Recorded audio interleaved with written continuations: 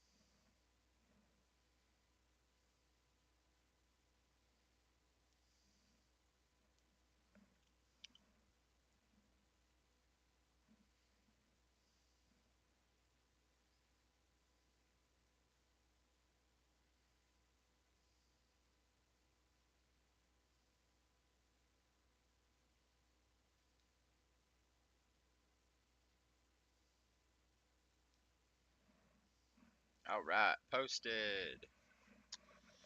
Now that that's over, let's get at it. What do you guys say? Some things changed. I had to update my browser. I now have this new coach, which is interesting. I'd like to see what that's about. But I'm not here. I'm more like right here.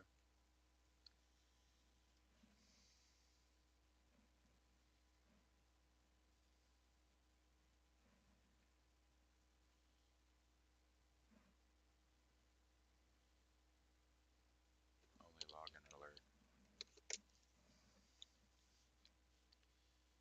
It will only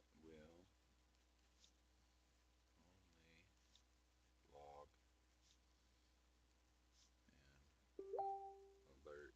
Bro, I just got on. I'll mute Facebook today.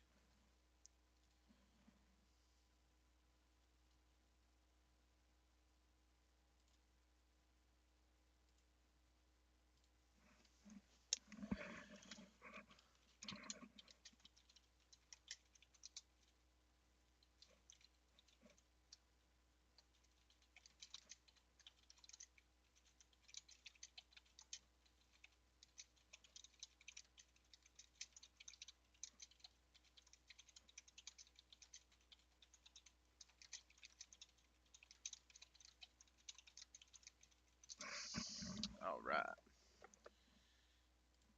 That should be enough of that. Put an IS.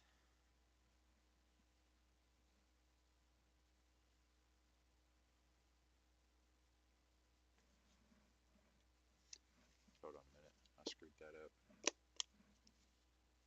Let's mark this out. I'm further down.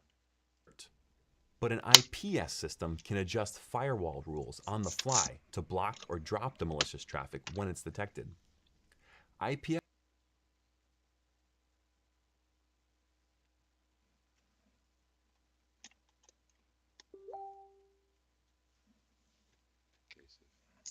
I don't like this. It's throwing me off.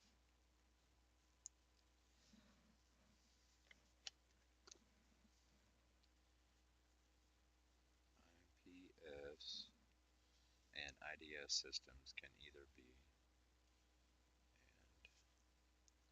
and IDS systems can either that's supposed to be an host based or network based.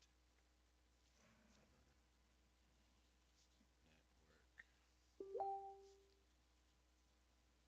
based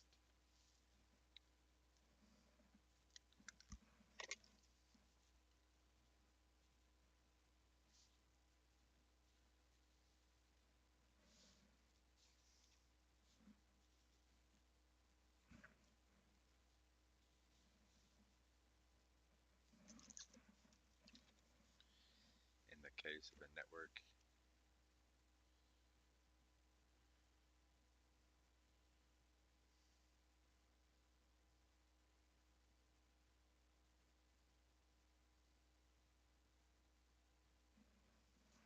Let's do it this way.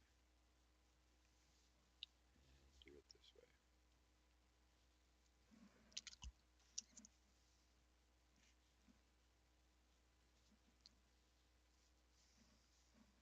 IDS and IDS systems can either be host-based or network-based. In the case of a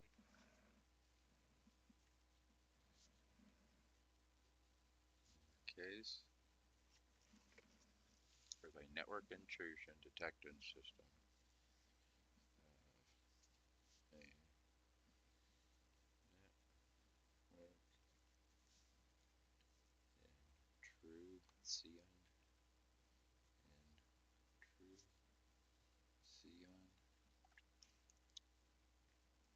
detection.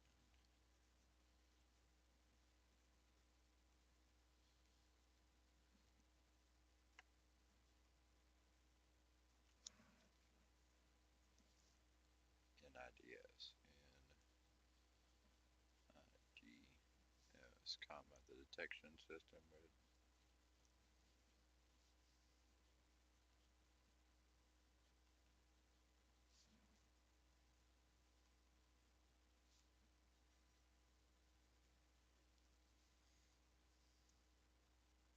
be deployed somewhere on a network.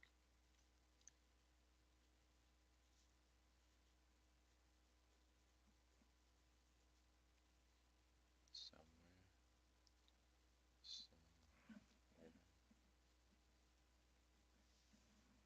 on a network where it can monitor traffic.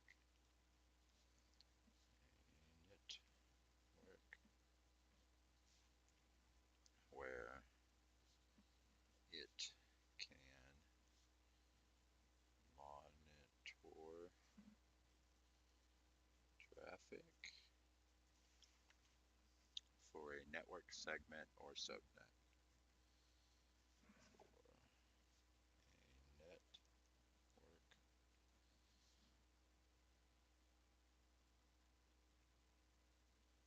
or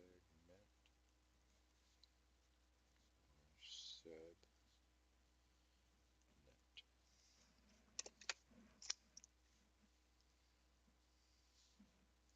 Network intrusion detection system.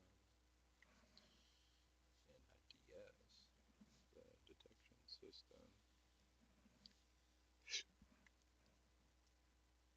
deployed somewhere on a network. Monitor traffic for network segment subnet.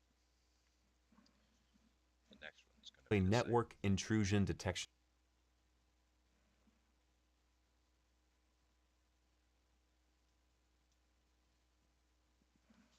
Boy, that's annoying. I hate it when I do that.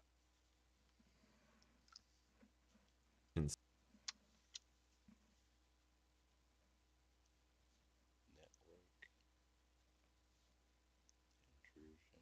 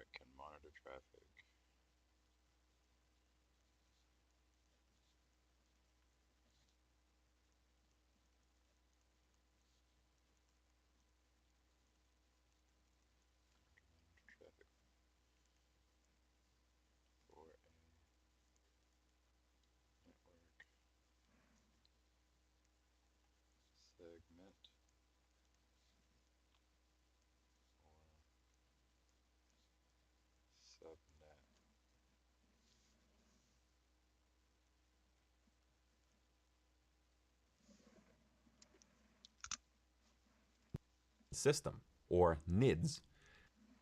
I'm curious if there's another definition, so I'm going to actually get down there first. The detection system would be deployed somewhere on a network where it can monitor traffic for a network segment or subnet. A host-based intrusion. Dude.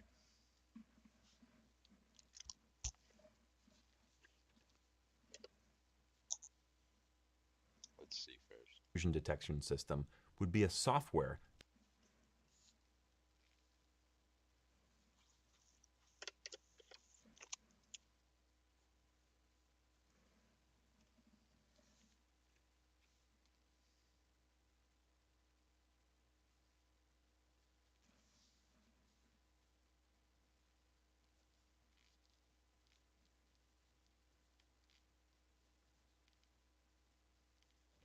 Host-based intrusion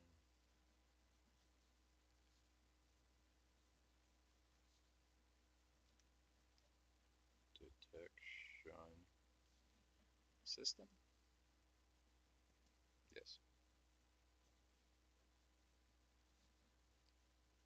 Would be a software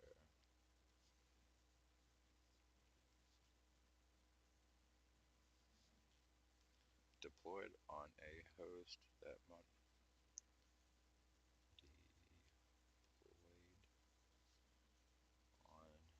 a host that monitors traffic to and from that host only. Traffic to and from that host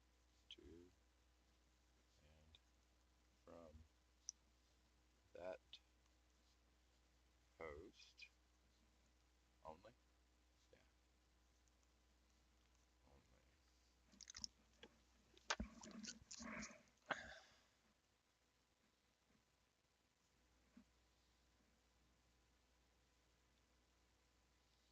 Today's going to be a long day grinding on this game. I've got to get everybody where they got to be. Host-based intrusion detection system. Software deployed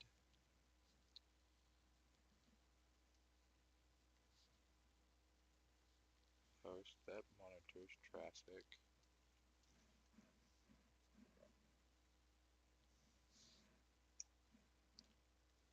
that host only. Ah, crap.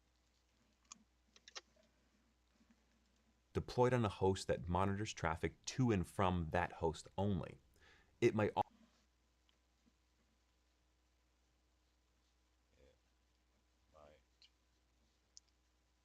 also monitor system files.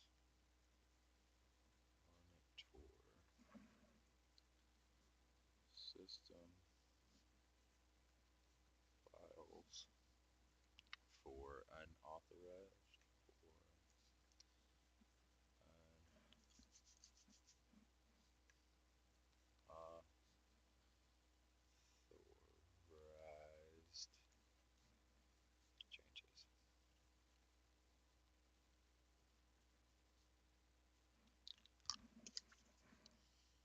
Also monitor system files,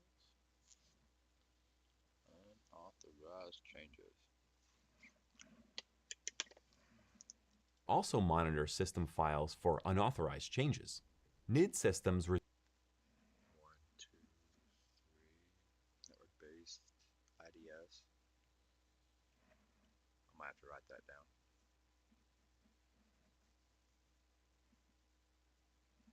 I got plenty of room. Network-based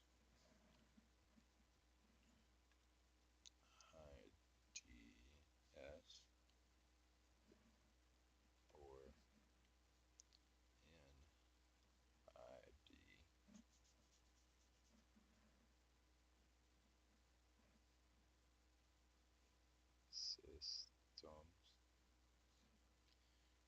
firewalls in a lot of ways.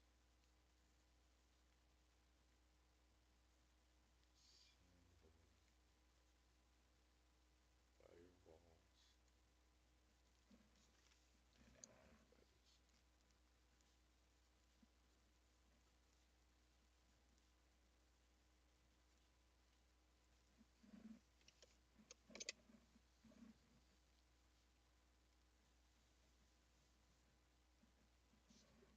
I'm taking a I'm taking a jump and assuming that network-based IDs is the long way of saying NIDs because they didn't put it there. But a firewall is designed to prevent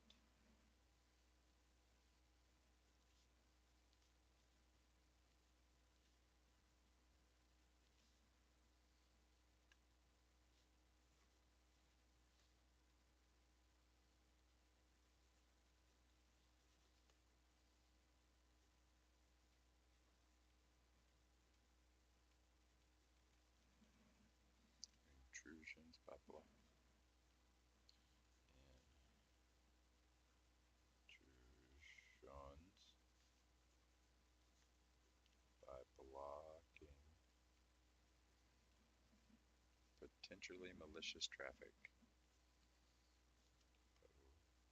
Tent ILE. Tent ILE. Malicious traffic coming from outside.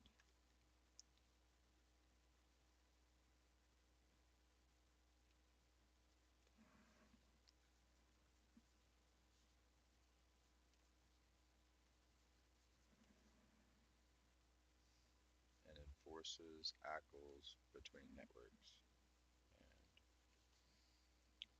And enforces ACKS. Oh, ACKLES. ACLs between networks.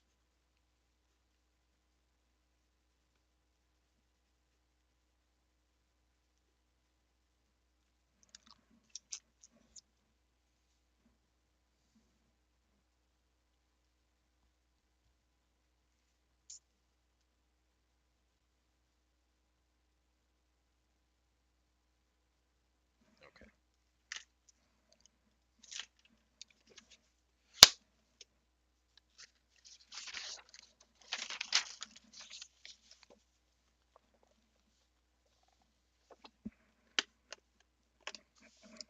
If I'm being honest, I don't like writing on this side of the paper. Mainly because there's a big old spiral in my way and I can't balance my hand to get good handwriting. I'm very particular about my handwriting. Resemble firewalls in a lot of ways. But a firewall is designed to prevent intrusions by blocking potentially malicious traffic coming from outside and enforce ACLs between networks. NID systems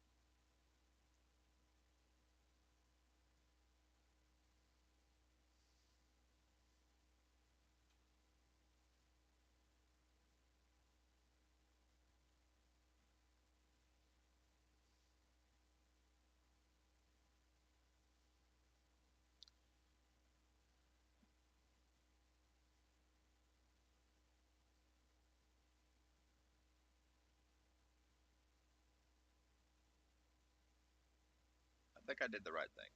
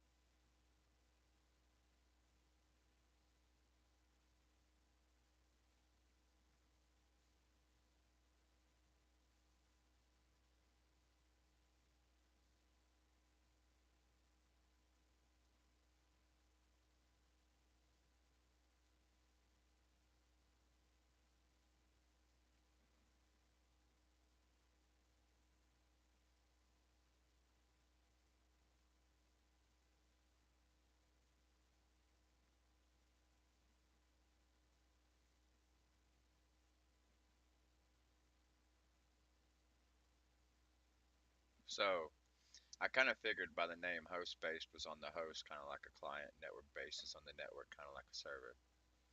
That was pretty simple. But what I didn't understand was this being only one way, whereas this is two way, to and from. But now I better understand it. So the host based is typically on the client machine, right? Host based IDs only monitor traffic to and from the host it's installed on. So it could either be a client or a server. So it can monitor traffic to the server. So that explains that. It's only monitoring to and from the host it's installed on. So if it's a server, no, you got to pull information. It should be two way. Why is host based just one direction?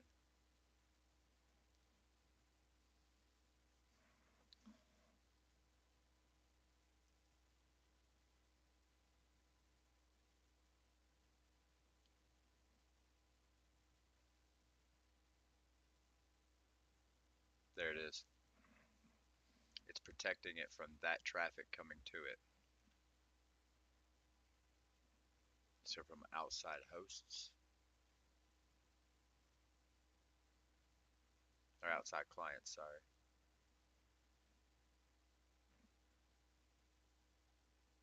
Often organizations use a combination of both types of IDS for a layered defense approach. This provides comprehensive protection by monitoring both individual devices and overall network activity.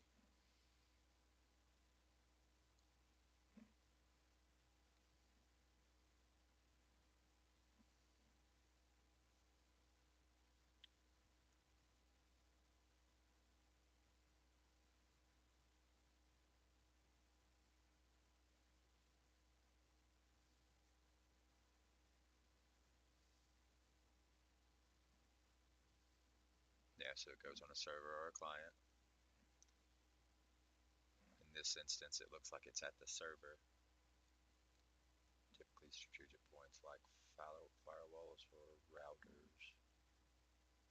Probably at that one's firewall since the fire. Oh, right here's the firewall router.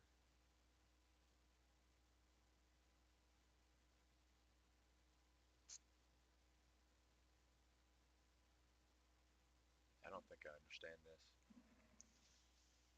Unless he's trying to teach me something different than I'm asking this thing. This little guy might actually come in handy. Oh, thanks for the wink, bud. Alright, let's get rid of you. I think I kind of understand now.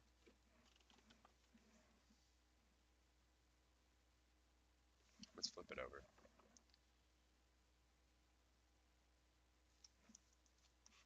Let's go network system based and host based ideas.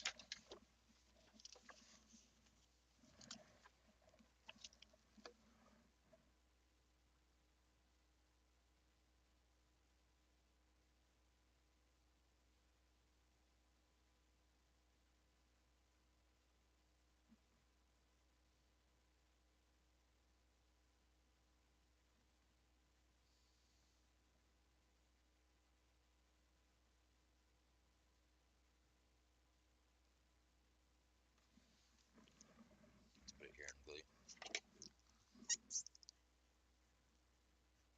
Host base IDS or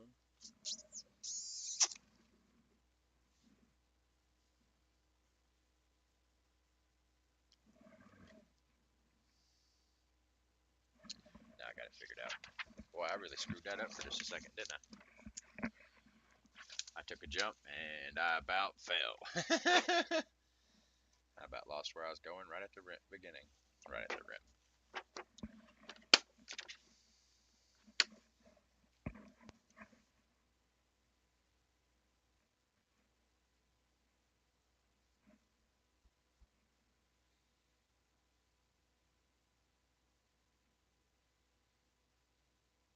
Oh, that's what's going on. I gotta get those birds up to the. Whoops.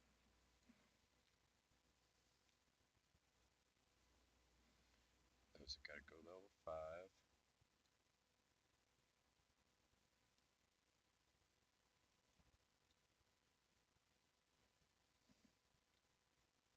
Bernard's This is the last one in the bunch, right?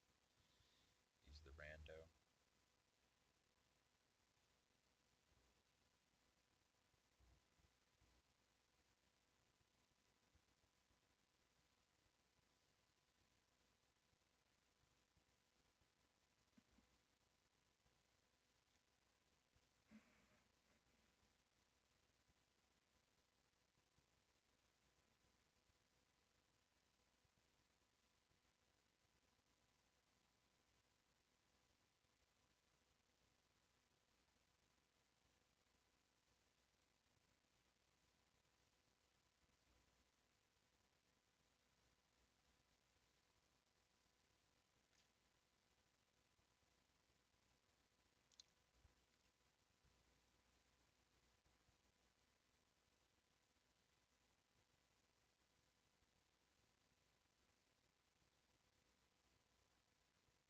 Alright, now we're all fixed. Now it's about to get bad fast. Start leveling up the Griffin just to figure out I gotta level him up a whole nother level. That'd have been frustrating. Alright, before we continue, I gotta pee. Let's go ahead and get my 11 o'clock drink in.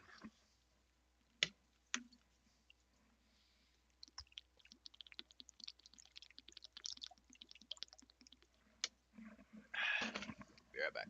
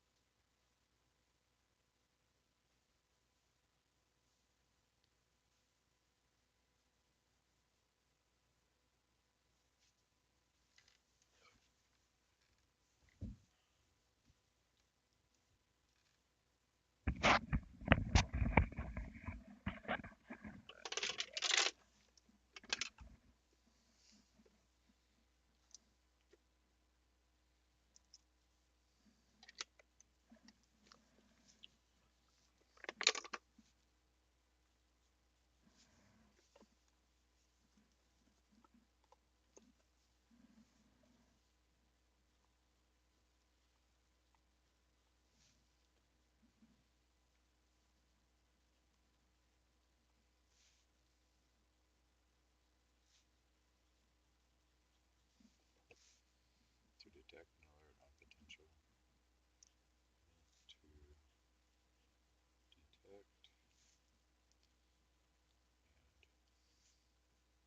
alert on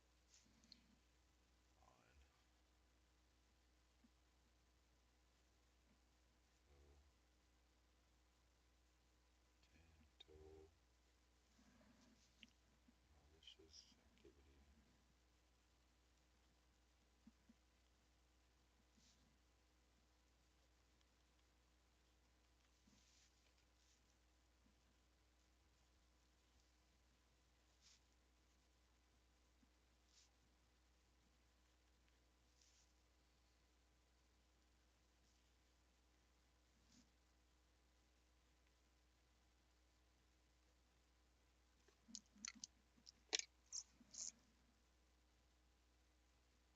Are meant to detect and alert on potential malicious activity coming from within the network.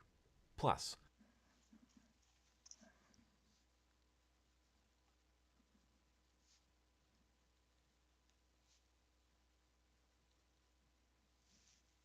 Firewalls. Oh, I only have visibility of traffic.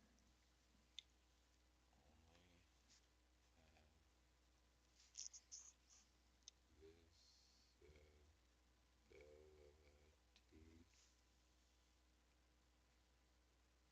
I added an A. Traffic between hosts inside the network. Between hosts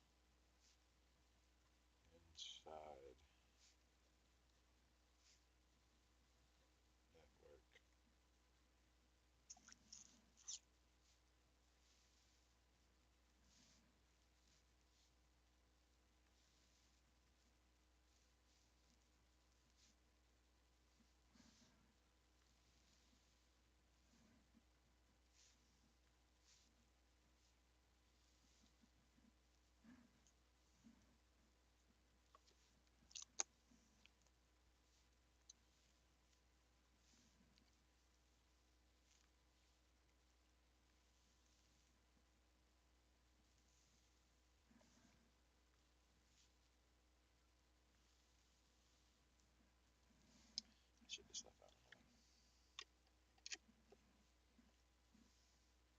Firewalls only have visibility of traffic flowing between networks they're set up to protect. They generally wouldn't.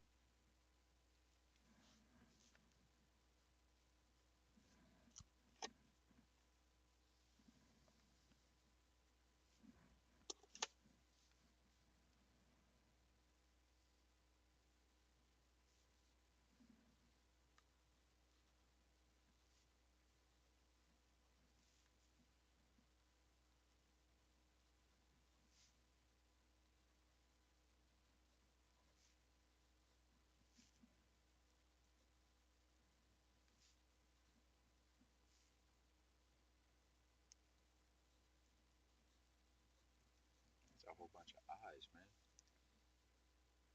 Is it not pronounced ability? Visibility or visibility? There's no A there, man. Change the Y to I. No, that's an A.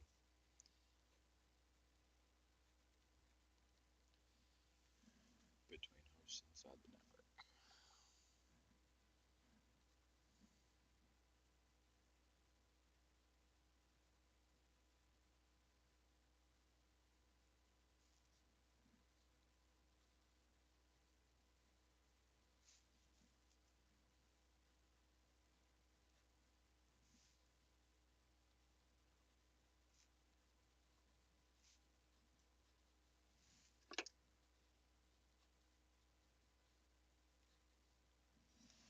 I've always had this thought since I've started doing this schooling.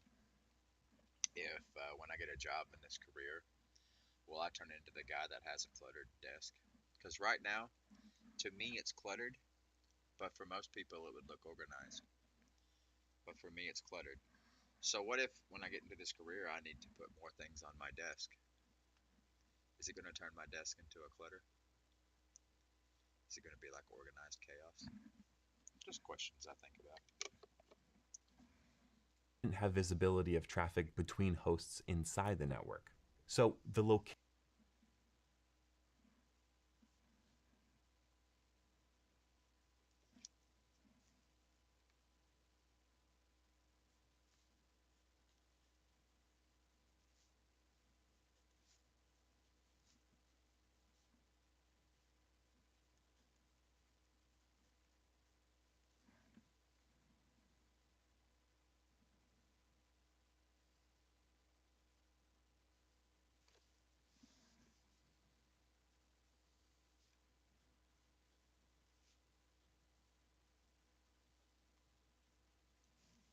The location of the NIDS.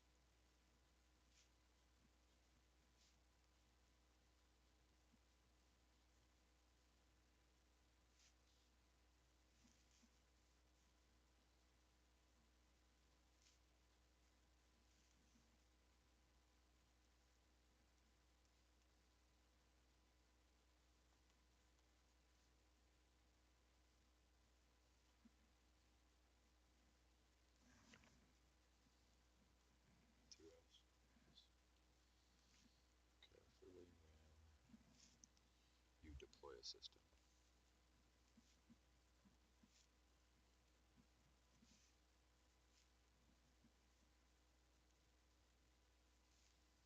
It needs to be located in the network topology in a way that it has access to traffic we'd like to monitor.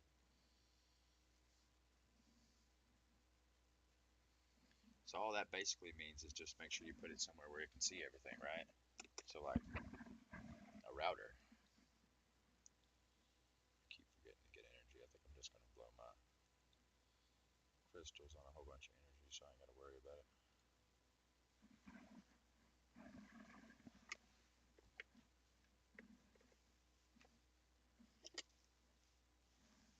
Location. NIDS must be considered carefully when you deploy a system. Considered carefully. It needs to be located in the network.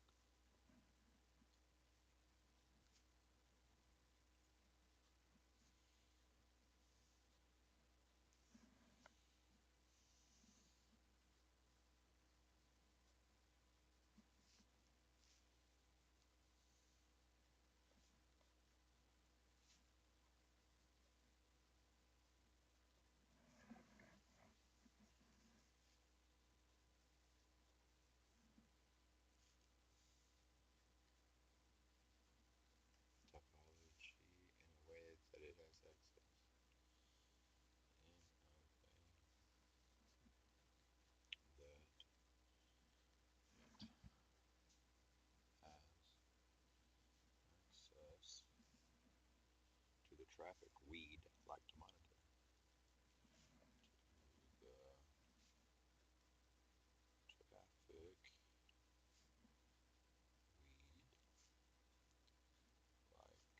like to monitor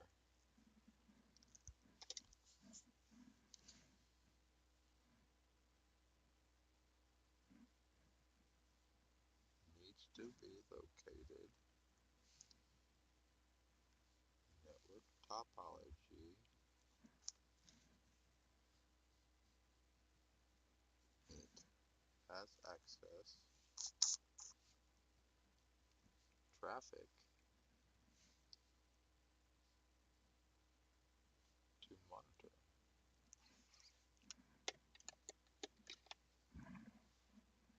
Location of the NIDs must be considered carefully when you deploy a system.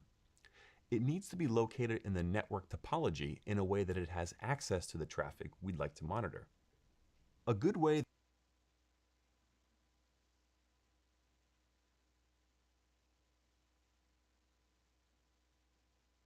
So it'll mirror the port that comes to the router. This allows all packet on a port range or entire VLAN to be mirrored to another port where our NIDs host. Yeah. So we just act like the port that all the information has to go through.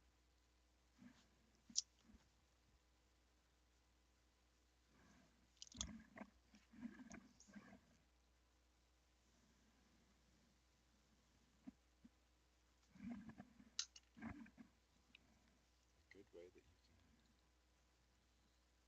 good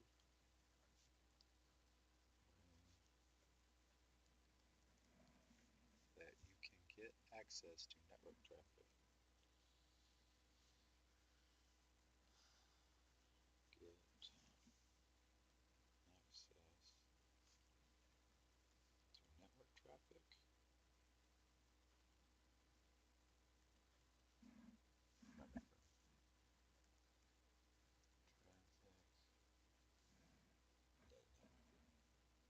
Is using the port mirroring function. Is using the port mirror. I know that was easy.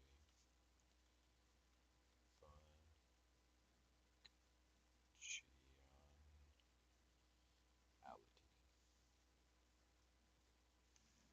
found in many enterprise switches. Found in many enterprise switches.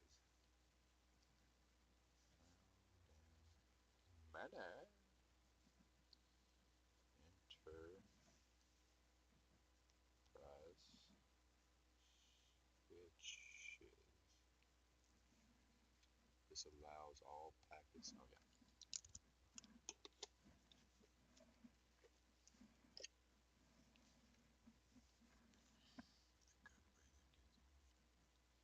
Get access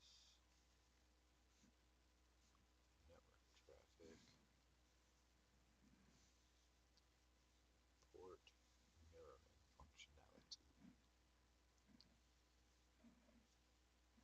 that you can get access to network traffic is using the port mirroring functionality found in many enterprise switches. This allows all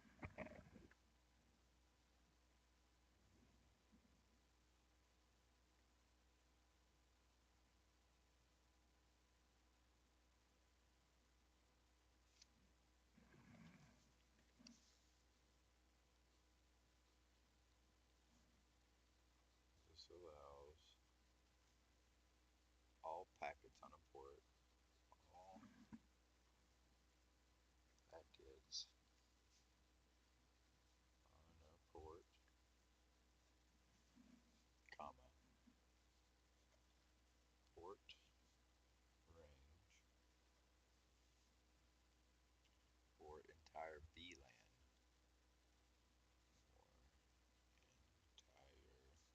or entire VLAN. Oh crap. To be mirrored.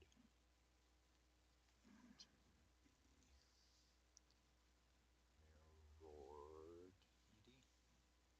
I lost it. Yes.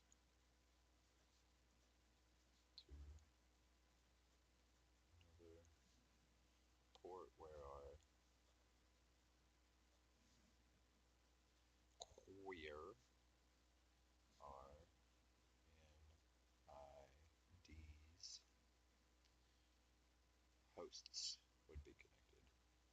Hosts would be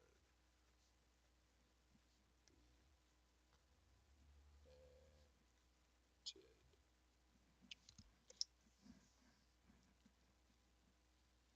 Allows all packets on a port range, entire VLAN be mirrored another port where NIDS hosts be connected.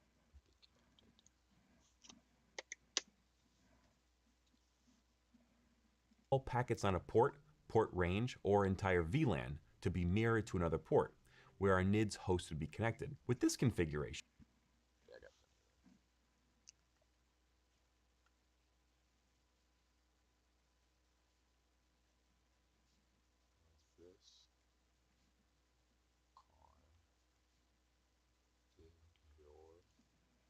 this configuration.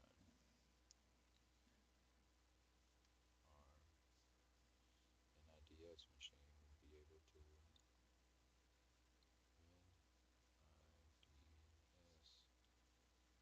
NIDS machine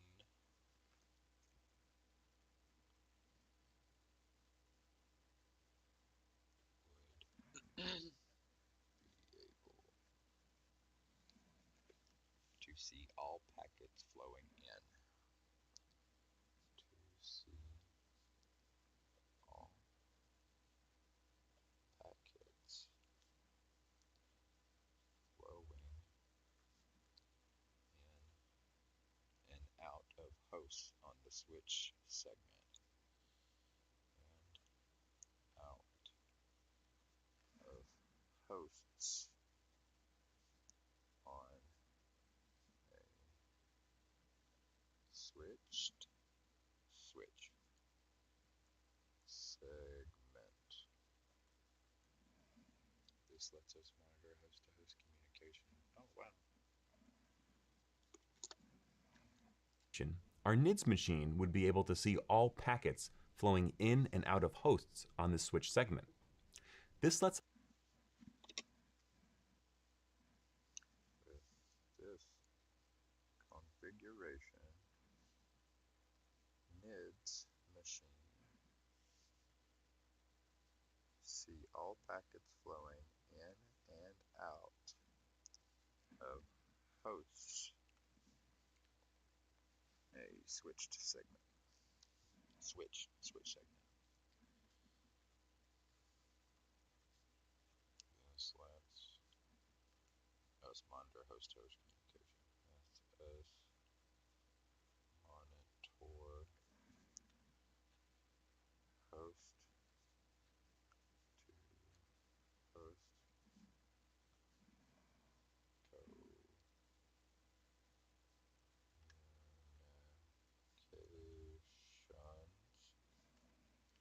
and traffic from hosts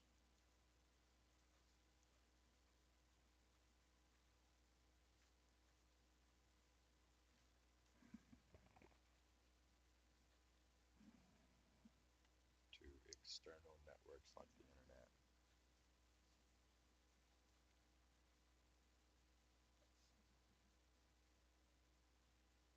That's an E, not an A. External. Okay. Networks like the internet.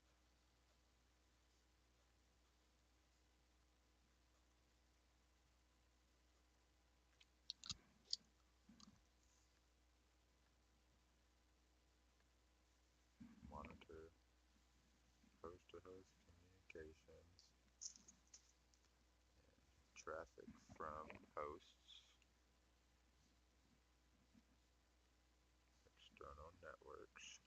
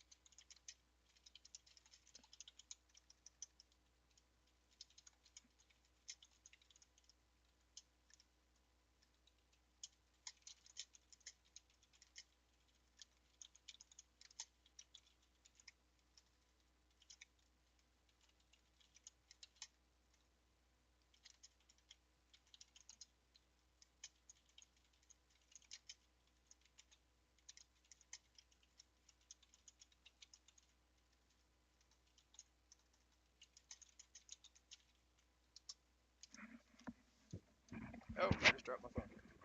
And broke the charger. Oh, that's alright.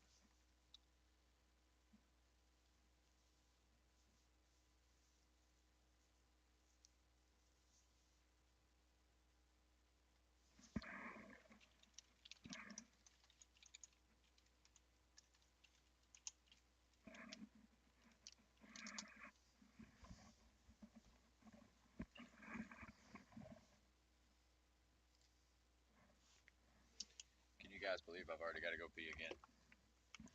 I ain't been on my water game very well over the last couple days, or my food game, or anything. To be honest, being sick, I turn into such a baby. I'm the typical man. So, drinking a gallon of water or proceeding to drink a gallon of water this morning is really starting to play an effect on me. Lets us monitor host to host communications and traffic from hosts to external networks like the internet. The NIDS host would analyze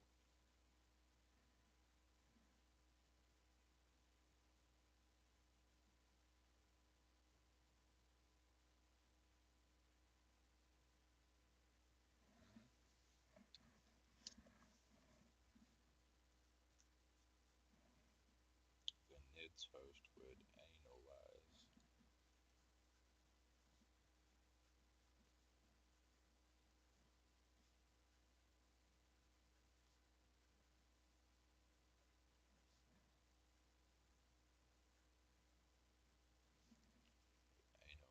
this traffic by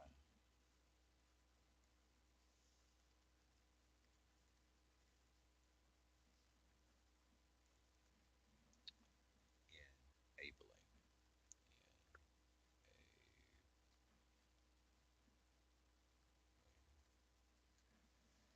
promiscuous mode. Promiscuous mode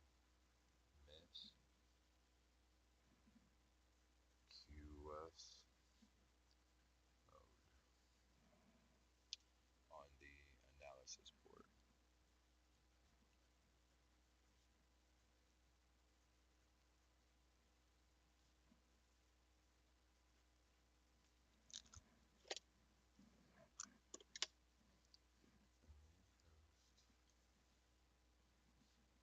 Analyze traffic, enabling promiscuous mode analysis port. this traffic by enabling promiscuous mode on the analysis port. This is the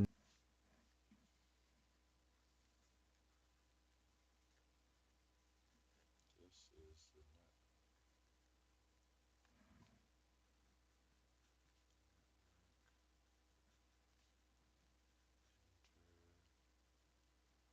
interface that's connected to the mirroring port on a switch. That's connected to the mirroring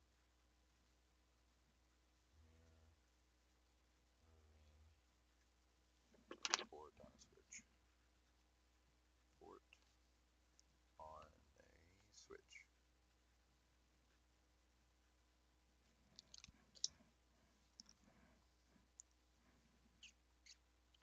Network interface connected to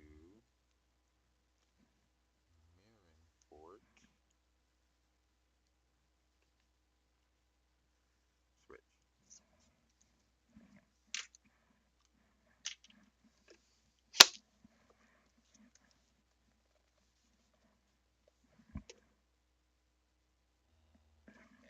Keep running.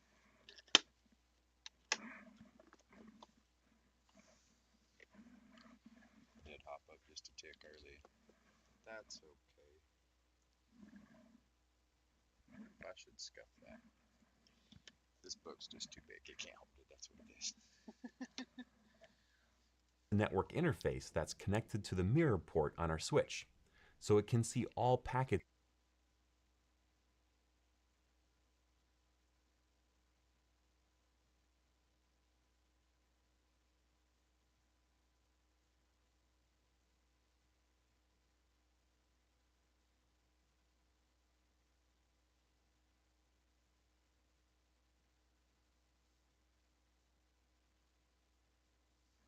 to see that.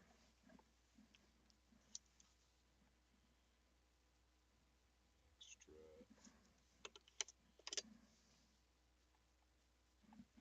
Okay.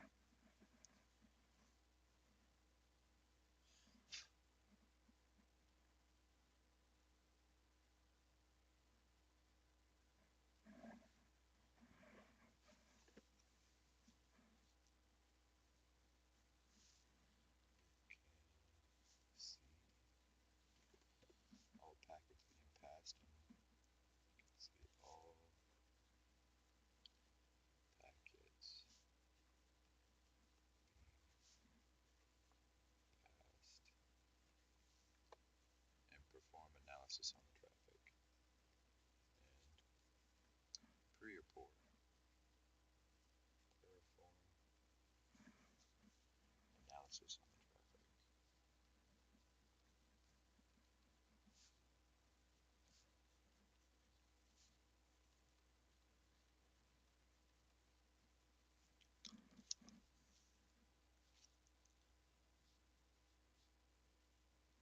Can see all packets being passed, perform analysis on the traffic.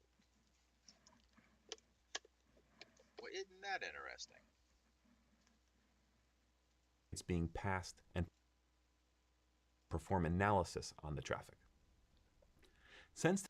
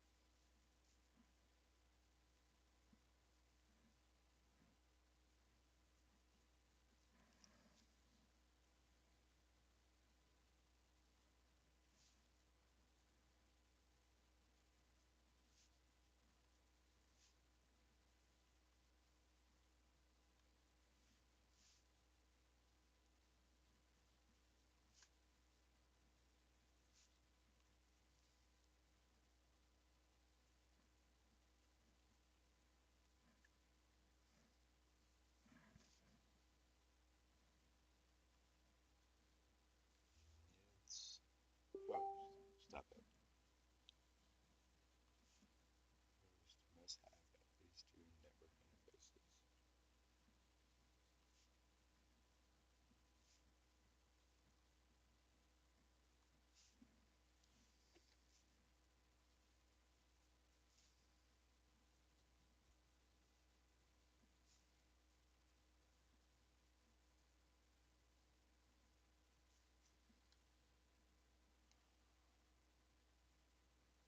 Okay.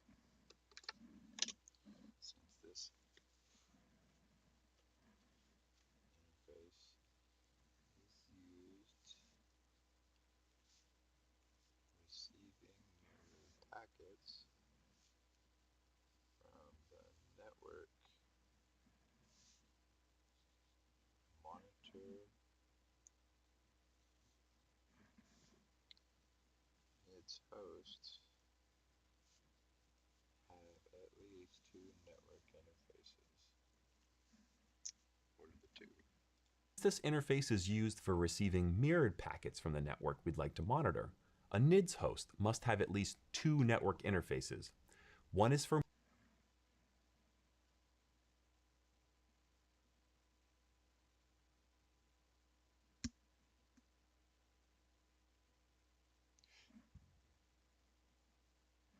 Okay. One is for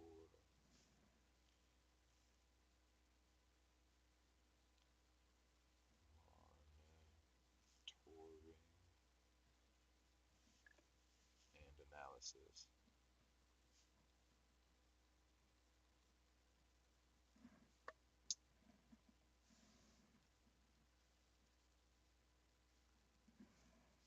Separate one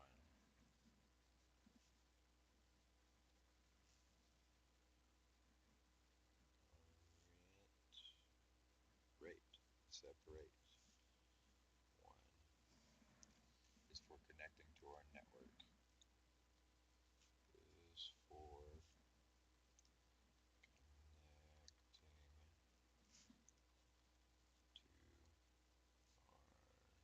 to our network for management and administrative purposes.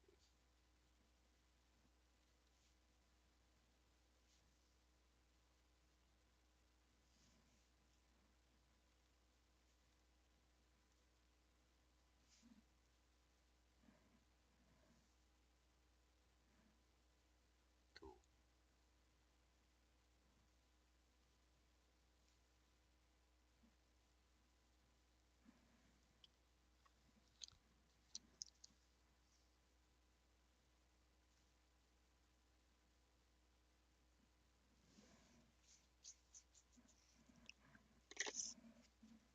For monitoring and analysis, and a separate one is for connecting to our network for management and administrative purposes. Placement of a NIP system.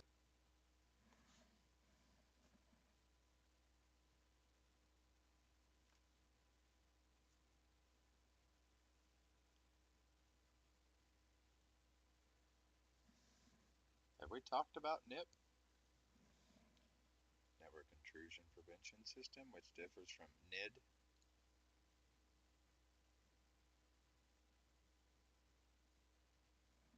Huh. Placement of a NIP system. Of a NIP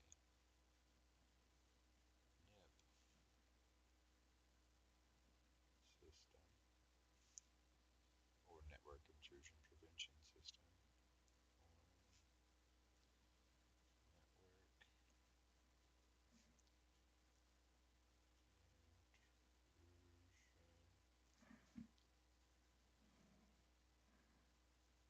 Intrusion Prevention System would differ from an NID system. Would differ. FFER? Yeah.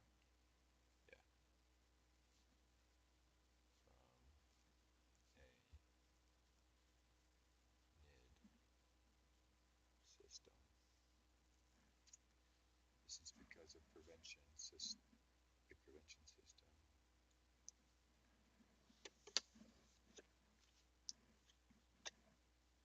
placement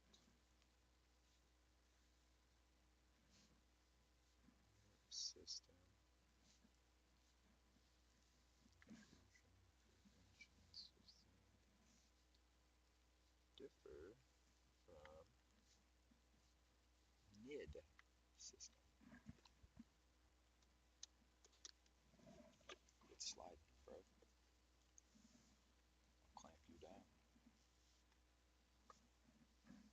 System or network intrusion prevention system would differ from a NID system. This is because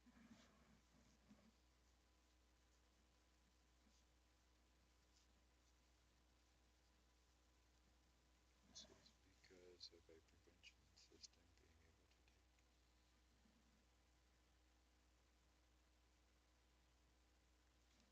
take. Huh? because of a prevention system being able to take action against a suspected malicious traffic.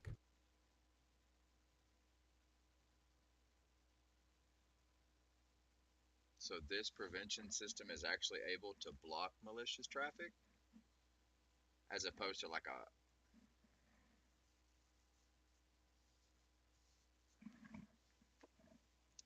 This is because of a placement of a NIP system, a network intrusion prevention system, would differ from a NID system.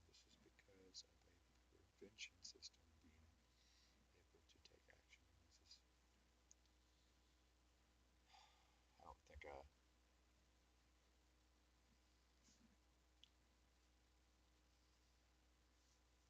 being able to take action. BLE to take.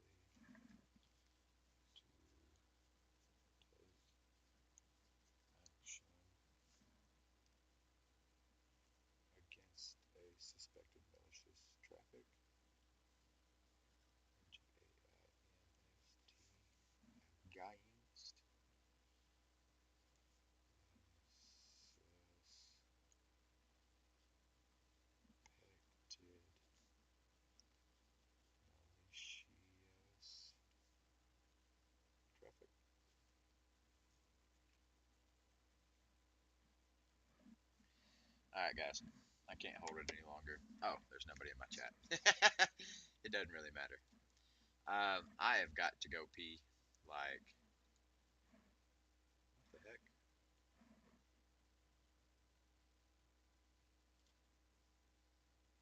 I've got to go pee pretty rough, guys. Oh, there's nobody in my chat, so no worries. Uh, be right back.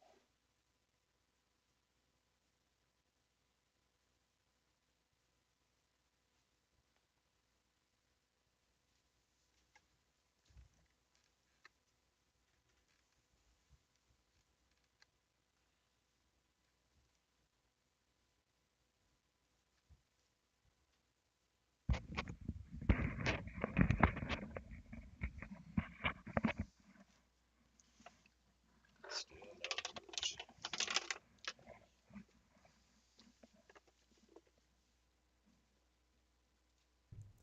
In order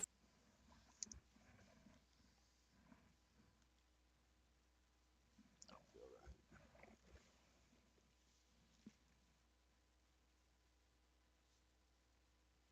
Order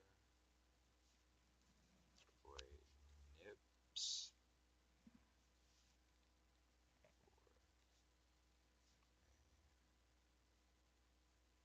Nips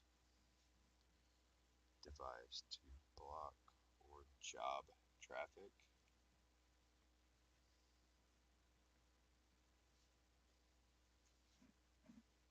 I'm gonna say stop. for a NIPS device to block or drop traffic. Drop or drop traffic. To block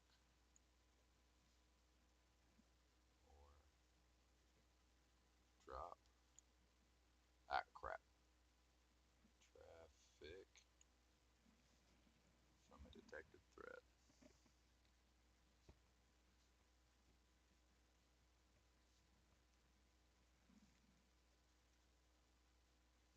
Spell threat. Threat. Limit must be placed in line with the traffic being monitored.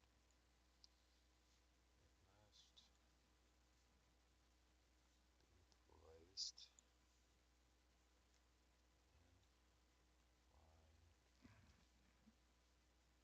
placed in line with the traffic being monitored.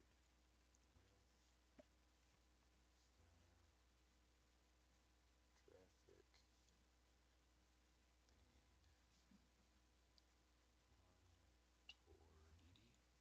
Yeah.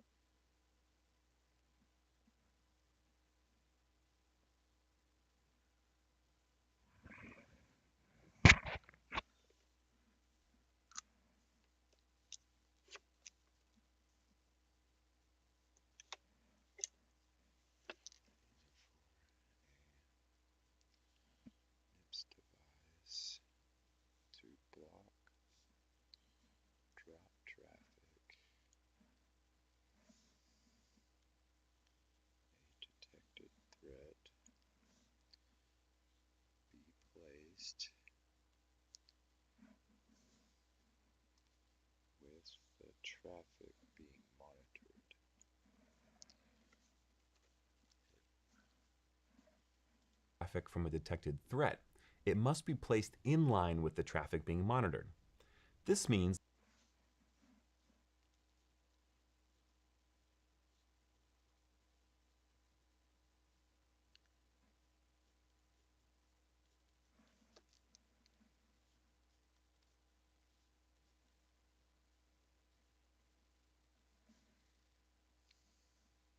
That's being monitored must pass. That the traffic that's being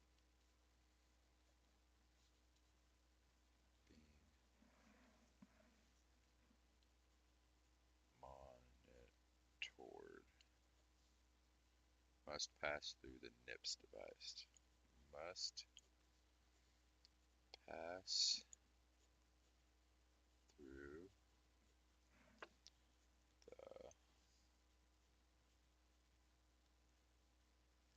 the NIPS device. The traffic that's being monitored must pass through the NIPS device.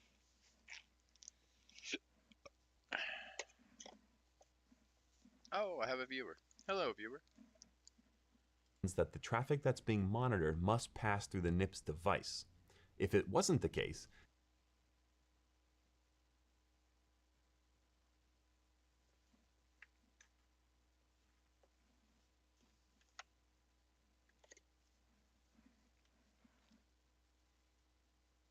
I'll write that just regular old ink. I'm gonna connect it with purple.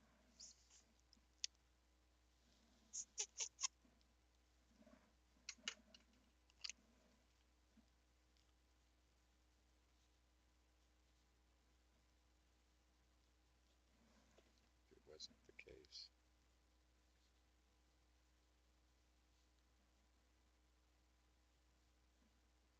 the NIPS host wouldn't be able to take action on suspected traffic. The NIPS host wouldn't be able to take action. Host wouldn't be able to take action on suspected traffic. On suspected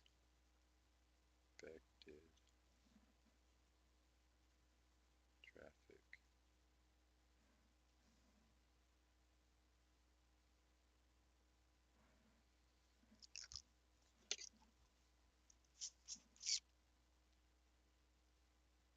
I'm not going to do that. the NIPS host wouldn't be able to take action on suspected traffic. Think of it this way.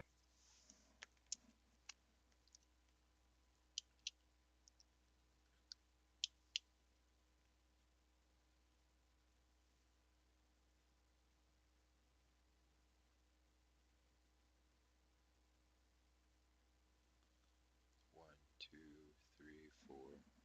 I have enough. Ah,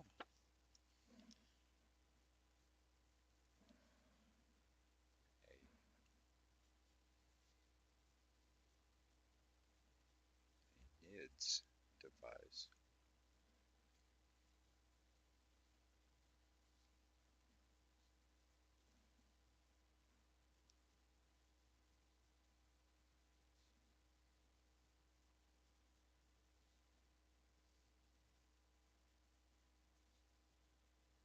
That only watches the traffic.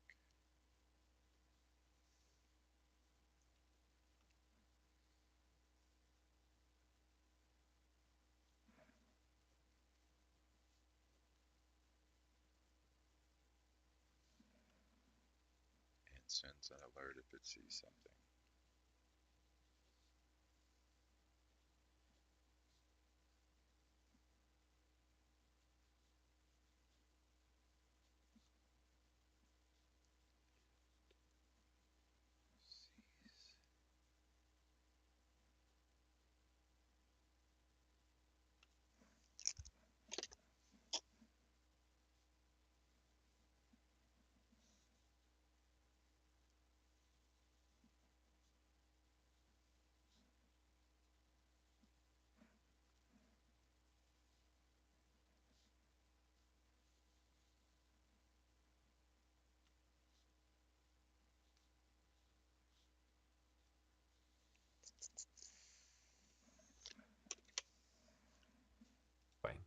A NIDS device is a passive observer that only watches the traffic and sends an alert if it sees something.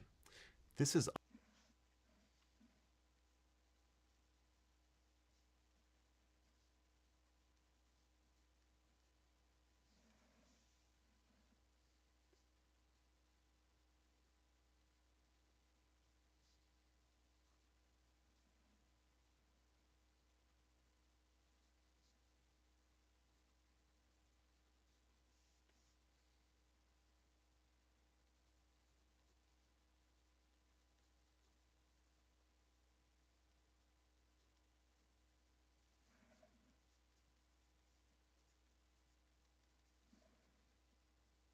Or can take action on the traffic.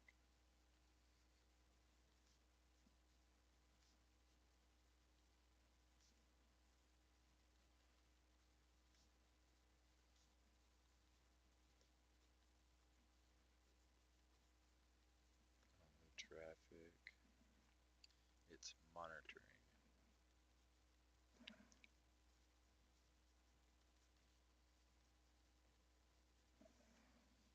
Usually by blocking or dropping the traffic. Usually by blocking or dropping the traffic.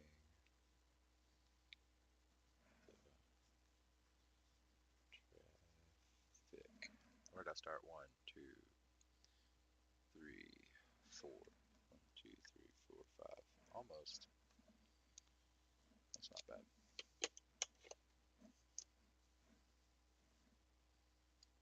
Unlike a NIPS device, not only monitors traffic, can take action on the traffic it's monitoring by blocking, dropping the traffic.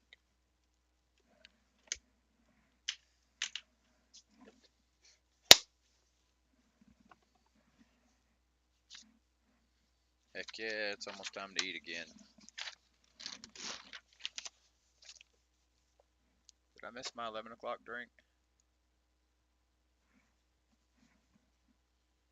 That doesn't look very far. I think I missed my 11 o'clock drink.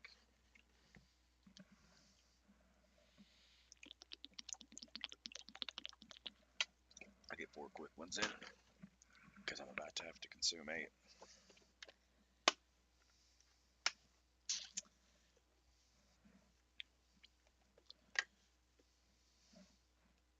unlike a NIPS device, which not only monitors traffic, but can take action on the traffic it's monitoring, usually by blocking or dropping the traffic. The Dude, I got at it and I'm about to knock out 6 minutes and well, that's unfair. I'm about to break too. But I could have done it in 2 hours. So I'm moving at 20 minutes a minute. I'm speeding up.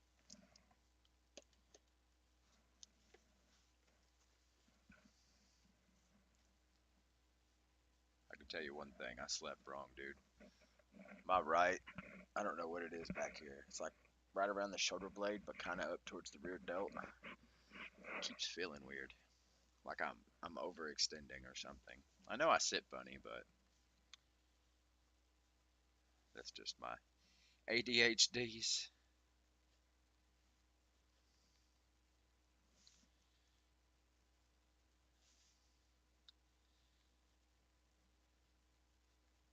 The detection of threats or malicious traffic is usually handled. Traffic. Oh, that's not a C. Is usually handled through signature-based detection or cryptography through signature-based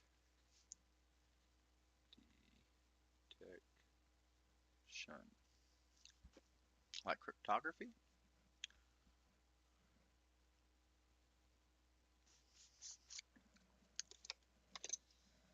The detection of threats, malicious traffic, handled through signature-based detection. Detection of threats or malicious traffic is usually handled through signature based detection, similar. Did I spell that right? Yeah. To how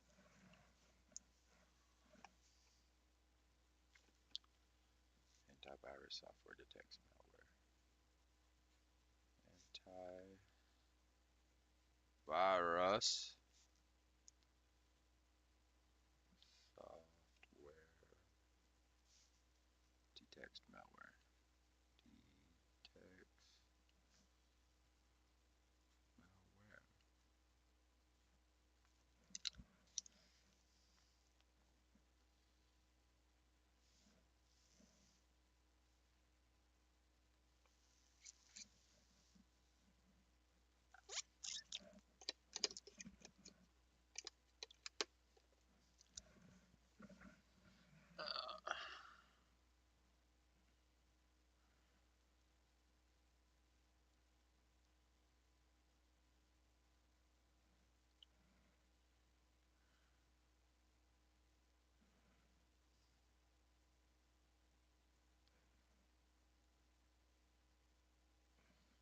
Why is there only two?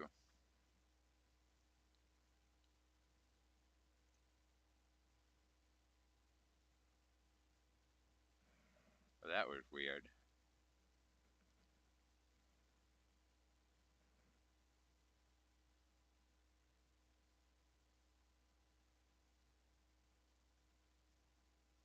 I hope I didn't screw something up. Oh, I bet whenever they leveled, they got a skill. No, some are at 8. That's what happened. How'd they go up to 8?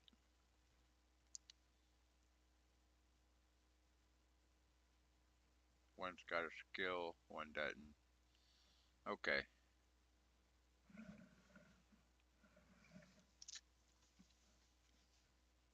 To how antivirus software detects malware. As an IT support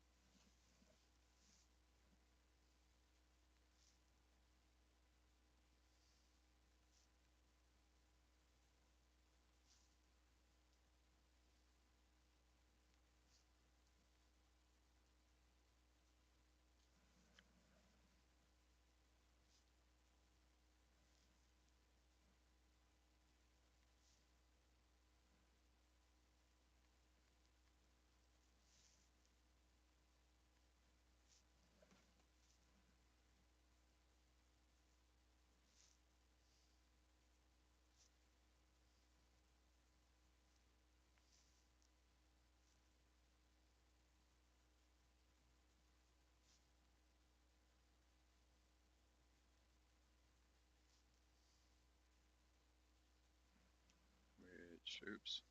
Not which means which. Would include ensuring. Include ensuring that rules and signatures are up to date. That rules and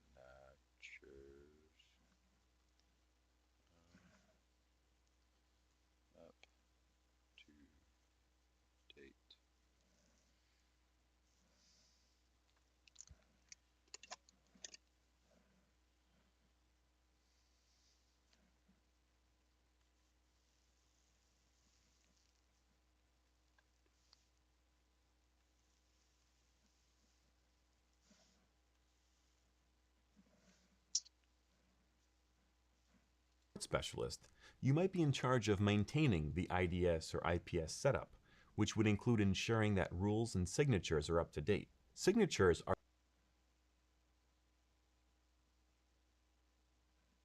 Neat.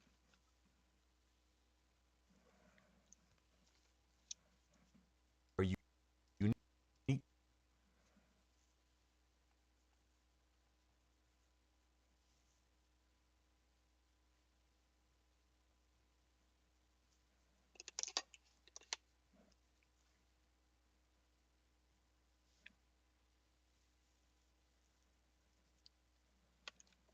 characteristics of known malicious traffic.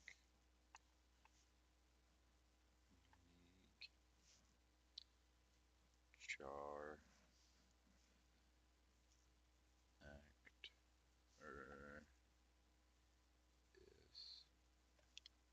ticks of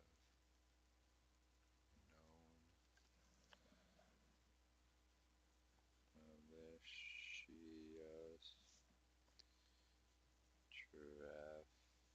traffic.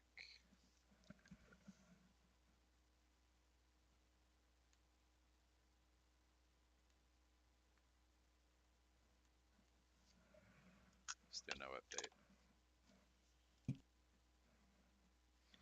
All right, guys. I've got a phone call coming in pretty soon. Um, I should be back by 12:30. I'm gonna go ahead and start eating, whether or not she calls or not.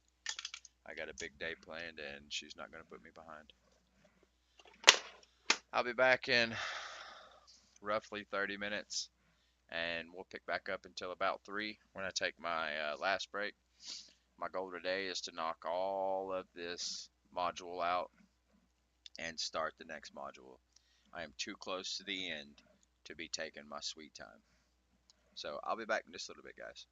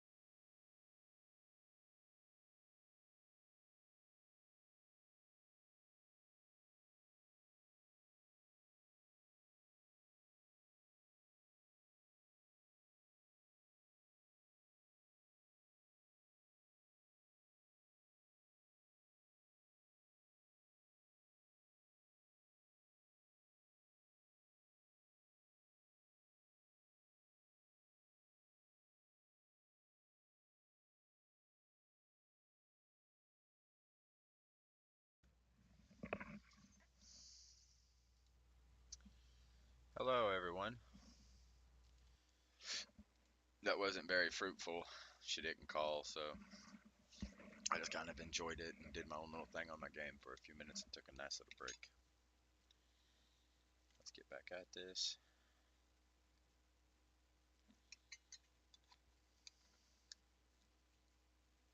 I gotta give something to Rogue, man. They make some pretty tasty cancer pouches.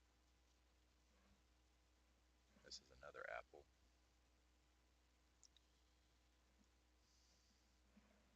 If you're curious why I sniffed it, I mixed three different flavors into one can because I can't stand carrying multiple cans. I'm that weirdo that whenever the barbecue sauce gets low, I go and get another container and then just fill that container with the previous and put it in the fridge. I'm that kind of weird.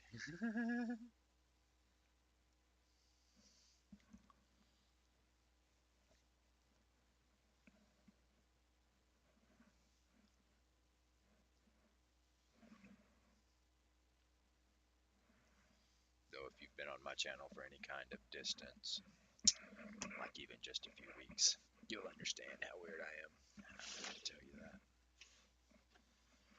Let's get this pan closer. I will be reaching for that frequently. Signature. Characteristics of known malicious traffic. They might be specific Oh, they might be specific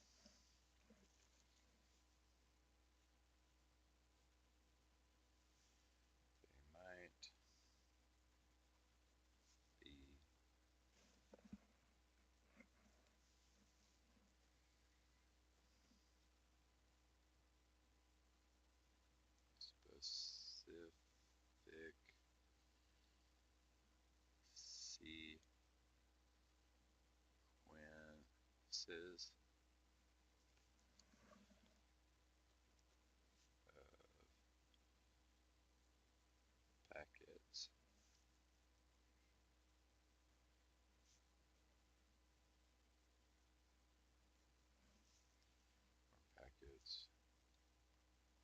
packets with certain values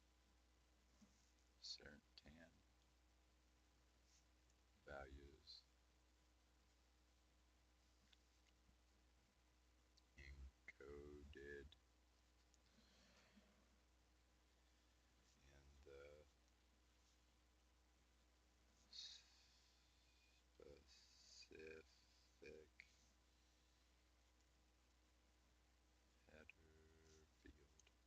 field. IELD.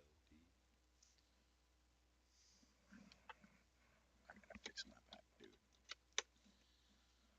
sequences of packets or packets with certain values encoded in the specific header field.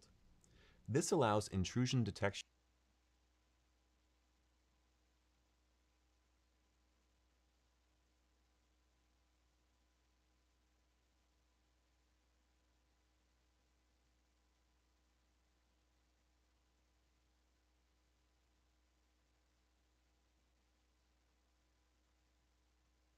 That's a whole sentence. This allows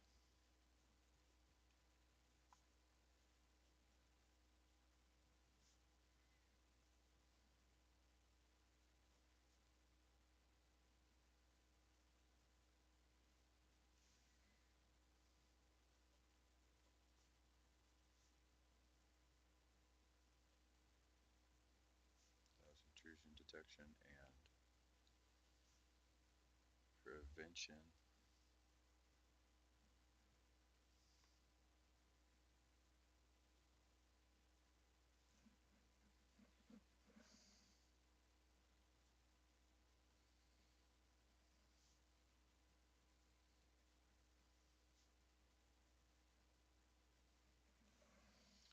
from easily and quickly recognizing known bad traffic.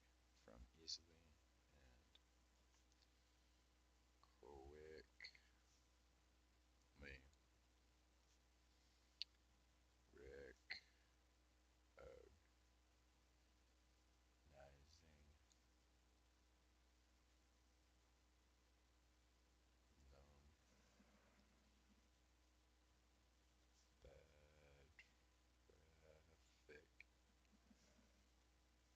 sources like botnet,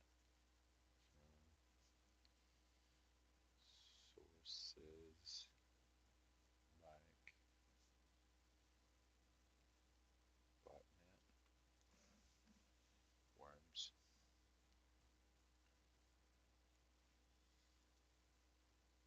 and other common attack vectors on the internet.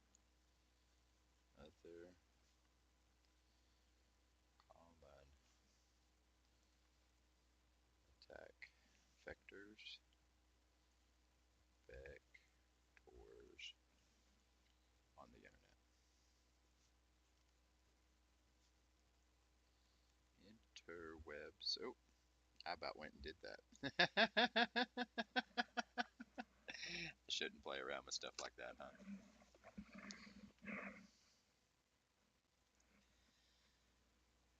Yeah, yeah. I need to repeat.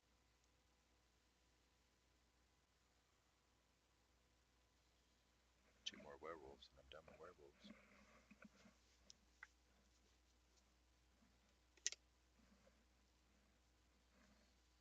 And prevention systems from easily and quickly recognizing known bad traffic from Here we go. sources like botnets, Stop. worms, and other common attack vectors on the internet. But similar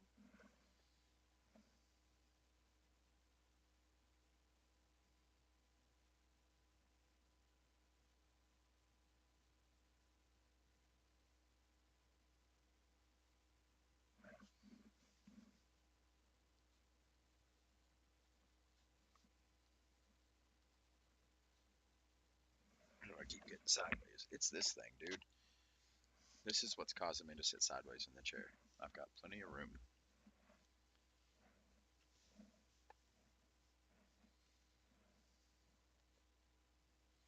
Does that mean I don't want to touch things?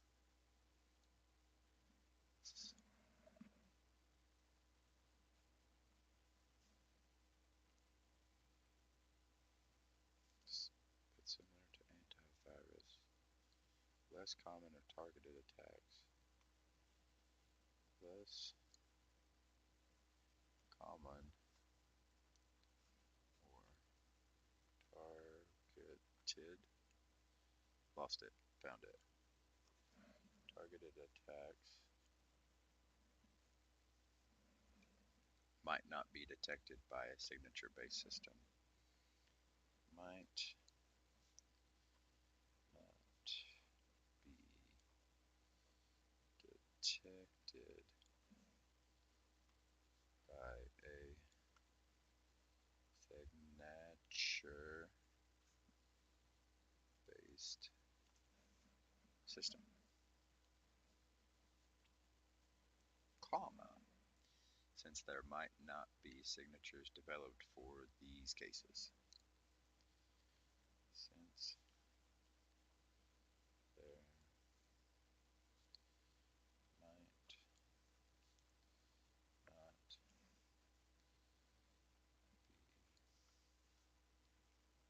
signatures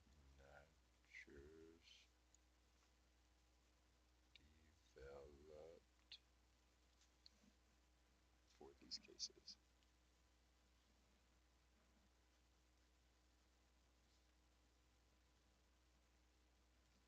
This allows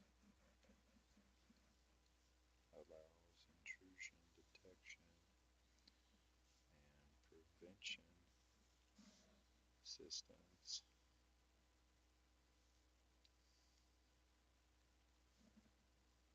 easily and quickly recognizing known bad traffic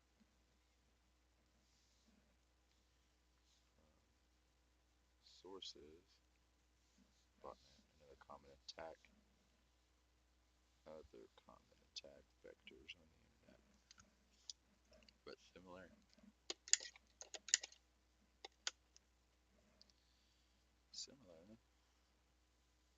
to antivirus, less common or targeted attacks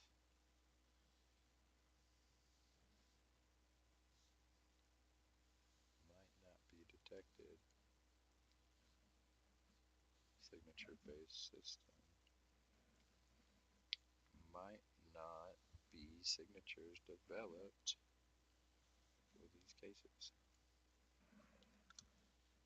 Similar to antivirus, less common or targeted attacks might not be detected by a signature based system, since there might not be signatures developed for these cases. So it's also possible.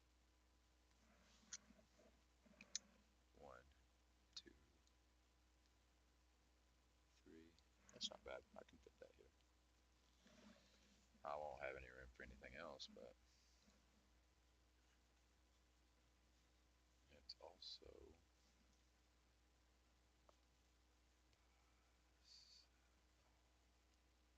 possible to create custom rules to match traffic. To create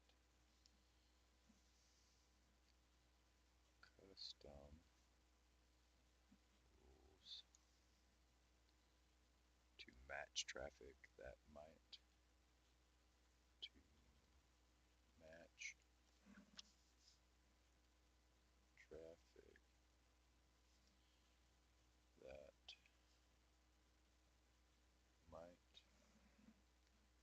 be considered suspicious but not necessarily malicious.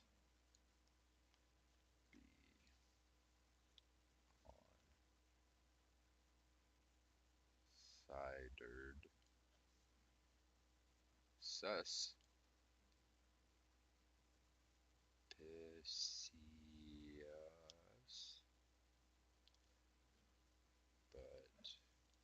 but not necessarily malicious. Not CESS.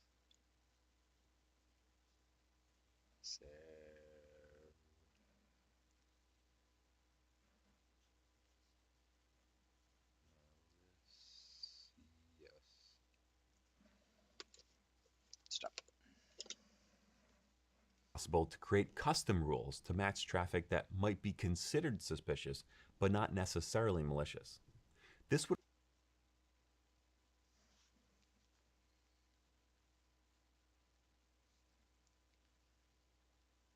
This would also possible to create custom rules match traffic that might be considered suspicious, not necessarily malicious. This would allow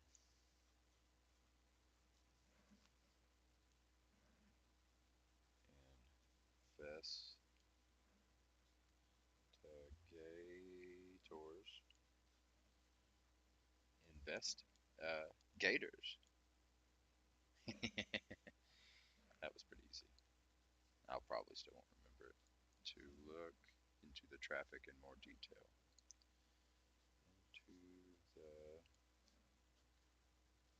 traffic and more. Yeah. Detail. To determine the badness level.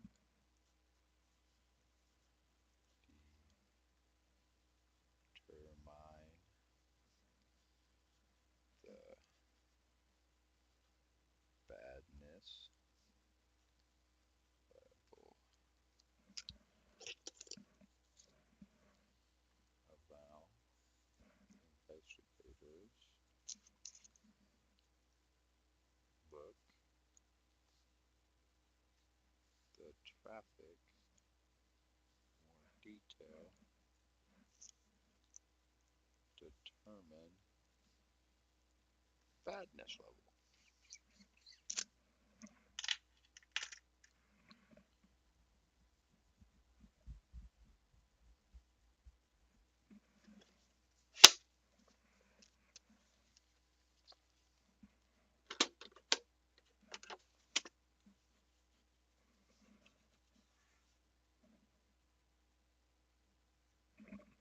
It is.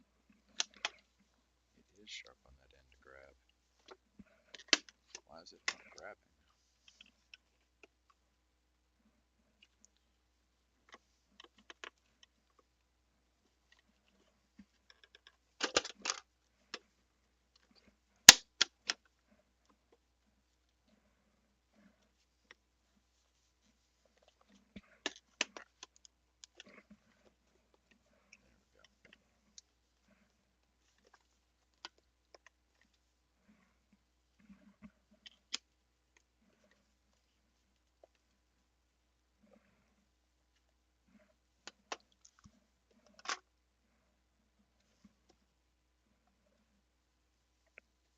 Okay.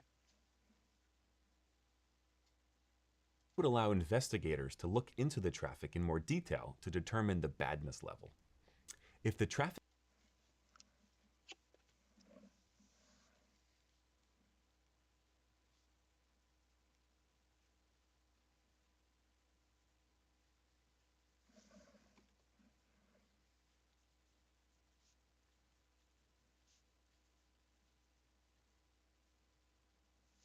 If the traffic is found to be malicious,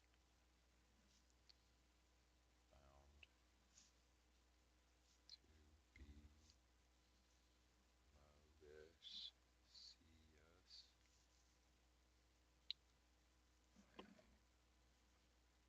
signature can be developed from the traffic. Can be developed by the traffic, not by from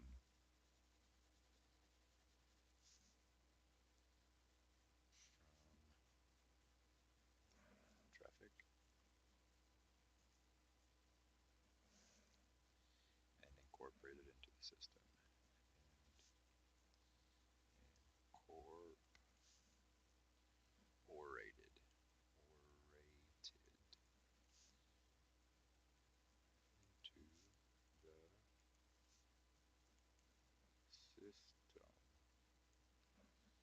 Neat.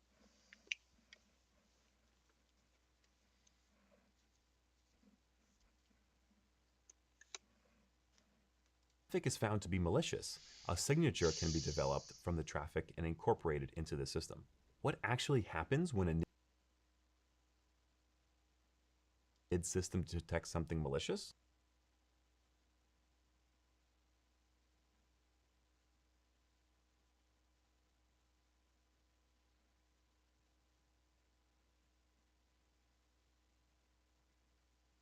Okay.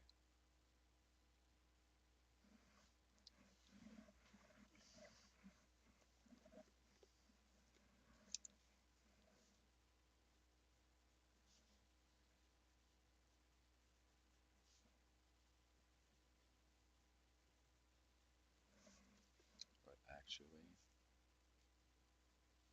happens when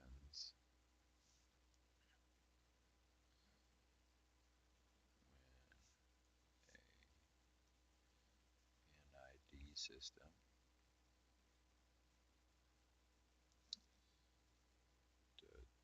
detects something malicious.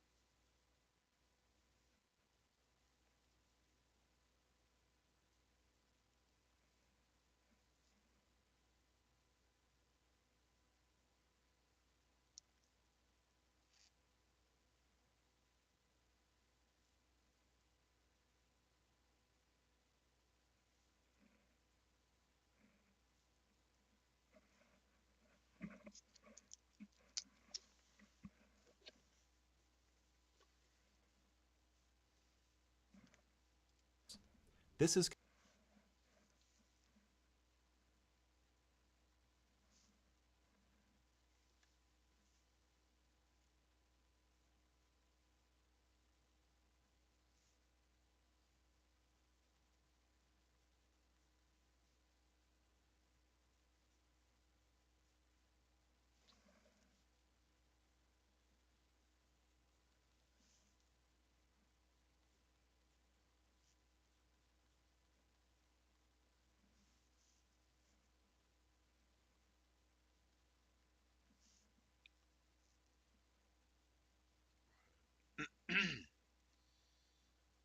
Log the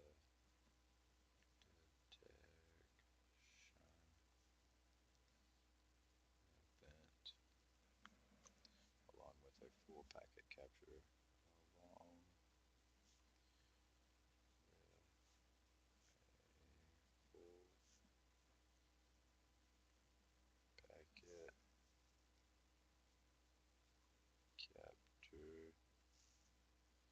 of the malicious traffic of the malicious traffic. I wonder if something's wrong with me mentally.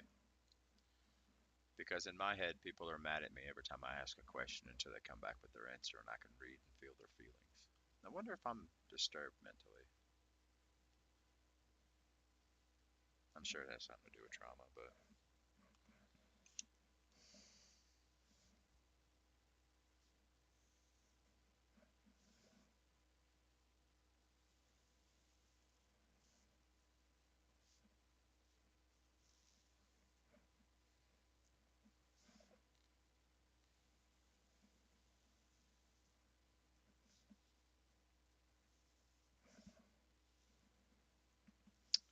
I'm pretty sure I'm disturbed mentally. I wonder if maybe I should go to a psychiatrist,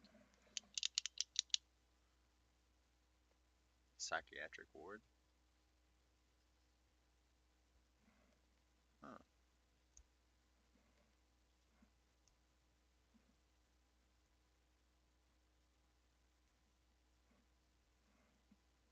I don't really know, man. Let's not kill the momentum thinking about stupid stuff.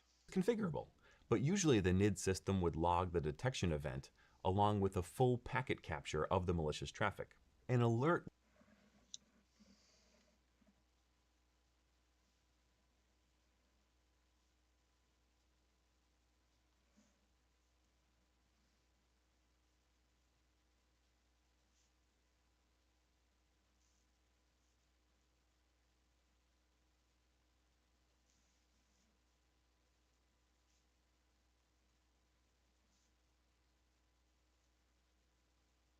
An alert would usually be triggered to notify the.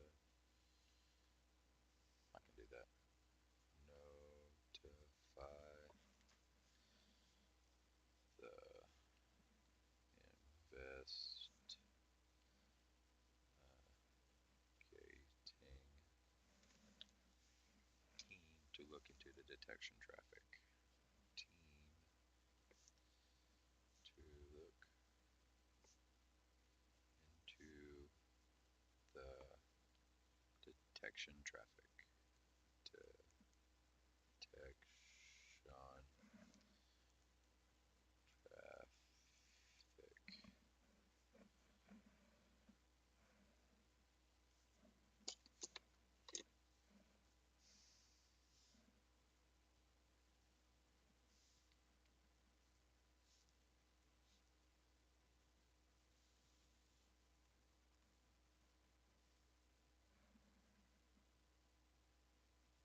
I did.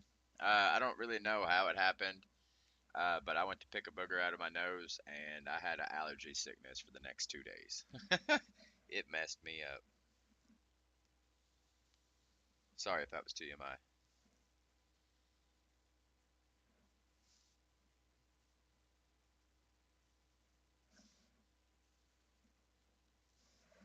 But yeah, I'm finally feeling okay. I've been on Sudafed and NyQuil for the past 2 days, taking Claritin here and there and Benadryl to assist with sleep. and to give me some pretty cool dreams. Um, I'm feeling pretty good today, so I'm back at it.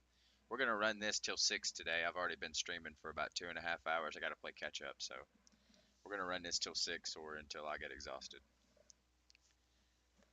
How are you doing today, Minge? Would also usually be triggered to notify the investigating team to look into the detected traffic. Depending on the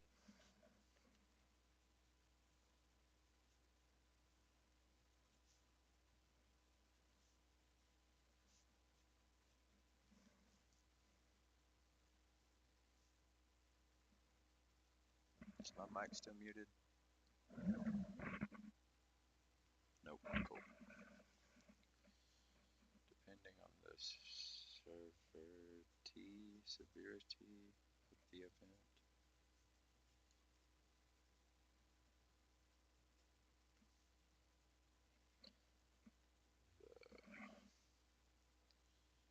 Alert may just email group or create a ticket to follow up on.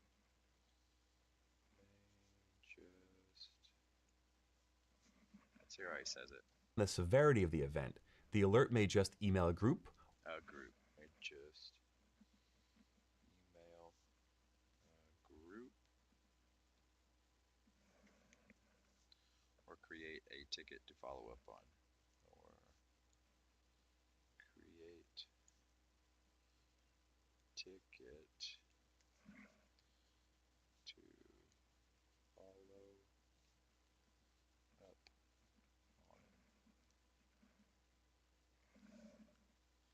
Or it might paid someone in the middle of the night if it's determined to be a really high severity and urgent.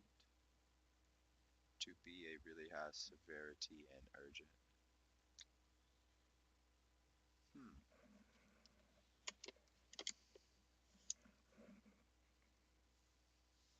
Depending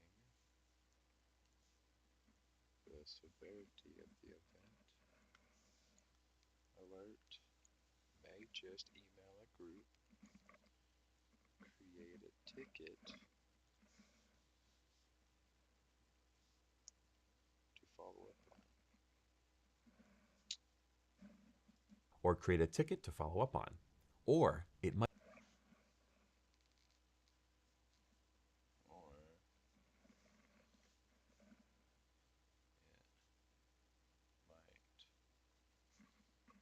might page someone in the page page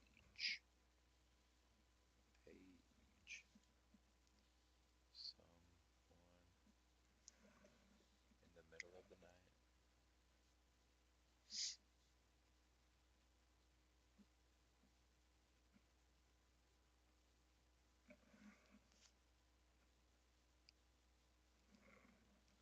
If it's determined to be a really high severity and urgent.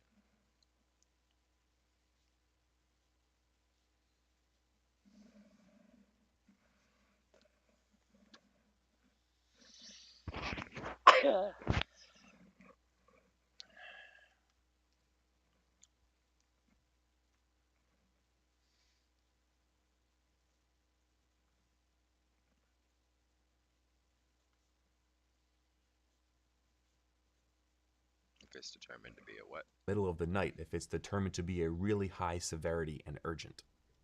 That's exactly how he said it. To be a, let's say of, to be of really high severity and urgent. I wonder how my cousin's doing. I ain't streamed in the last couple days, which means he ain't seen me in the last couple days.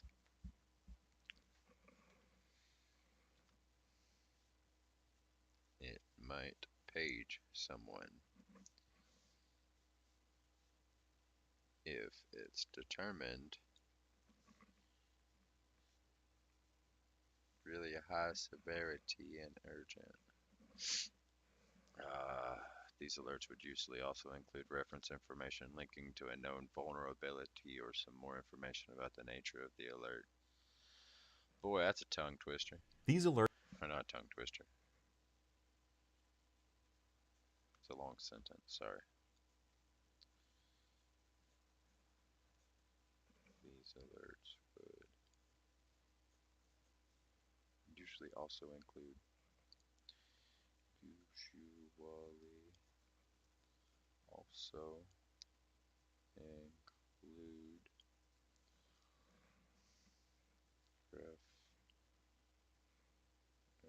reference information linking to a known information linking to a known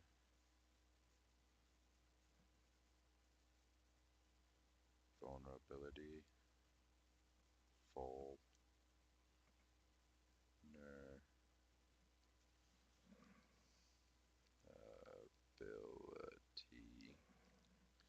or some more information about the nature, or some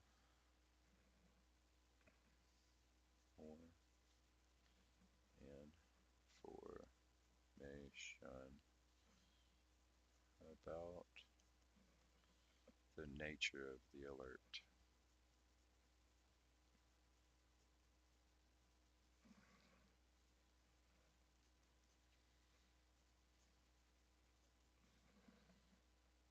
To help the investigators look into the event. Help the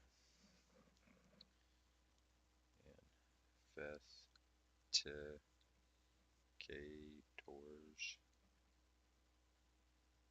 look into the event.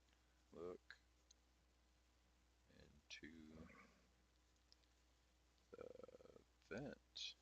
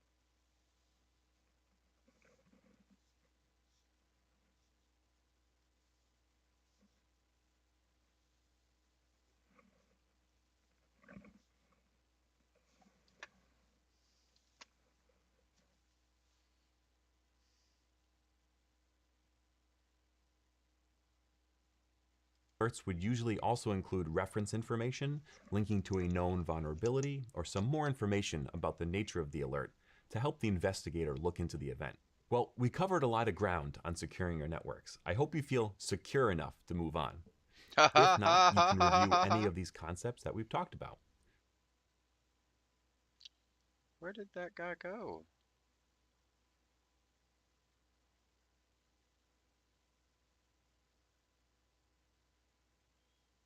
Did I already get him? Hold on a minute. Yeah, I did. Hold on, guys. I gotta create some vamps. Create. It's time to make my 12 Rileys because I'm going to skill up and evolve my Nora all at once. Because I'm cheap and I don't like to waste food. 3, 4, 5. Crap.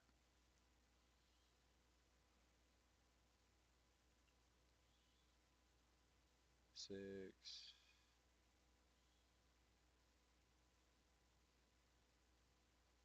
7,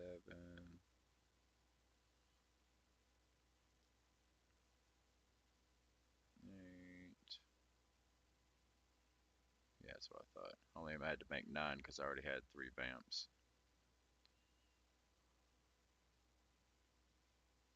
9. I gotta awaken them and evolve them.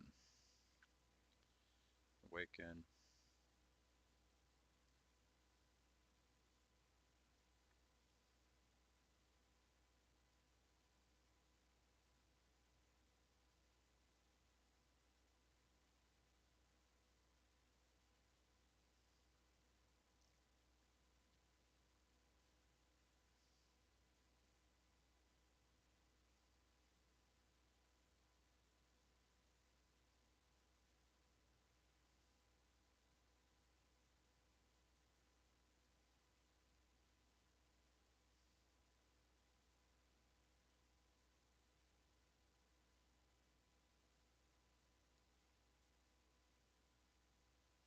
Alright.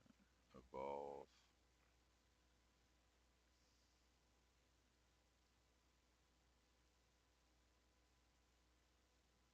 2, 3,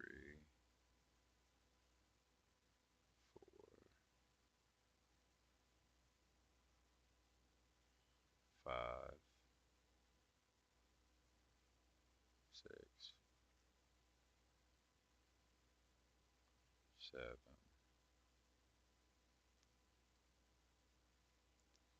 8, 9. Okay, let's make sure I've got everything. So fusion. Yep, got them all. We're about to start the long journey, heading towards making a bunch of Noras. Right after I get back from PPing. Yeah, you can tell it's after 1. Scenario, go all the way to the end. Looks like we're going to knock out Bernard first. Pow, pow, pow. Alright, guys. That was the end of that section. Next one we get on is going to be Module 5. Be right back. I gotta go pee.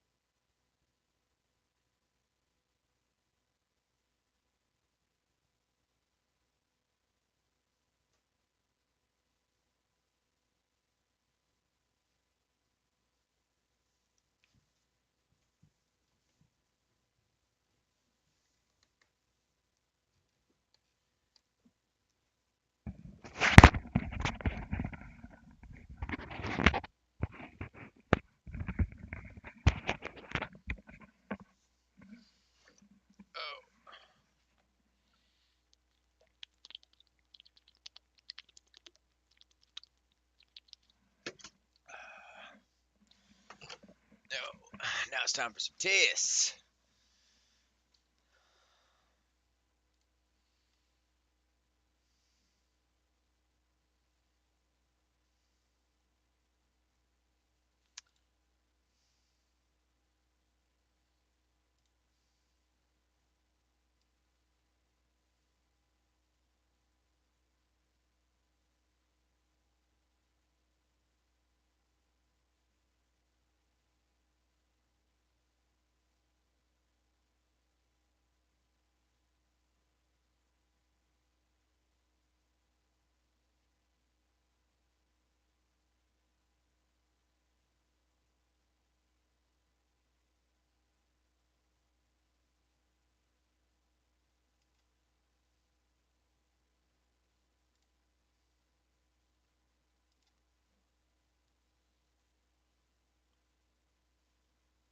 Hold on.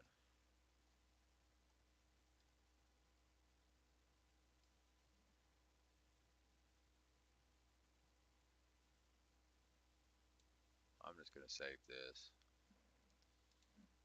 What the heck? Wait, what?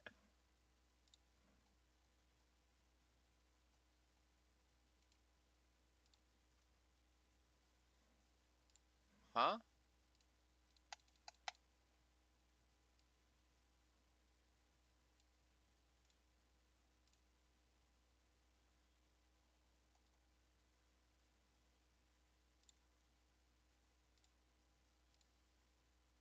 Go away. Wait a minute. I didn't read that at all. Snort is the foremost open sourced intrusion prevention system, IPS, in the world. Snort IPS uses a series of rules that helps define malicious network activity and use those rules to find packets that match against them and generates alerts for users. Snort can be deployed inline to stop these packets as well. Snort has three primary uses: a packet sniffer like TCP dump as a packet logger, which is useful for network traffic debugging, or it can be used as a full-blown network intrusion prevention system. Snort can be downloaded and configured for personal and business use alike. What are my options for buying and using Snort? Once downloaded, buying. It's open source.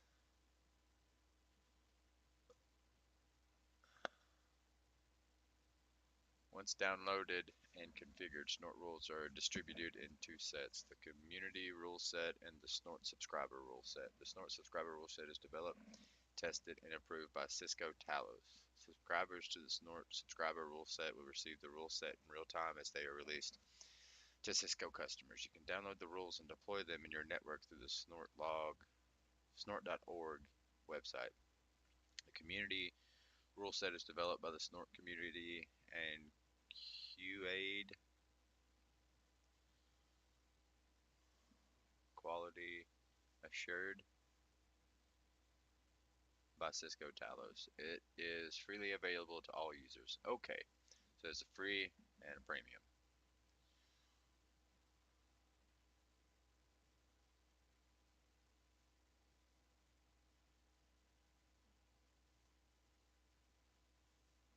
Huh.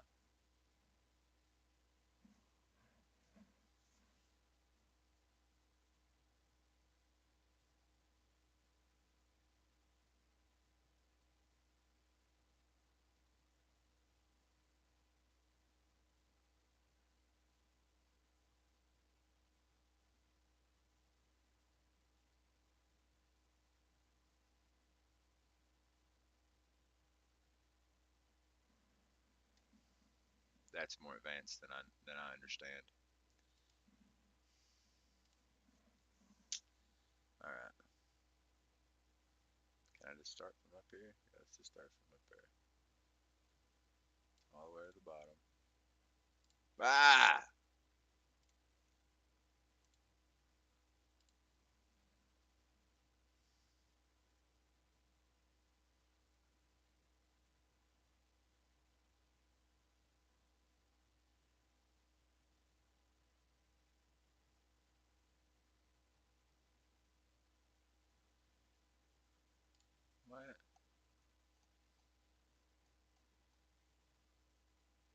Oh no, it worked.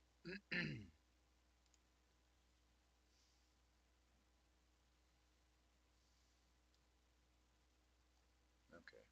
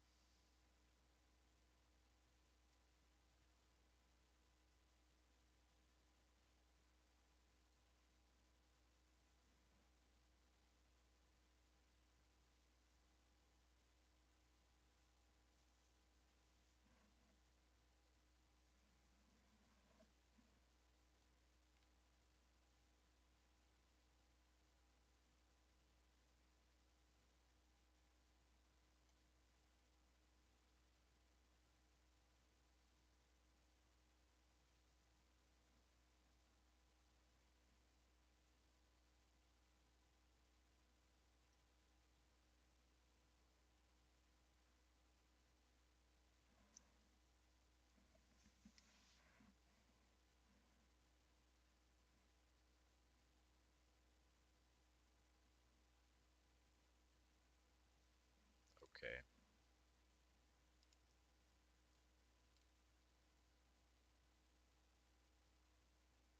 That was easy. These aren't very big. It's not like there's a whole lot of stuff I gotta read.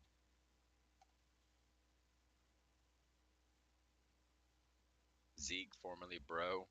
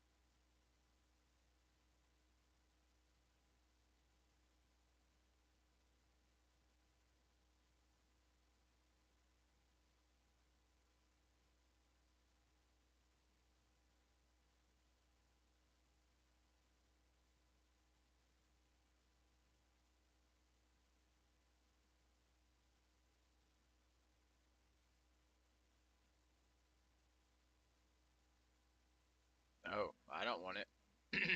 Federally funded means they're spying on you as they're spying on you.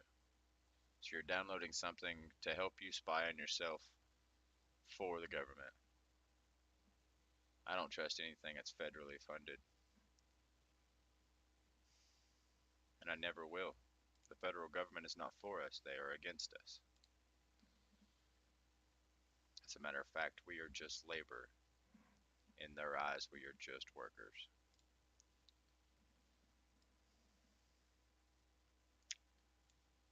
I mean, personally, you don't treat farm animals very well, do you?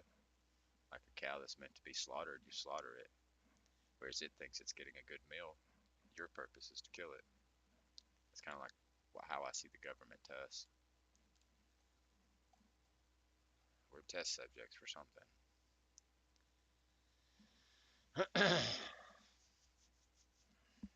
Unified threat management. Previously, you learned about several network security topics, including network hardening, best practices, firewall essentials, and the foundations of IEEE X02.1X. In this reading, you will learn about the robust solution for network security, unified threat management, along with its features, benefits, and risks. UTM solutions stretch beyond the traditional unified threat management solutions stretch beyond the traditional firewall to include an array of network security tools with a single management interface.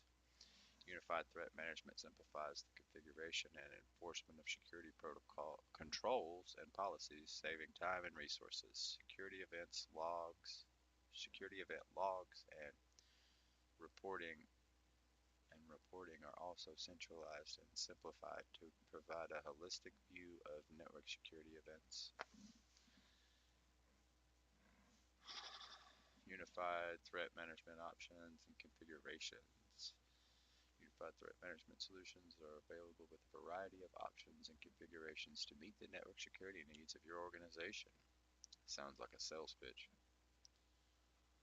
Standalone unified threat management network application, network appliance or device, networked appliances or devices, software applications, extent. So it's host based or network based. Can be the first line of defense in catching phishing attacks, spam, viruses, malware, and other potential threats that attempt to access an organization's network.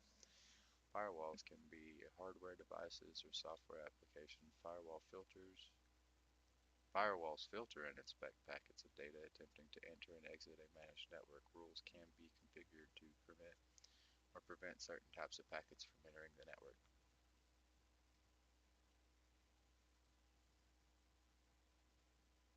So it can include all of this: intrusion detection, intrusion prevention, antivirus software, firewalls, anti-malware, spam gate, filters, data loss prevention, a virtual private network. So it's the whole thing wrapped up in one.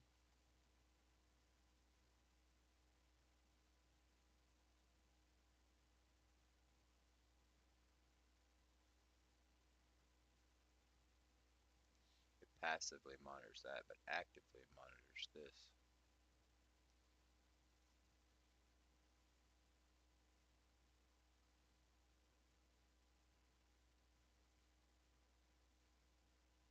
Uh, Blocks user access to risky and malicious websites. Does that mean if you're running this, you can't watch porn? Because that's pretty much all the internet is porn.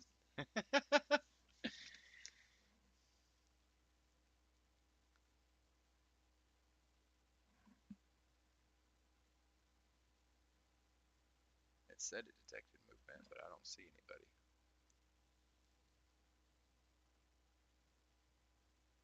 But it can be customized to block certain types.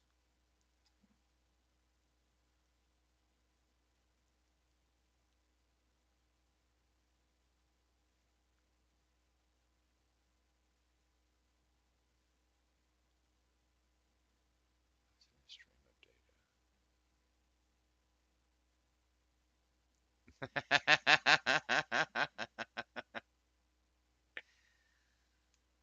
data. Welcome, Jack. You got the perfect part of the end of that. I was just talking about how this thing just wraps it all up into one, and then I noticed that uh, where'd I see it? Web and content filtering blocks users access to risky and malicious websites. That's pretty much every porn website. They're all risky. They're all risky.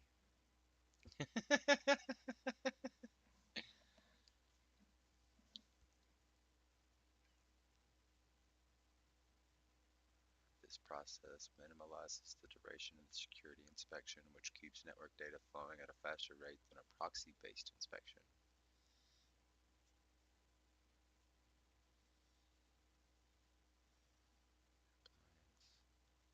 Oh, this is Unified Threat Management. UTM, that's what that stands for.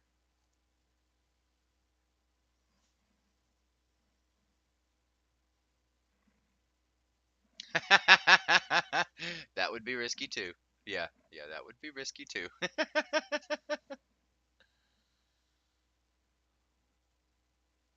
Actually, I have watched porn with somebody before, and it is actually quite uncomfortable on two different occasions. I've watched it with a male and I've watched it with a female, and on both occasions it was a very uncomfortable situation, and I will probably never do it again.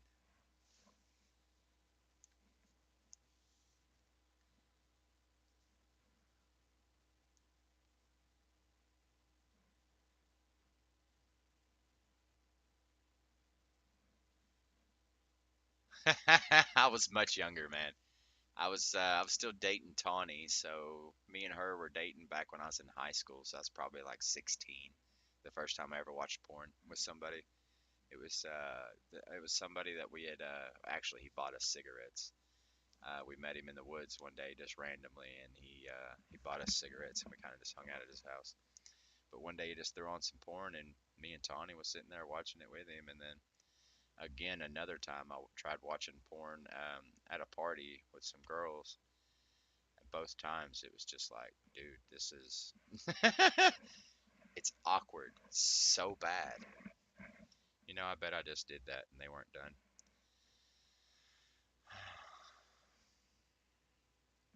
I'm in the process of getting all 12 of them out.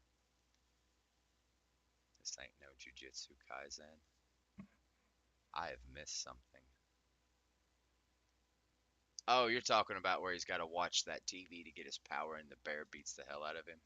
Is that what you're referring to?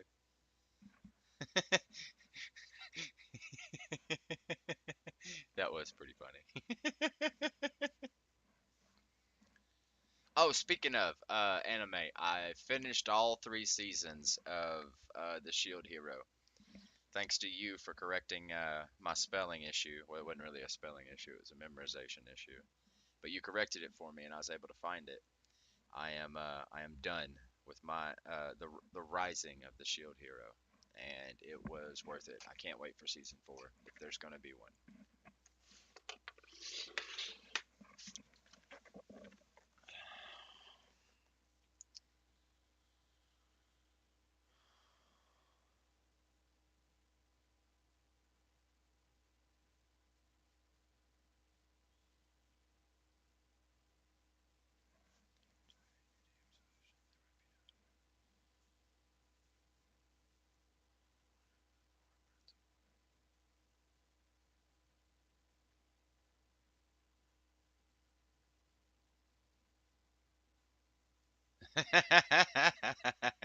It'll be worth it though. It'll be worth it. I'm seeing all kinds of craziness going on right now. I can't wait till they kill Witch. If they ever will. If they'll ever kill Witch, I can't wait until they kill her. I actually turned to Tiffany last night on episode 11 of season 3. I was like, are they ever going to kill this girl? Like, if that was me, I'd have done killed her. I think all life is precious, but I'd have killed that woman.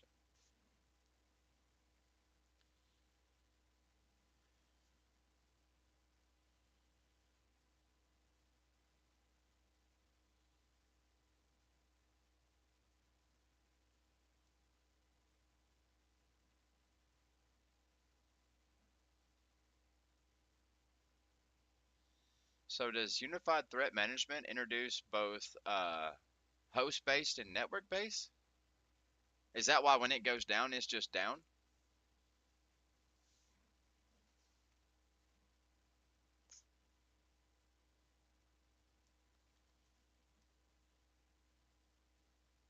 Yes. It's either host based. Oh, it's not a combination. It's either or. Huh? Well, then how does it? Because if it's network based, then it can't do this stuff. Or yeah, no, if it's host based, yeah, if it's host based, it can't do this stuff.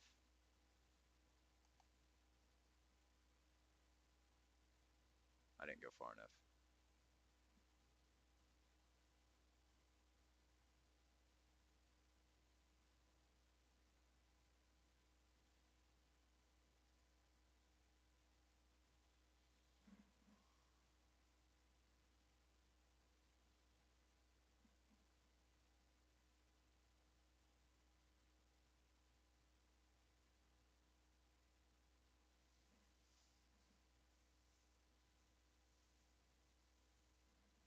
I don't know who, but you'll find out.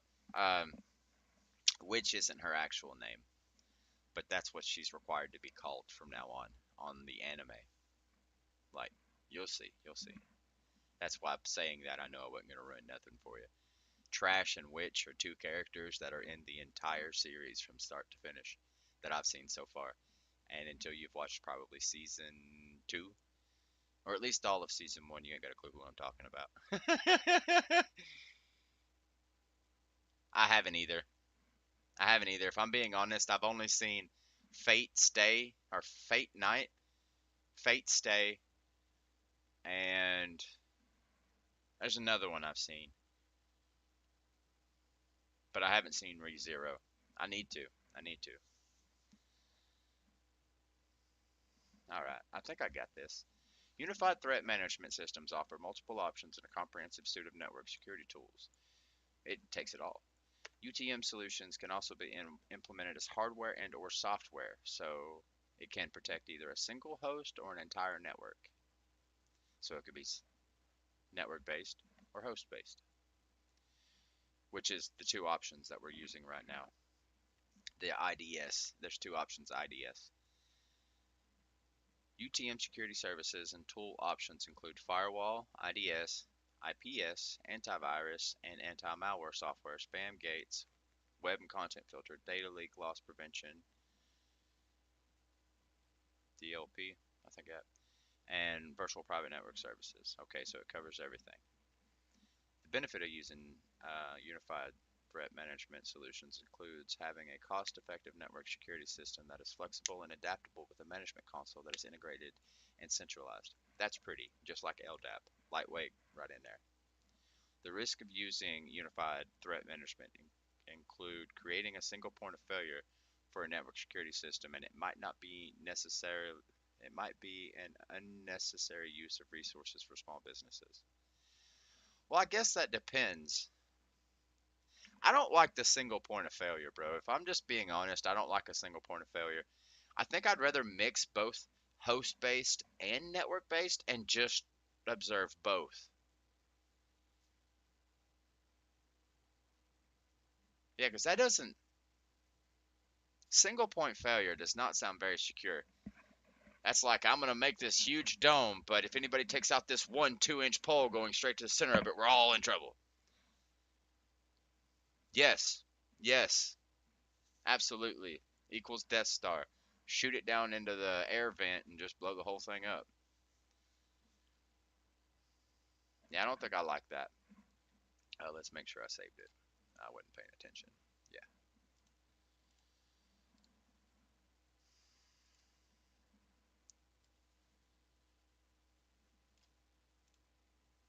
Oh, Jack, I got something new today when I turned on the computer.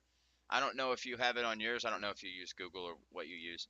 But this little guy right here has been helping me out quite a bit. I asked him earlier on some subjects, and he gave me some options, and then I verified it's kind of like Pilot. It's called Coach, but it's kind of like Pilot. It was pretty neat.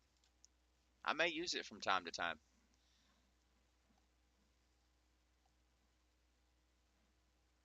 hmm And whenever I turned on the computer today, it was just there. Instead of my left screen being there, like all of this nonsense, he was here instead. Just like this. It looked just like this when I got on today.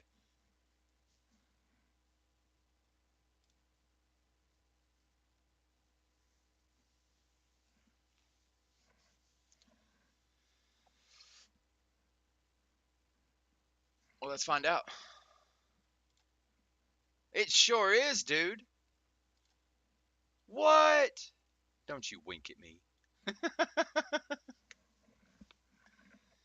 Employees who work from home use home networks to access company files and programs. Using home networks creates security challenges for companies. Companies can provide employees guidance for protecting their home network from attacks. This reading will cover common attacks on home networks. Actually, I was debating on downloading one of these. Using home network creates security. Yeah. Companies can provide to their home networks from attacks. This reading will cover common attacks on a home network and steps to make home networks more secure. Common security vulnerabilities. Home networks have vulnerabilities to various types of attacks. The most common security attack on a home network include meddler in the middle. Meddler in the middle attacks allow a meddler to get in between two communication devices or appliances. The meddler then replies as a sender and receiver without either one knowing they're not communicating with the correct person, device, or application. These attacks allow the meddler to obtain login credentials and other sensitive information.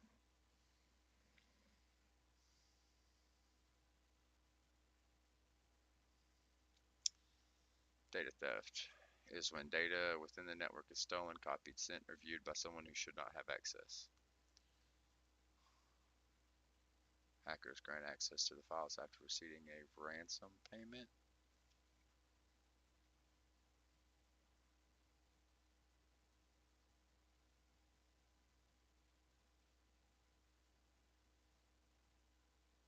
Employees can take steps to keep home networks more secure. Change the default name and password using the same password guidelines as your company. I think my password's pretty good. Not for myself, but for my network, it's pretty good. Limit access to the home network by not sharing access credentials outside of trusted individuals. So take the Wi-Fi password off my fridge. Got it. But then my mother will never know how to log on. Allows This allows guests to connect to the internet, but not your other device. I don't think I don't think mine's active.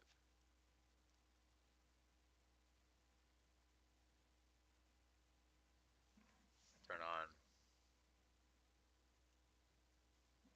Anytime it comes to anything technical with my mom, I know that she's having issues whenever I hear her cussing up a storm. She can't even so much as wait around for the TV's internet to connect to the TV before she gets mad at the TV for not loading Netflix. She doesn't understand all this. She doesn't know how to keep connected, how to use her. She's the typical old person that never really adapted to technology. My brother used to keep her up to date, but now he's gone, so it's my job. And it's just easier for me to just leave stuff everywhere. Yeah, she's the typical old. My dad is actually better at technology than she is, and she lives with the tech of the family. She just doesn't grasp it, which is fine. The big IT man. I may change that. The big IT man. Or get IT for life on my knuckles. Oh, I gotta quit goofing off. I got a big, busy schedule today. Require a password before a device can access the internet. Yep. To prevent unwanted traffic from entering or leaving your wireless network without your knowledge, regularly update your router's firmware. I didn't know I needed to do that. I don't think I've ever done that. Update to the newest Wi-Fi standard. I'm not going out and getting the most expensive Wi-Fi out there. Y'all can suck my toes.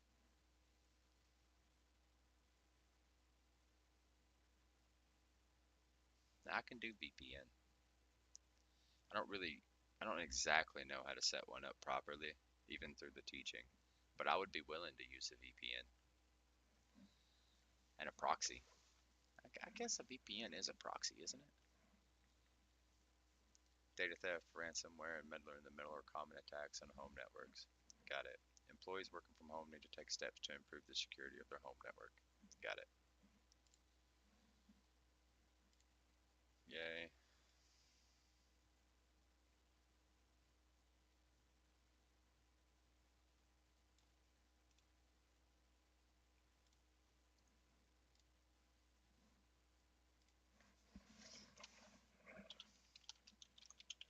Ah, crap. Course 5, Module 4. Meow.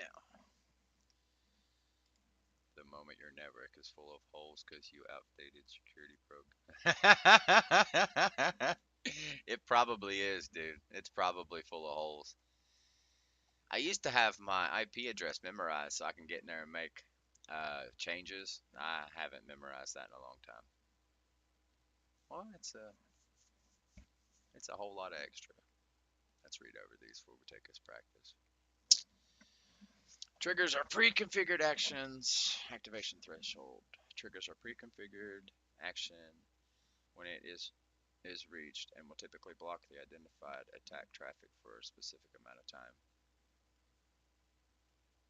Triggers a pre-configured action. That's typically on like you didn't sign in enough or you didn't sign in right too many times, so The practice of collecting logs from different networks and sometimes client devices on your network, then performing an automated analysis on them. That makes sense. Counter mode.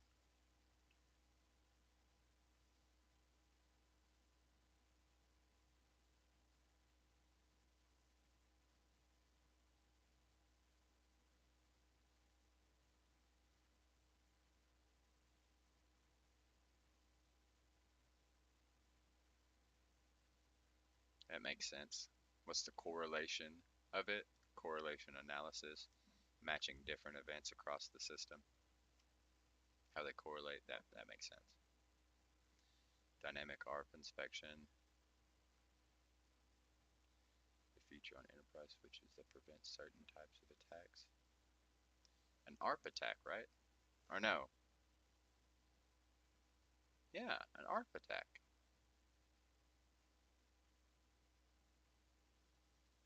One of the more common and secure AP methods, yeah, because it mixes the TLS with it. Yeah, standard authentication protocol.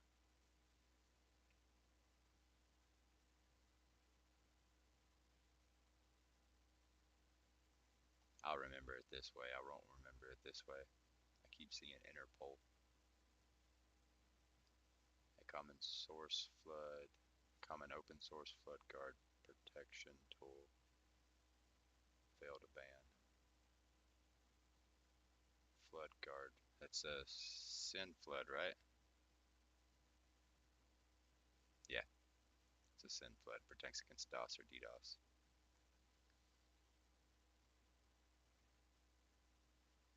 We already looked at the four-way handshake. Oh,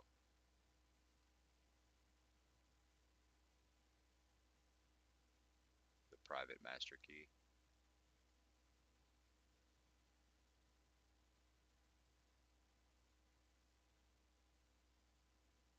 Group-wise transit key, a temporal key which is actually used to encrypt data. Group-wise transit key. Okay.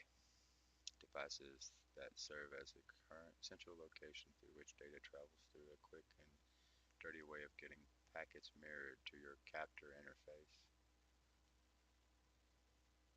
Huh?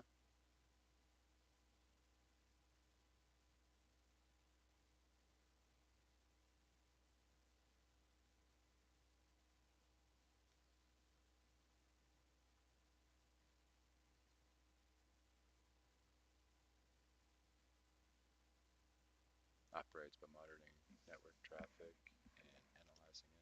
Analyzing.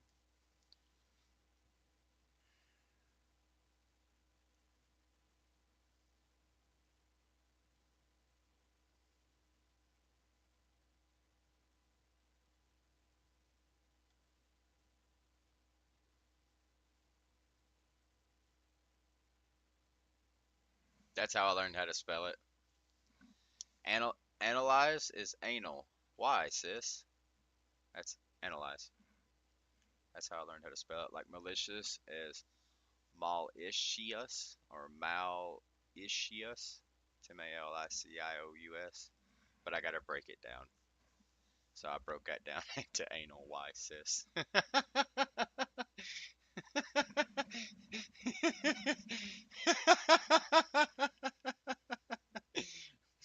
That's how I memorize stuff, Jack. My memory sucks, bro. I was telling that to Tiffany the other day, and she got a kick out of it. There's a couple other ones that I figured out how to spell by doing weird stuff like that. Like protocol. I memorized protocol because every other word is an O. Protocol. No, Protocol. There we go. Protocol. Every other word's an O. Pro. To. Call.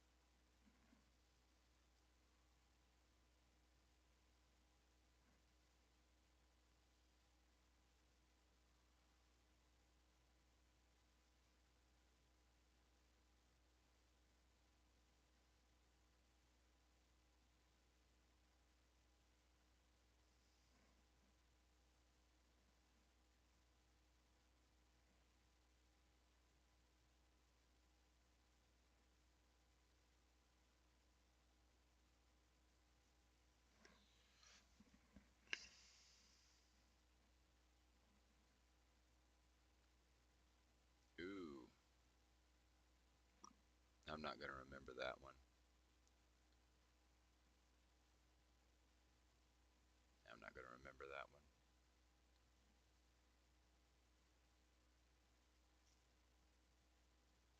Pairwise transit key.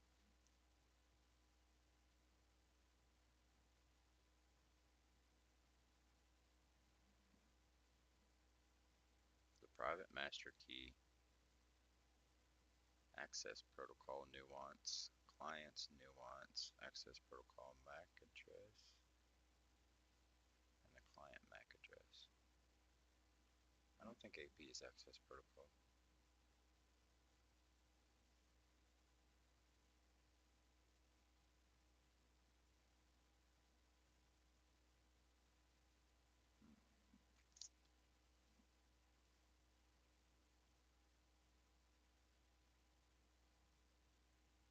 I'm not gonna remember that one either. That looks like a whole bunch of messed up words.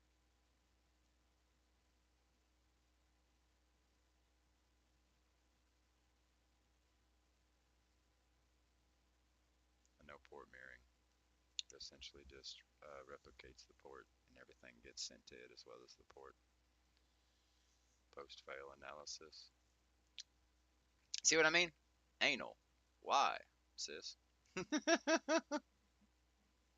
That's how I had to memorize it.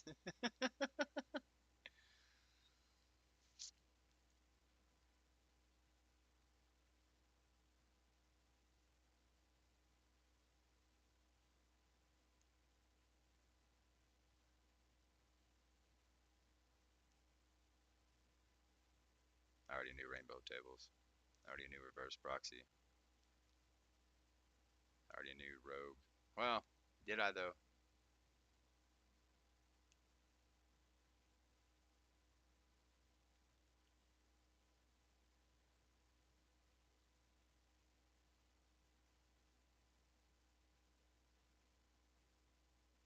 Yeah, no.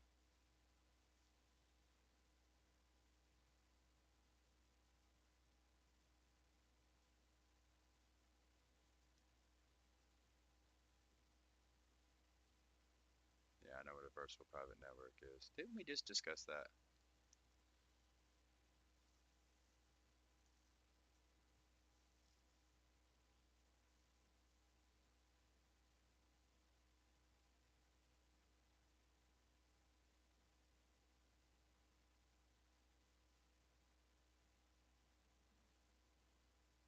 Well, we're gonna try this practice test, dude.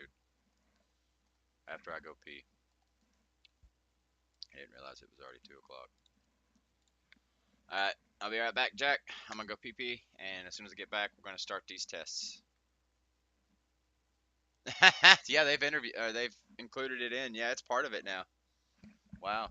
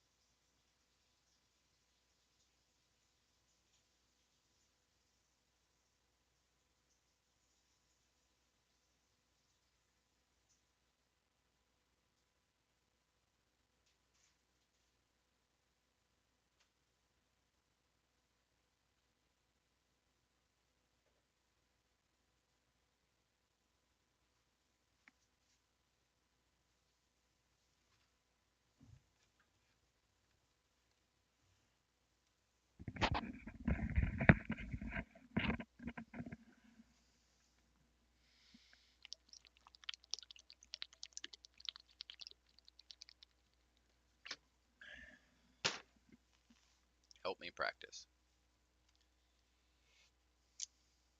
Practice for a practice test.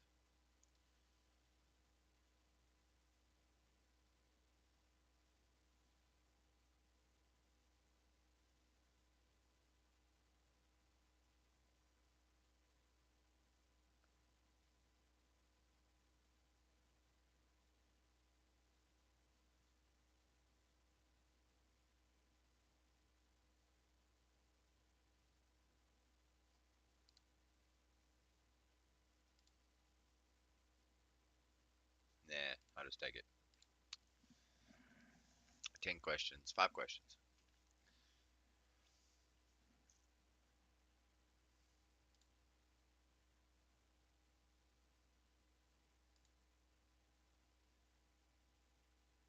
I'll bring it up later. Captures and analyzes.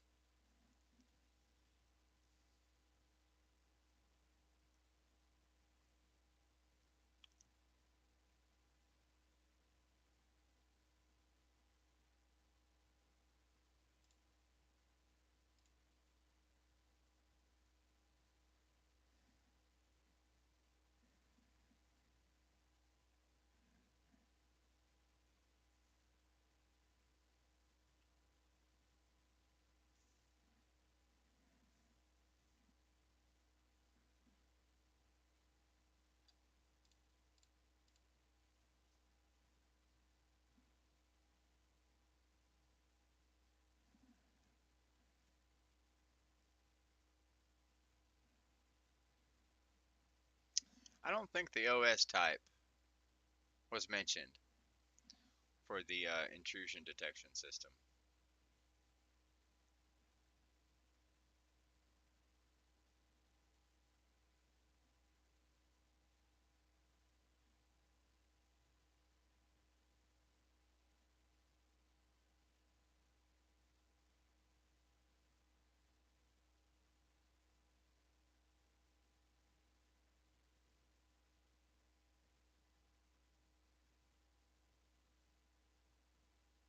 Hmm. We'll come back to it.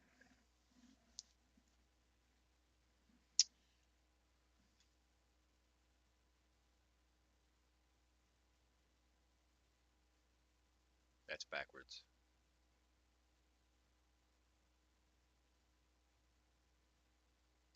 Yeah, the IDS can alert on detected attack traffic, but an IPS can actively block attack traffic.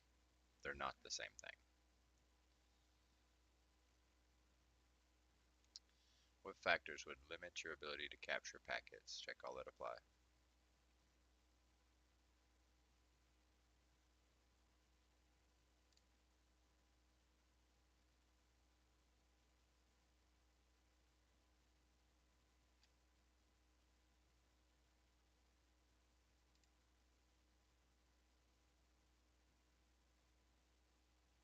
I don't think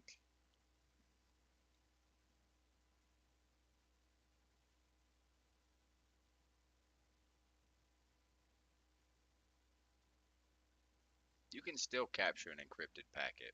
You just can't read it.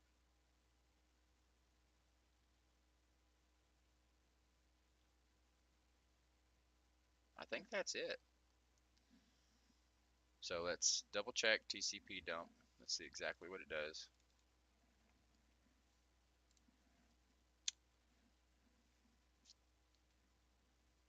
A, B, C, D, F, G, TCP dump. What the heck? Capture and analyze packets. Capture, analyze packets. Okay. I'm not sure where that just went. I clicked away from it. Oh, it opened in Firefox? Crap.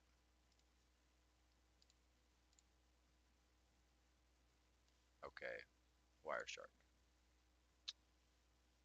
It's another packet capture analysis tool that you can use, but it's way more powerful when it comes to application packet analysis compared to TC dump.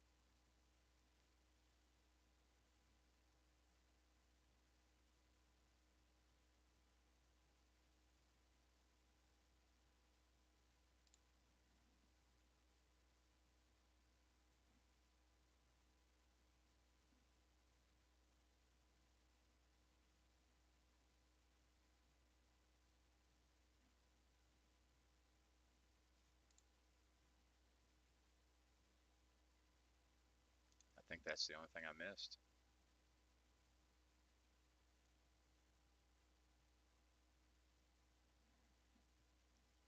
Okay, let's check IDS.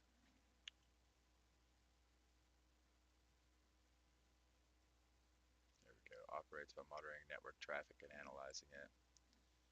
Yeah, connection speed, traffic bandwidth, storage capacity. But does it need storage capacity to analyze it? We'll find out. I know that's right. I think I'm right. What factors would limit your ability to capture packets? Let's try. What'd I miss? Huh?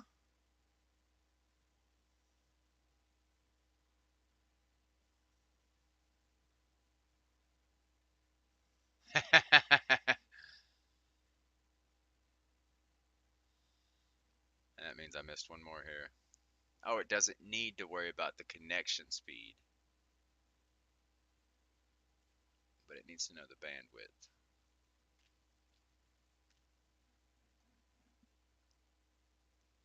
All right, let's retake it. Ah, that's not what I meant. Retake. Dragon.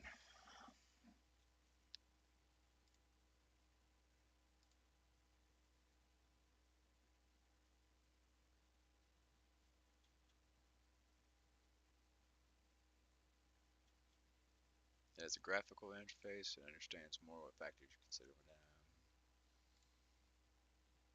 storage.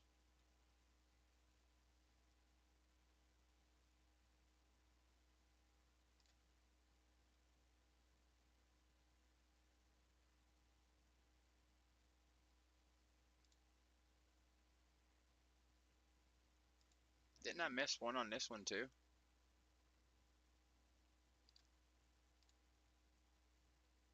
No, I didn't.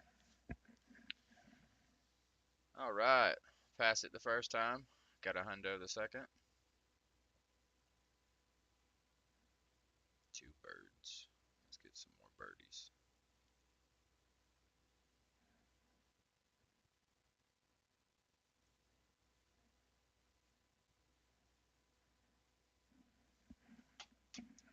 Thank you, sir. Securing your network. All right. What does TCP dump do?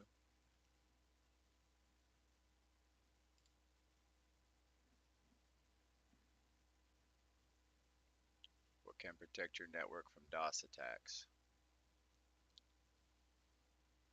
IP source guard?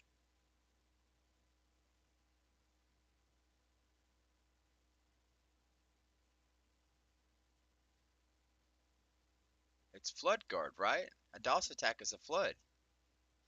I'll check later. What occurs after a network intrusion detection system first detects an attack? Triggers alert.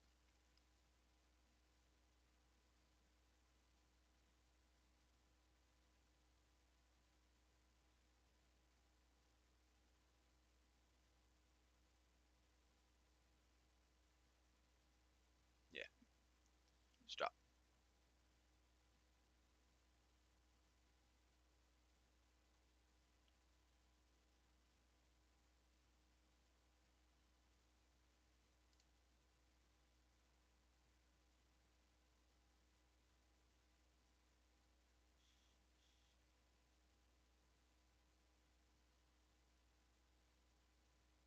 I think it's snooping.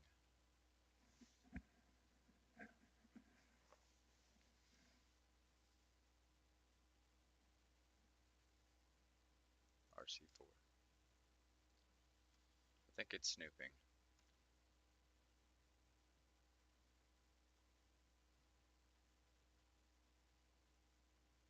What traffic would implicit deny firewall rule block? What traffic would an implicit deny firewall rule block? Everything that's not explicitly permitted or allowed.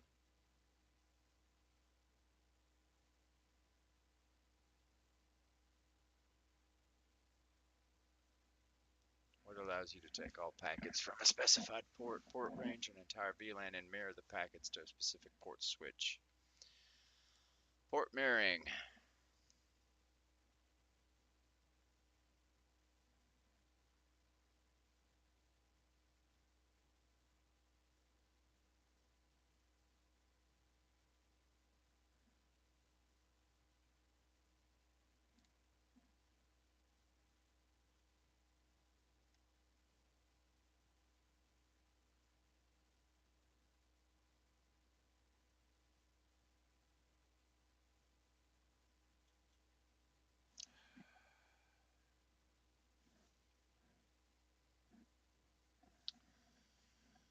right. What can be configured to allow? I don't think it's DDoS, man.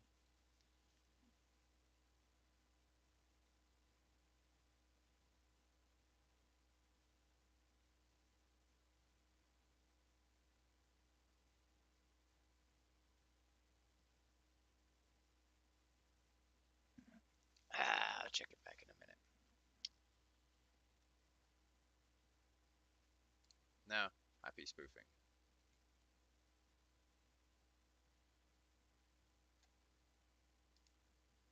Yeah. What can be configured to allow secure remote connections to web applications without requiring a VPN?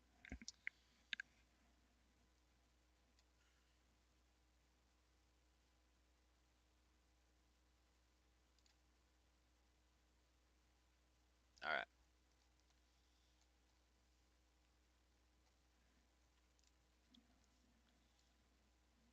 Don't do that, stupid.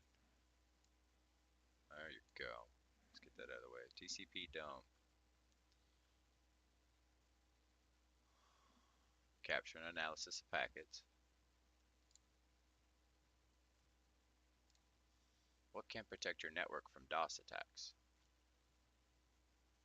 I chose FloodGuard.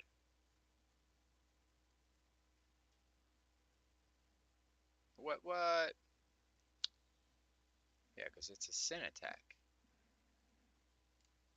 What occurs after a network intrusion detection system first detects an attack? That's triggers. It blocks the traffic for the other one. How do you protect against a rogue DHCP server attack? I chose DHCP snooping.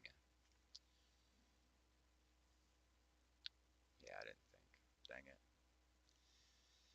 So my other option was IP source guard. It's not flood guard. So IP source guard.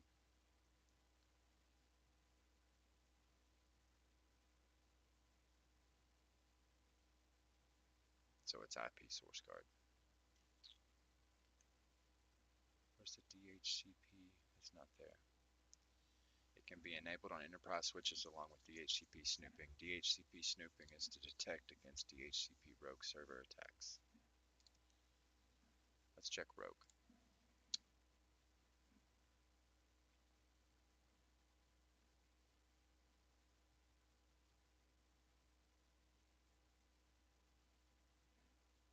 Yeah, so I was wrong on that one. It's not. So number 5 was wrong.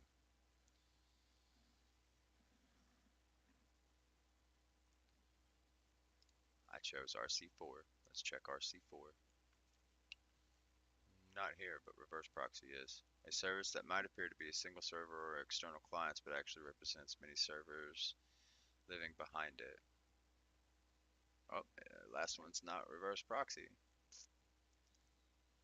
All right, here we go. Web.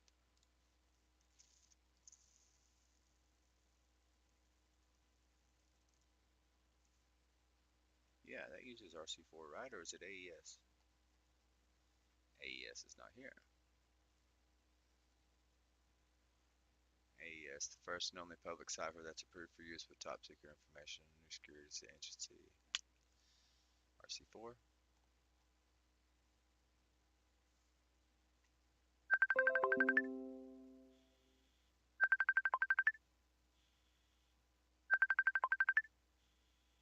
All right. I'm gonna have to deny this real quick.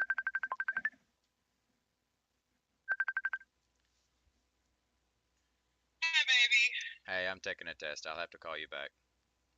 Okay. All right. Love you. Bye. Love you.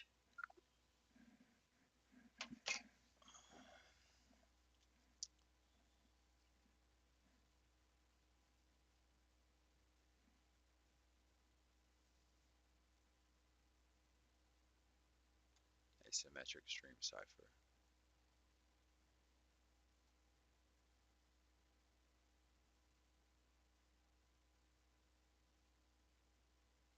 It's not there. So I'm gonna Google that one. I'm not failing any. What underlying symmetric encryption cipher does WEP use? RC4. Stream cipher RC4. What traffic would an implicit deny firewall rule block?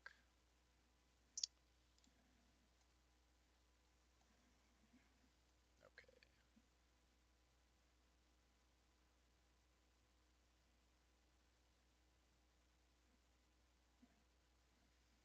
A network security concept for anything not explicitly permitted or allowed should be denied. Everything that's not permitted or allowed.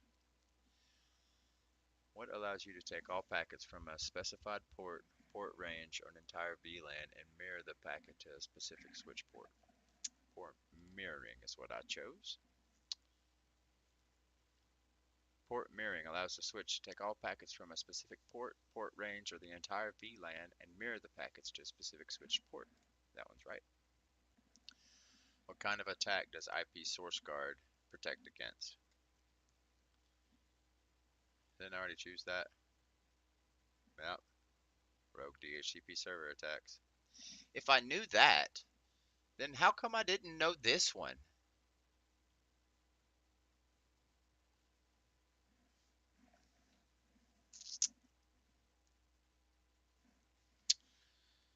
Alright, what can be configured to allow more? This is the one I messed up.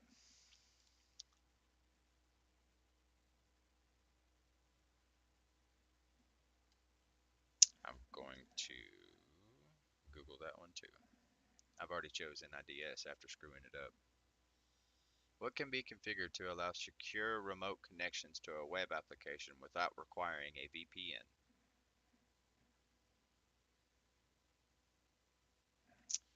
I had it set as a reverse proxy. It's a reverse proxy. I just read reverse proxy though. That didn't make much sense. Wrong direction, dummy.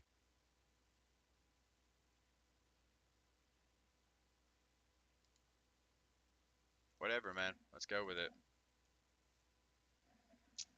I got 80, which means I missed 2. What 2?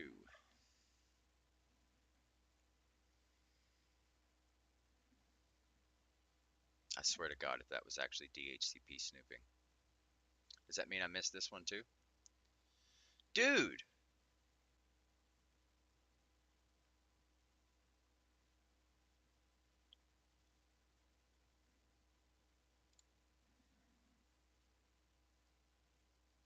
No, it's right there.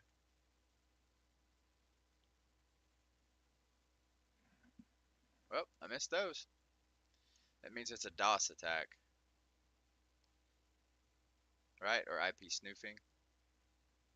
DHCP snooping. So I had it right to begin with. But I had this one wrong. No, I had it spoofing. Oh well. 80's pretty good.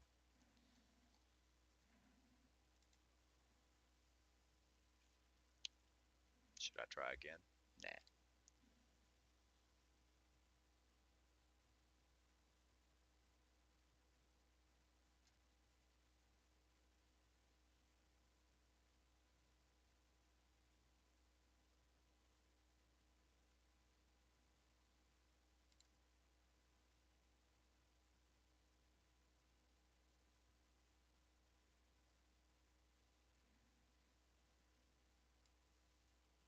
Oh, neat. Yeah, it's looking that way.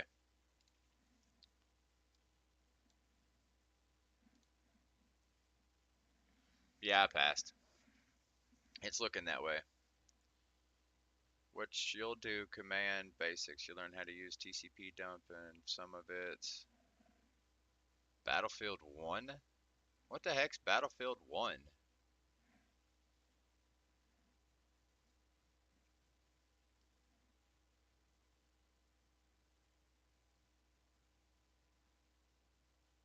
Okay, I'm not a robot.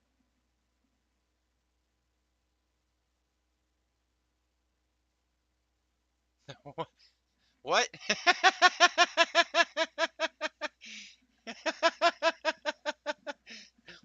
That didn't make any sense.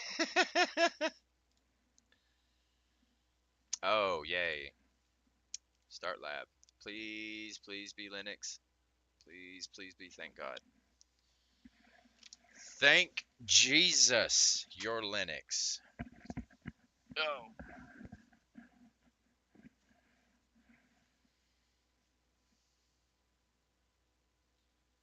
All right.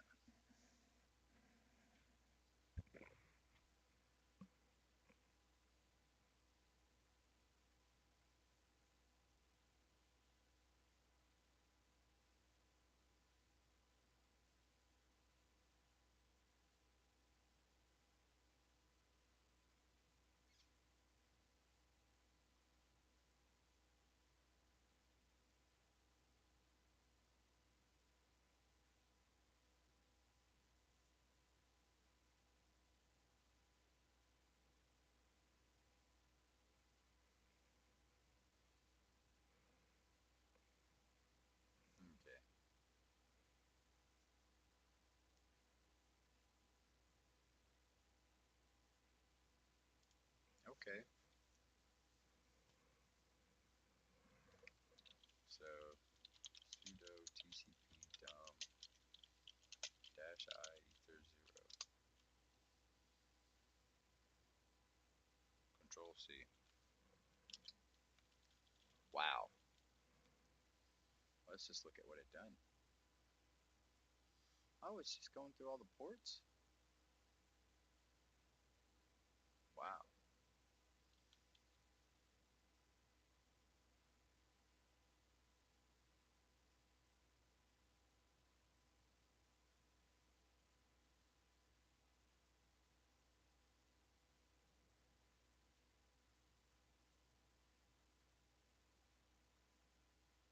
Oh, wow.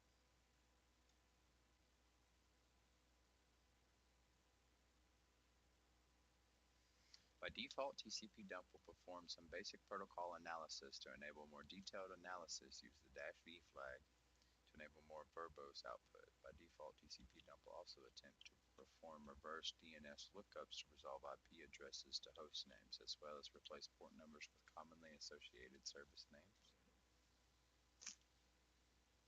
Oh, that's a whole lot of quick labs.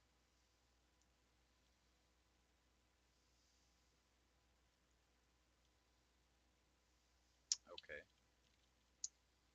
This command will figure terminal. Okay. So we're going to do the same thing. TCP dump -I with the verbose.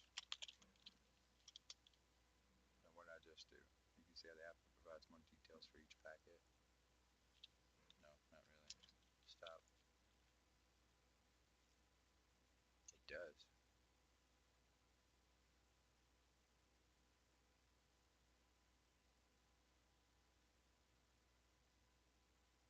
That checksum's awful high. Oh, the next checksum has got basically all letters.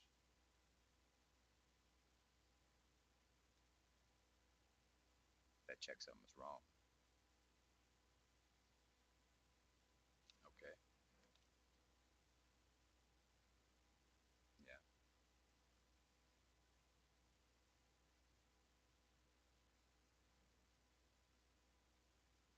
Yeah, I've played a couple of Battlefields. Not a whole lot, but I have played a few. Whenever Battlefield first came out and I was interested in it, they had like the biggest map I'd ever seen in my life. It was basically just this giant base in the middle of a desert where you could like fly planes or pilot tanks. It's like 50 people trying to kill 50 people. It was huge. Back on the 360. TCP dump. It was huge back then. I don't really know what classifies as huge now. They can do so much. It's wild. I can't even keep up with a lot of the stuff. 8.8.8.8 and port 53. Hmm.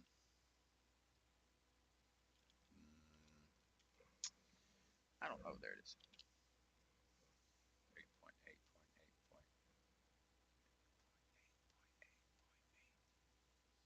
Begin host ether.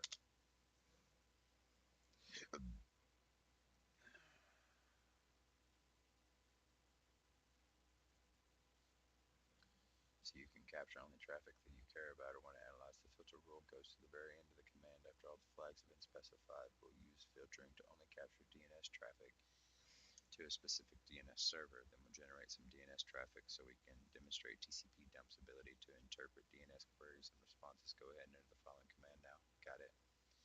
It's listening to the DNS on port 3, DNS server on port 53.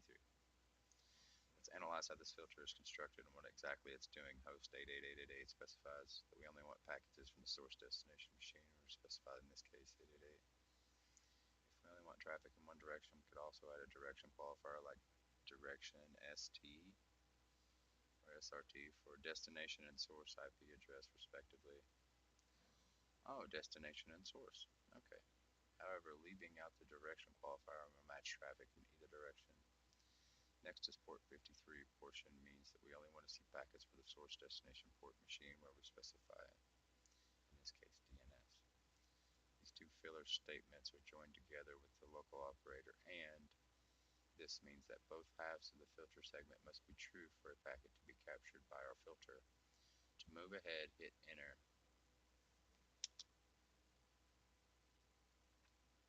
To list all running jobs, use the following command: jobs-l. 591 jobs running. Note. Note down the job ID of the above process in your local text editor. Job ID? What's the job ID?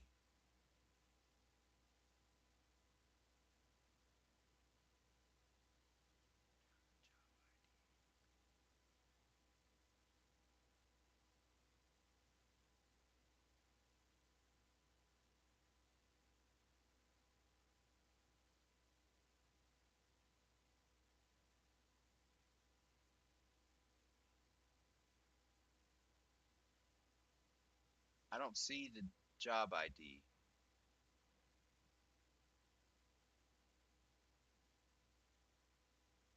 I don't know, bro. I'm just gonna copy it all. I don't know. All right, now let's do. Go away. We're gonna dig at 8.8.8.8 a example.com. Oops.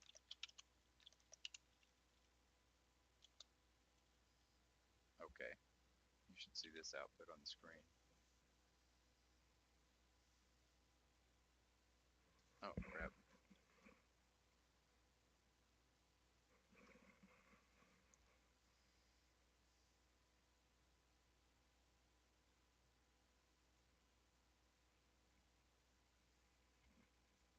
The ID is 60562. Is that the job ID?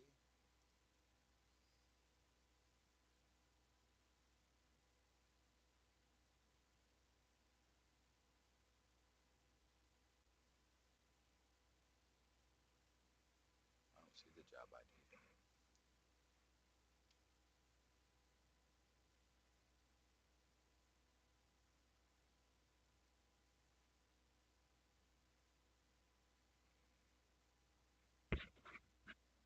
Oh, it's okay. I was just giving you some nonsensical information from memory.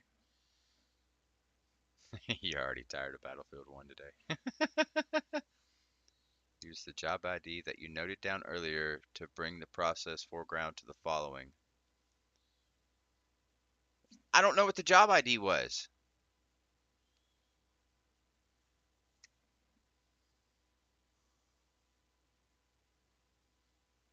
One? Let's try it. FG percentage. Where's my little squares? Is it that? No, it's the weird square. No, it ain't. One?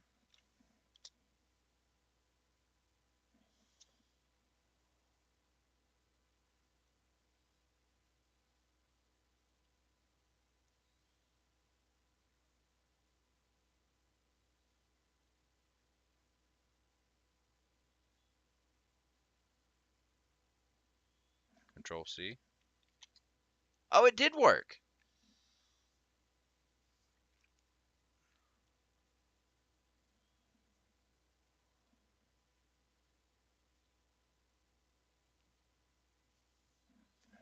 Okay. So I captured two packets. Now you will see two captured packets as our filter rules should filter out any other traffic. The first one is the DNS query, which is our question from the processes running on the terminal going to the server. Note that in this case the traffic is UDP. TCP dumps analysis of the DNS query begins right after the UDP checksum field. It starts with a DNS ID number. Okay. Followed by some UDP options. Yeah?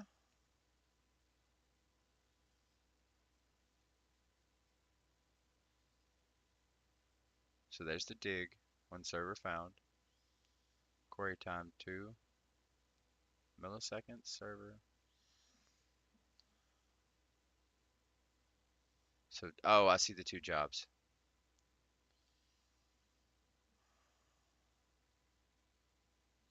I see UDP.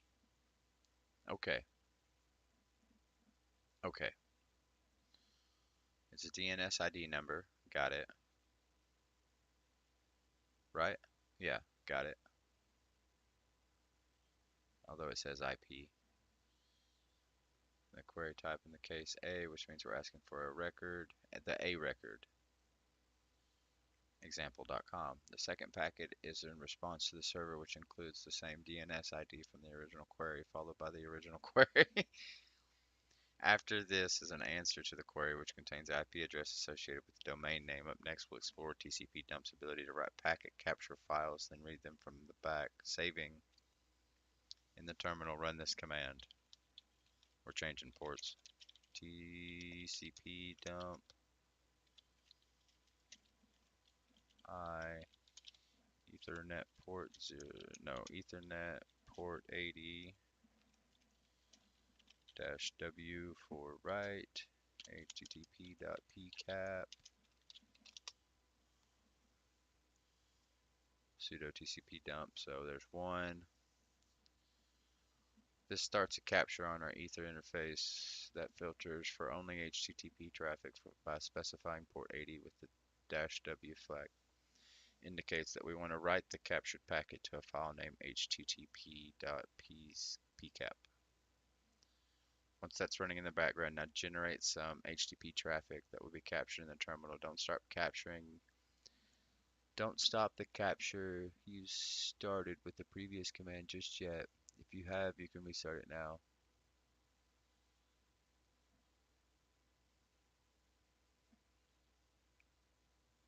Now generate some HTTP traffic.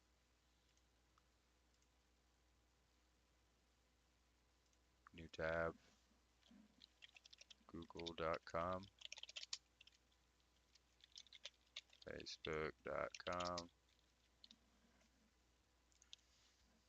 You know what? I'm just curious if MySpace is still alive. MySpace? Oh, it is still alive. So that should have all been captured, right? To move ahead, hit enter to list all running jobs. Use the following command. Enter jobs-L.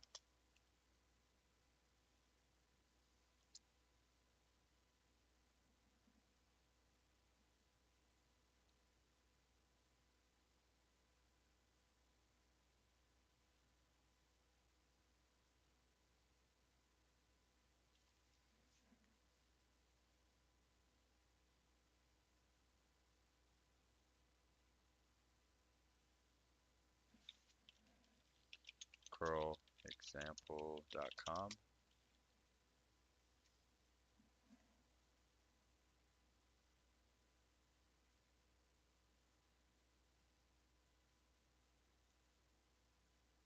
Well, it doesn't quite look like that, but it kind of does. It's just not all spaced out like that. No, it doesn't look anything like that, actually. Oh,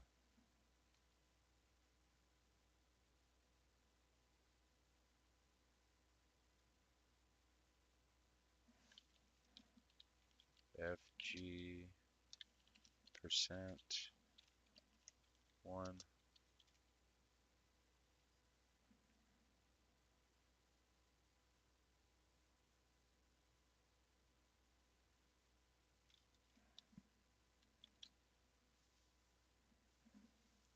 I got 9 packets.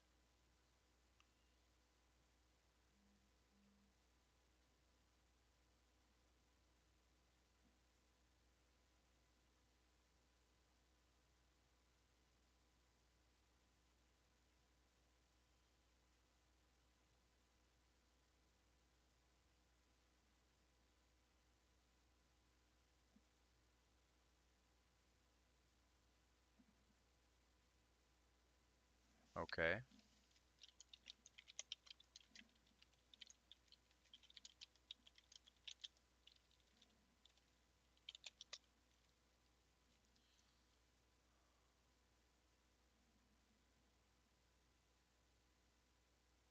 I did something wrong. It says no such file or directory.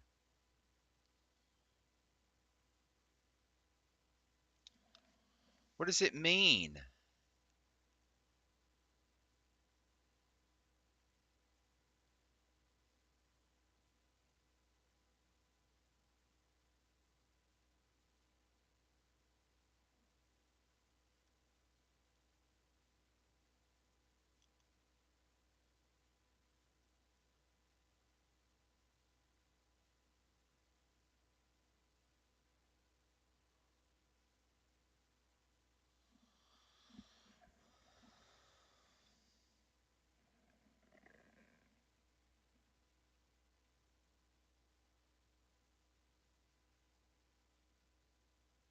I don't know how to generate HTTP traffic.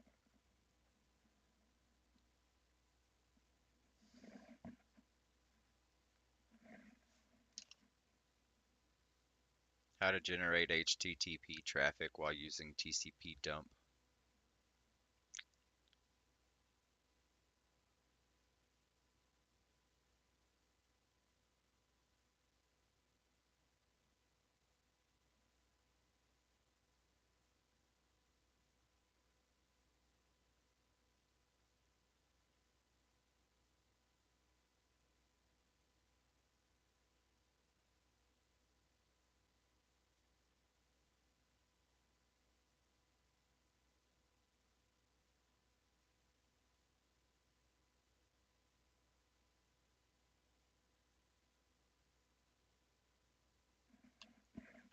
Whatever.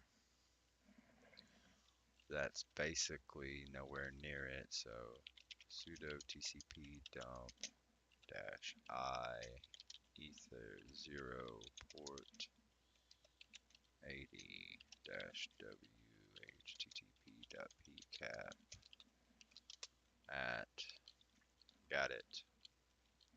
So what I'll do is command sudo TCP dump dash n dash W HTTP dot pcap.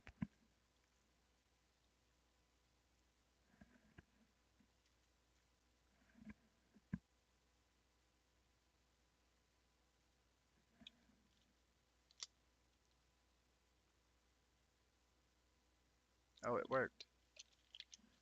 Jobs dash L. Got it.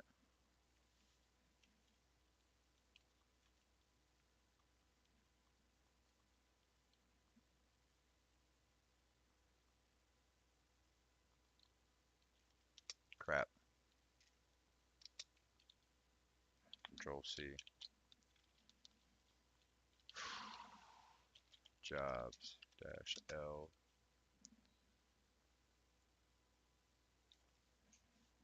What did I do?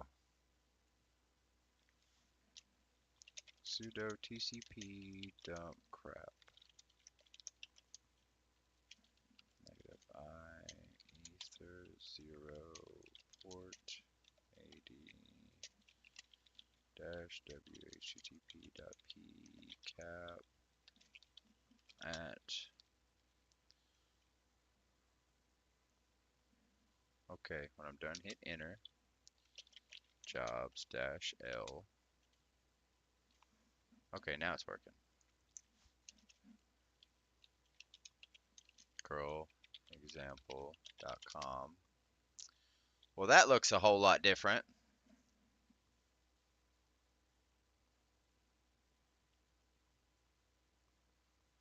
So I'm still one.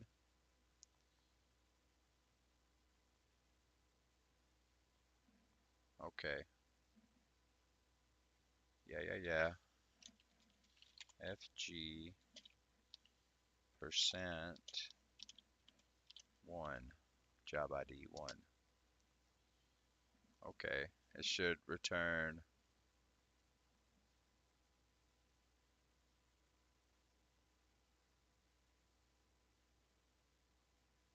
And Control C.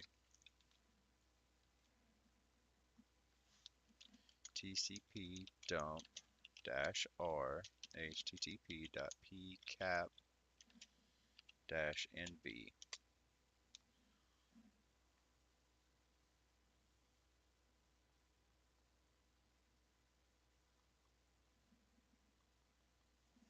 Your mom's a cheap viewer on that website.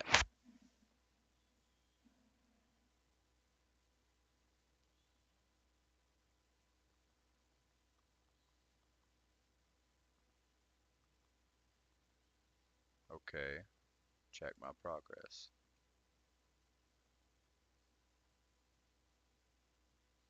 I didn't successfully do a damn thing.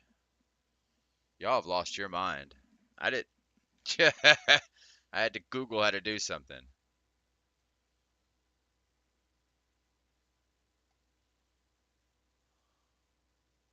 End lab.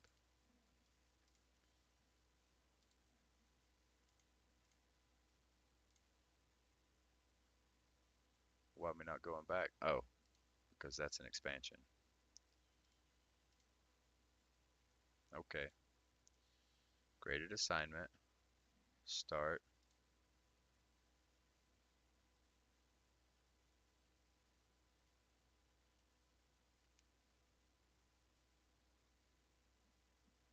I don't know what MSI telemetry app is. I was wondering why you was playing it 100 different times. I thought maybe you just got excited. That was just being funny. I didn't actually know what you were doing. Oh no. Which tenet of security are flood guards designed to help ensure?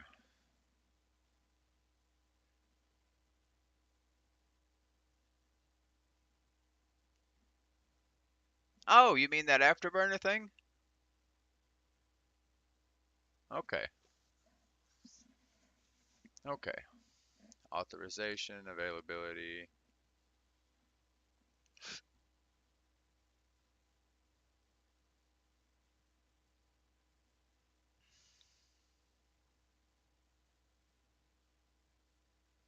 I'm gonna have to Google that one. I can already tell. What kind of attack does IP source guard protect against? Originally, I said rogue DHCP server attacks. I'm gonna go with.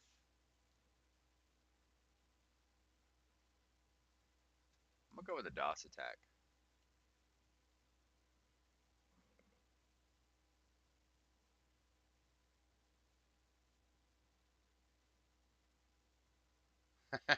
You're pretty upset, huh? A host-based firewall protects against malicious attacks in which of the following scenarios?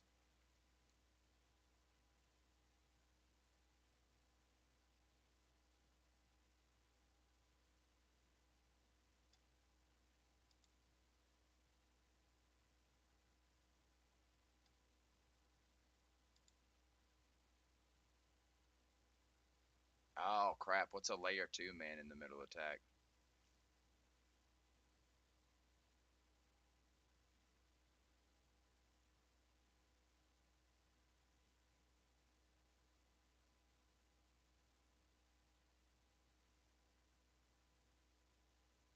I think it's those two.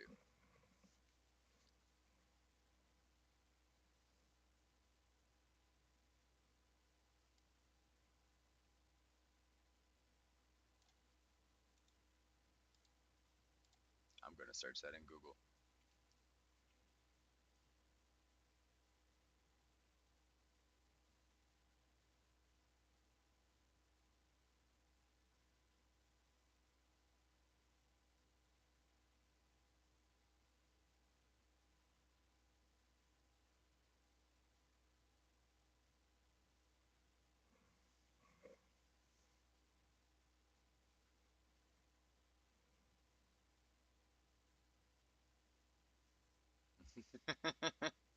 Hey, what's up, Peter? I'm at the test on module 4. I'm about to pee my pants. I might have to get up and go pee before I can finish this.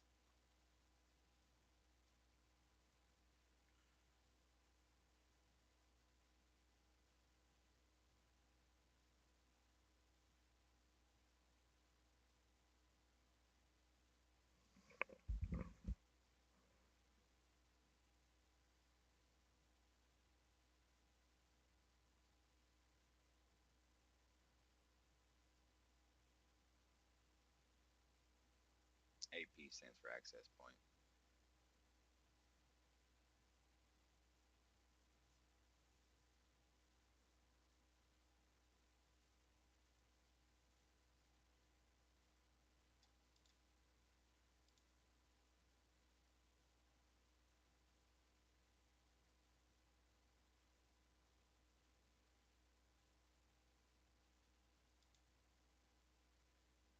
Is web's encryption limited to shoot?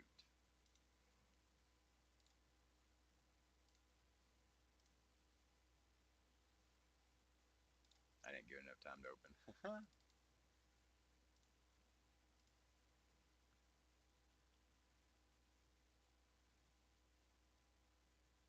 Of course, it ain't gonna tell me there.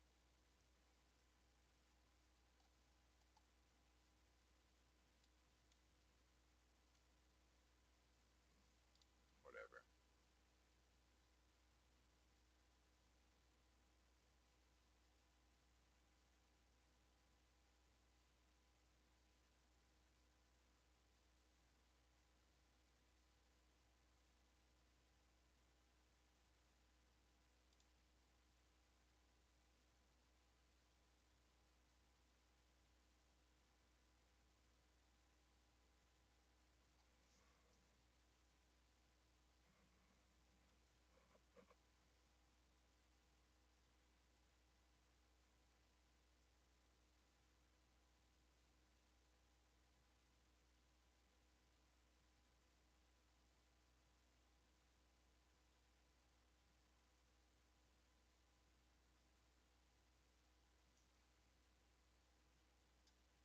I think it's wash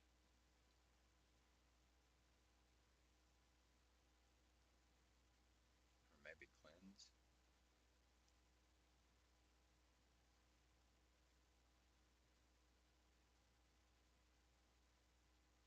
I think it's wash. Port mirroring allows you to access all packets from the specified port range.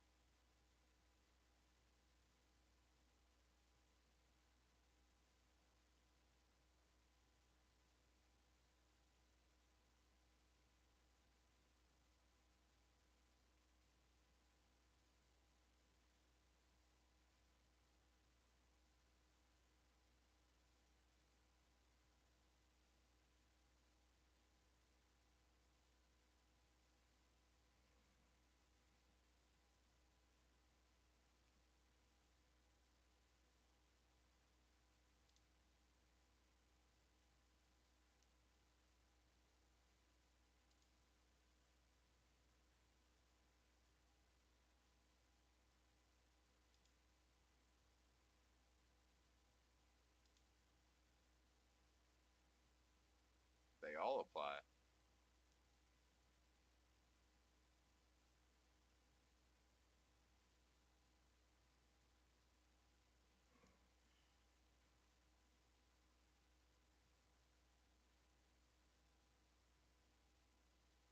You want to use TCP dump to retrieve packets with as the source or destination IP.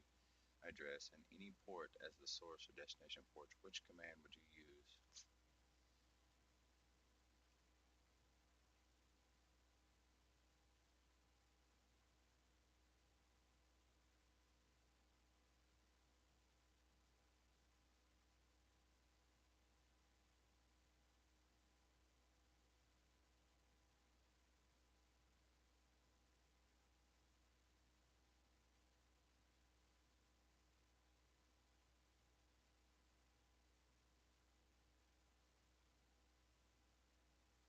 I don't think you need to do sudo to read them.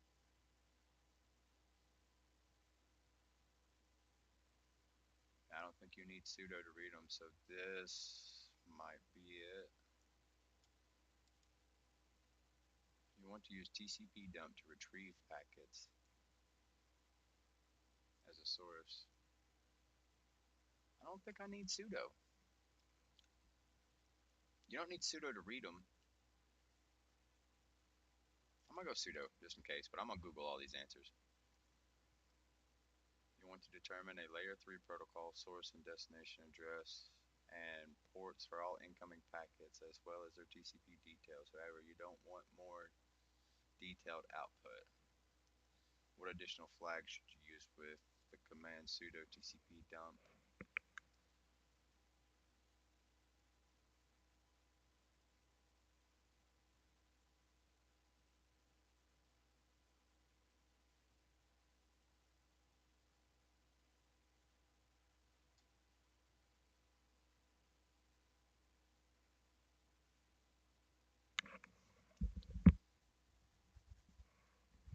I think it's just dash in.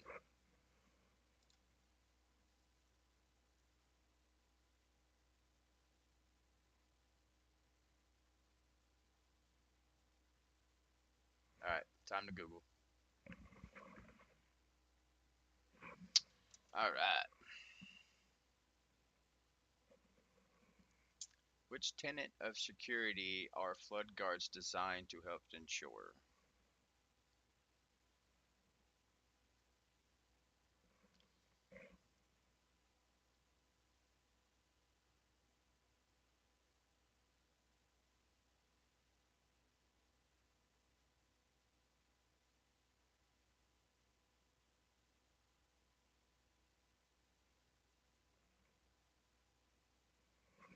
You want to be problematic? I'll be problematic with you.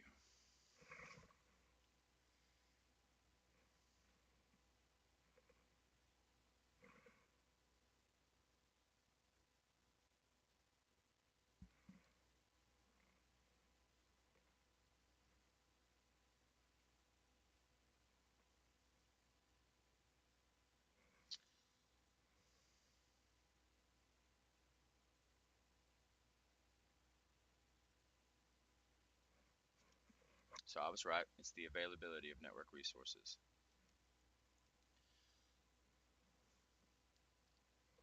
What kind of attack does an IP source guard protect against? Oh, IP spoofs. That's what I had wrong on the other one.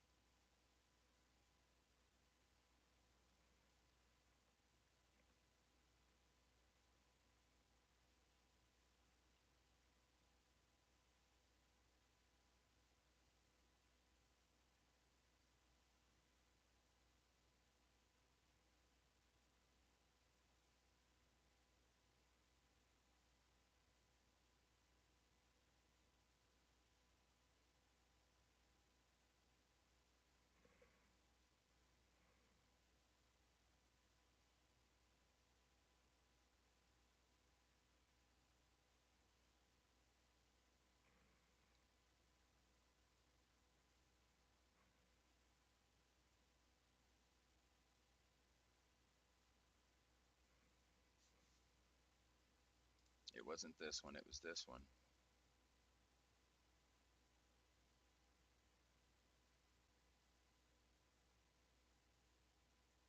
Now, why was it that one?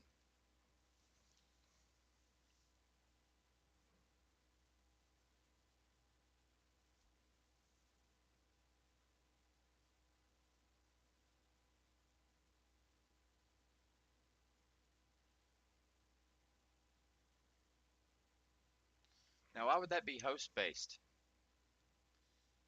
Because if it was network based, that wouldn't. Oh, because you've got it on yours, so you're not going to get infected. I get it now. Oh,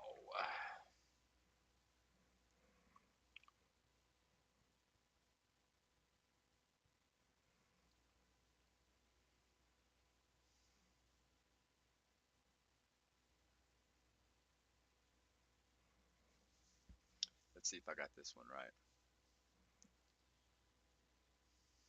I kind of think that the top one's also the answer.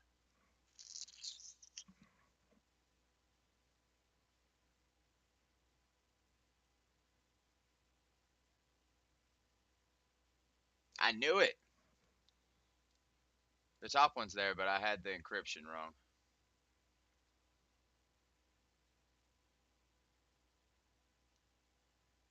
While it is true that the early web used a 64-bit key, this is not the main reason for its weakness. So it's just an added reason, but it's not one of the main reasons.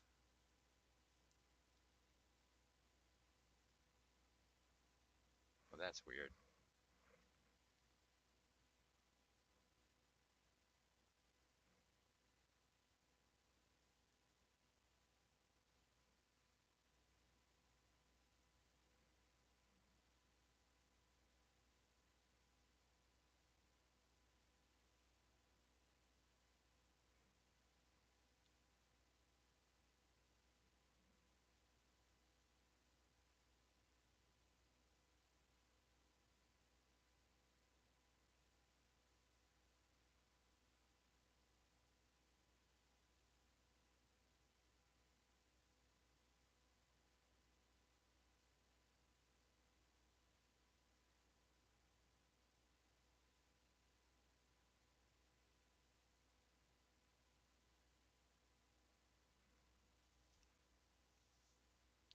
So I got that one right.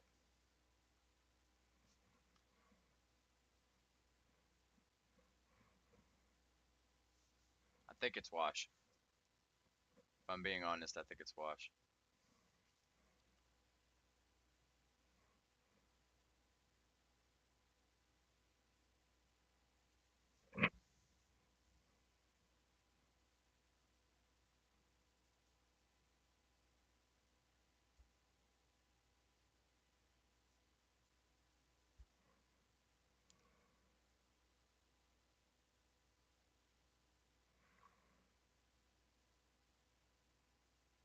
I was wrong. It's the WPS remover. Well, that's dumb. I would have failed this test if I hadn't been doing this.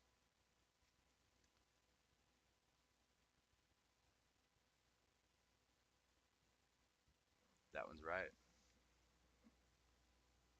I think I got this one right. I think it's all of them. In all honesty, I think it's all of them.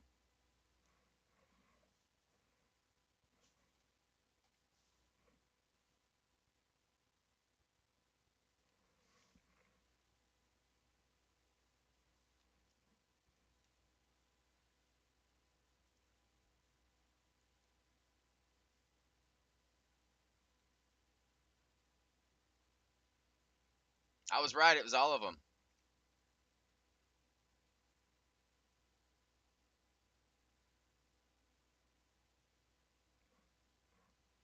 Let's make sure I said that right.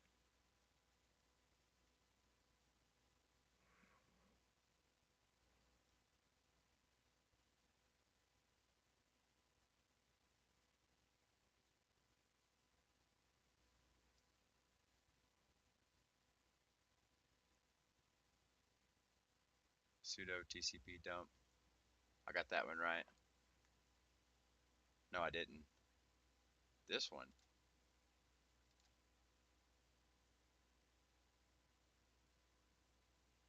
Oh, because it'll default to any port.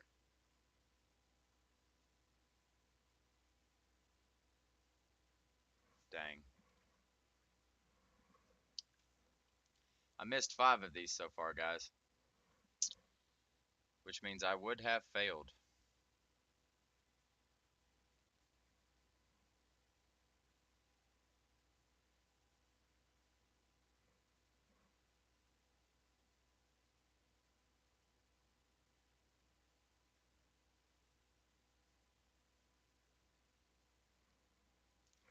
the correct answer was VN.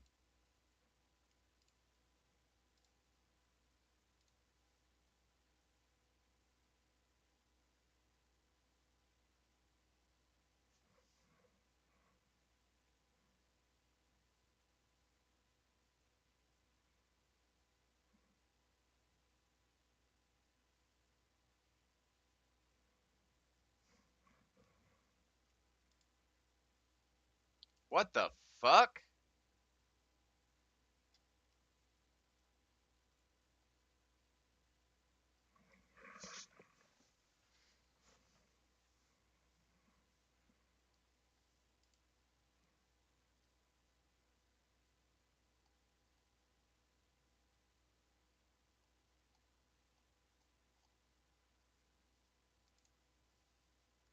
Try again.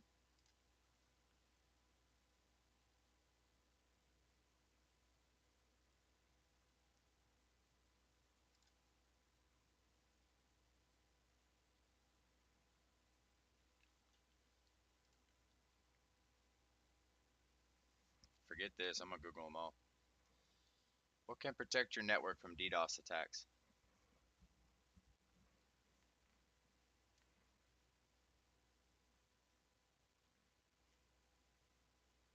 Flood guard, not IP source.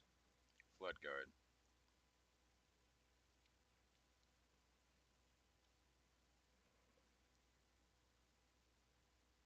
IP spoofing.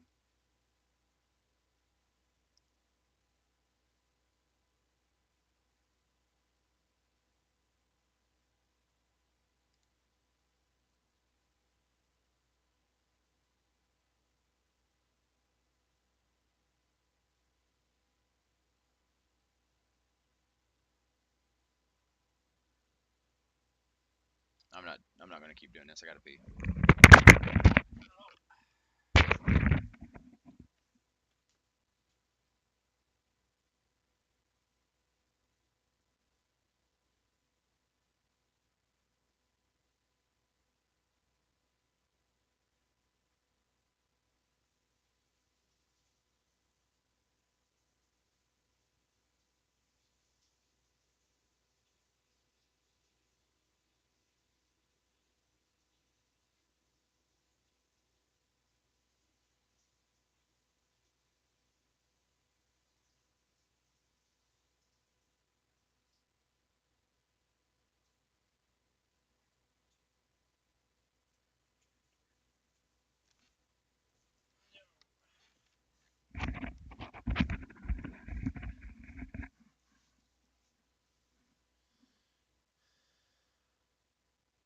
Yeah, VPN.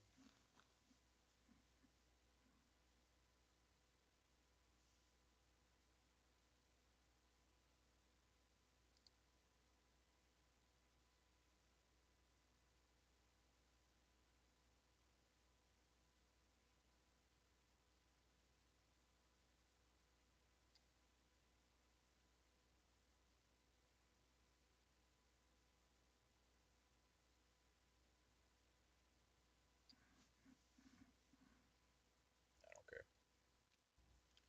Your company hires remote workers and wants them to be able to securely access company resources from their remote location. What solution? What solutions would you recommend they consider?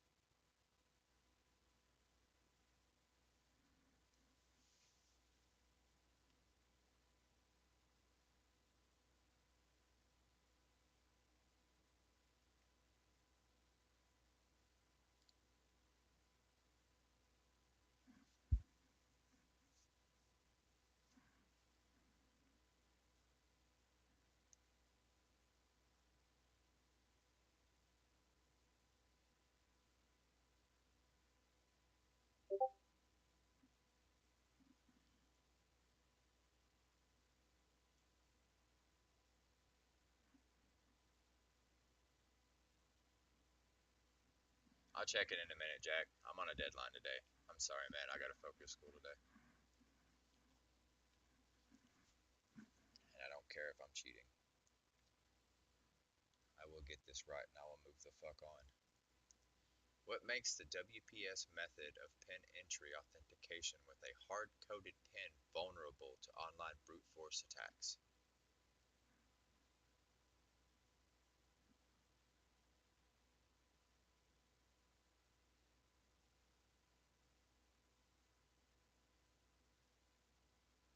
So there's two that says that.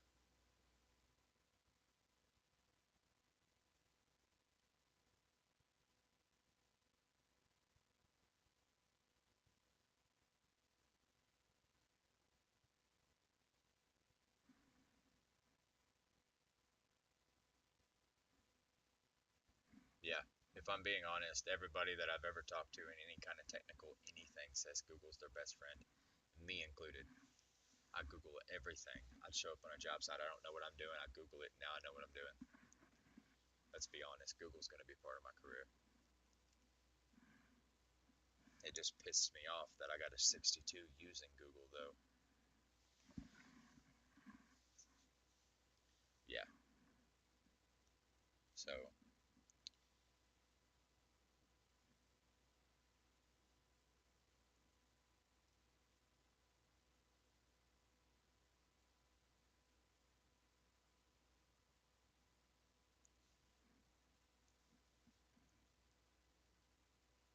10 million. So it's this. Which of the following options is currently the most secure way to protect a wireless network?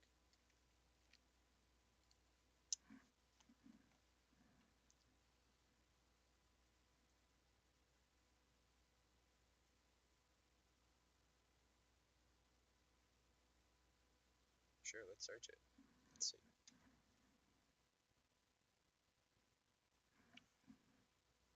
I think it's that one.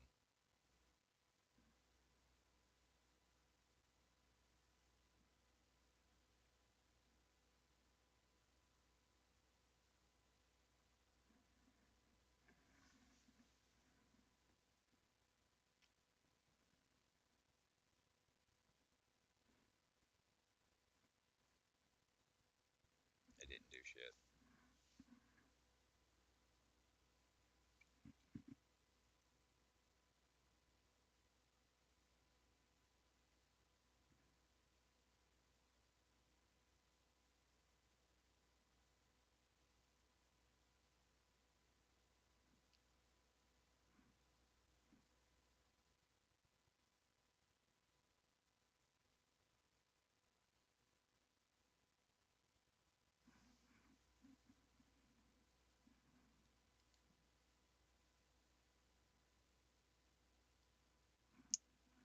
What feature of enterprise managed switches allows you to take all packets from a specified port range? I'm gonna double check that. Port mirroring.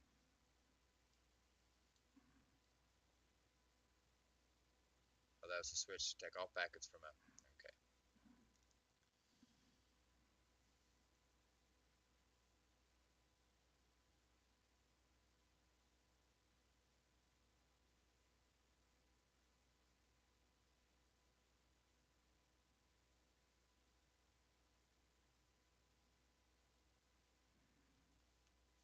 What constraint must you consider when setting up a.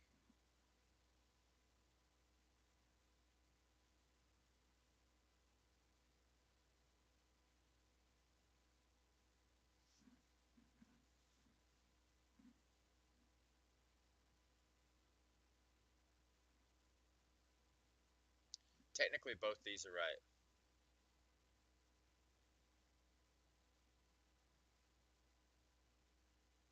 You have to attach this in line with traffic in order to be able to monitor it. But you also need to attach it in a way to where you can monitor both incoming and outgoing. Because it's got to be in line. I think I just wrote this down, actually.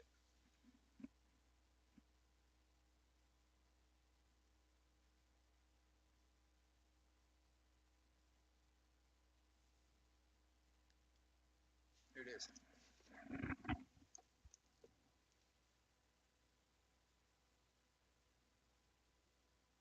That's the alert.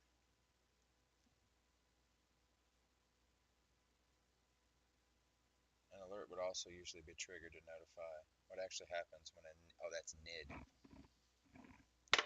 That is not NIDS. Fine, I'll just Google YouTube. Don't really care, bro. I need to move on. I am not graduating after my girlfriend. I will be graduating before her.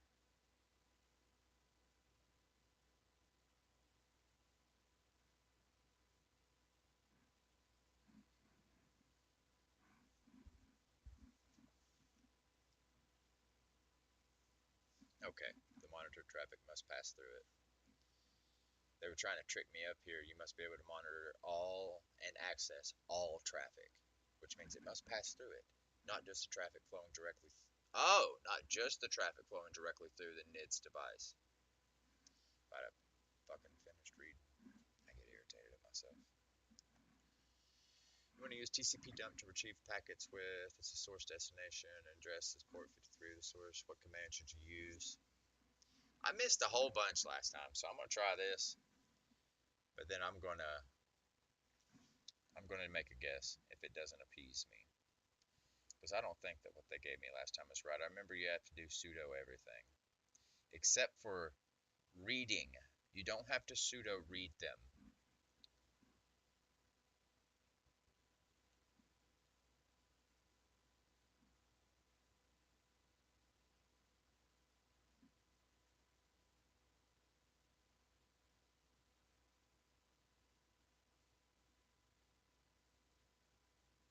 So I was right. It was the sudo one.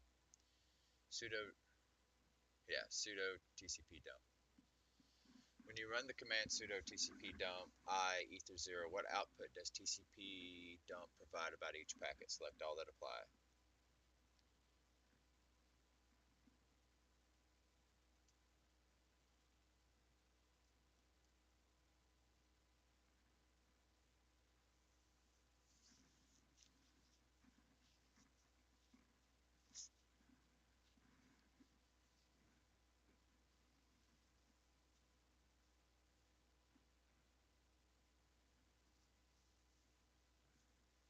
I don't think it gives you service names right away. I think it gives you layer 3 protocol, source, destination, address, and ports. No, that's with.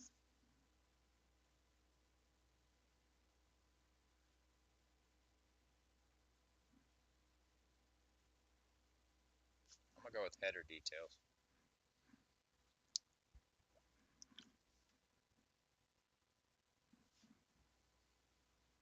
Yeah, I think it's header details. Oh, that was blurry.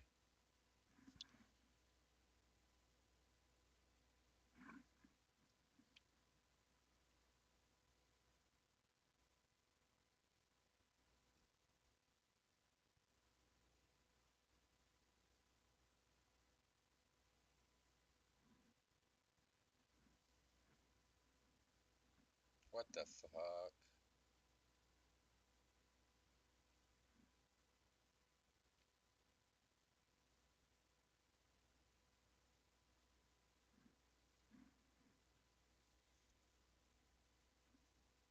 IP header details. Oh wow, it's all this. Let's try it. Submit. Let's see what I get.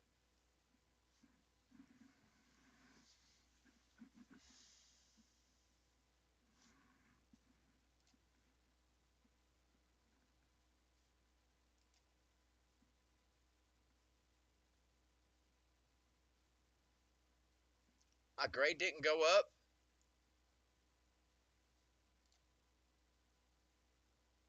What am I missing, dude? I can't even go forward.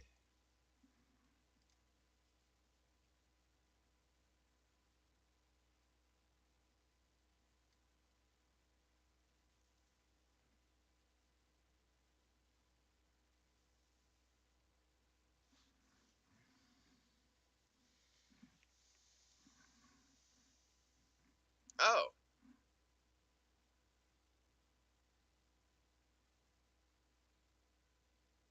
my latest was even fucking lower.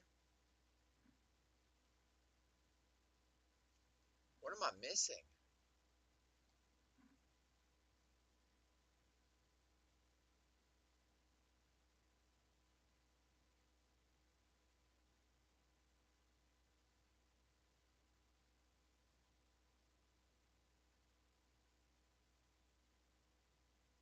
The answers that I'm googling are coming back wrong.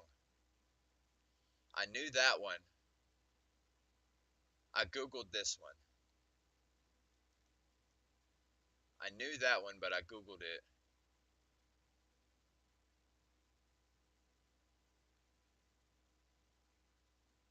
Except they change on me. They change on me.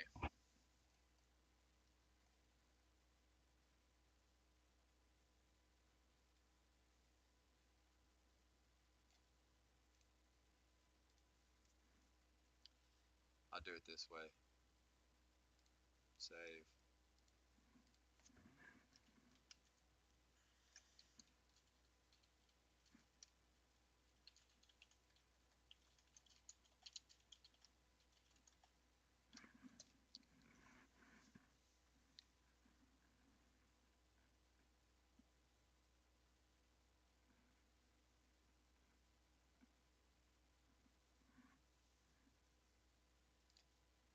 Oh, that's the wrong button.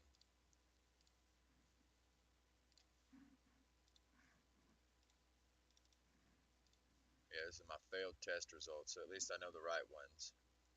So VPM was correct, but select all that apply.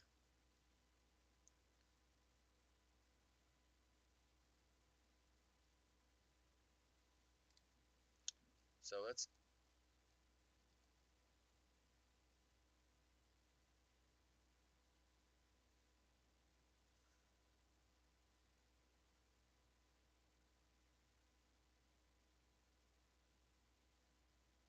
Is it just VPN?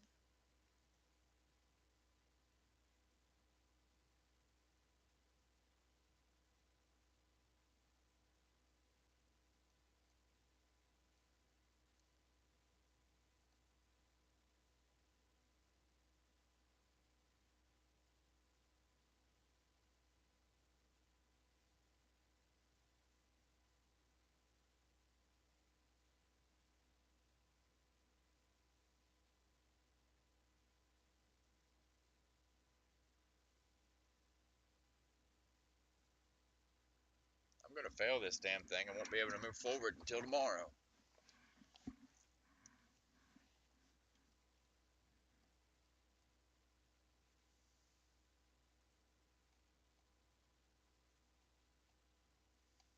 I'm gonna try it again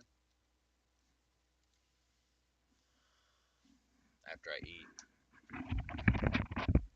Sorry, Jack, and all the other people in here. I'll be back in a minute. I'm gonna get something to eat.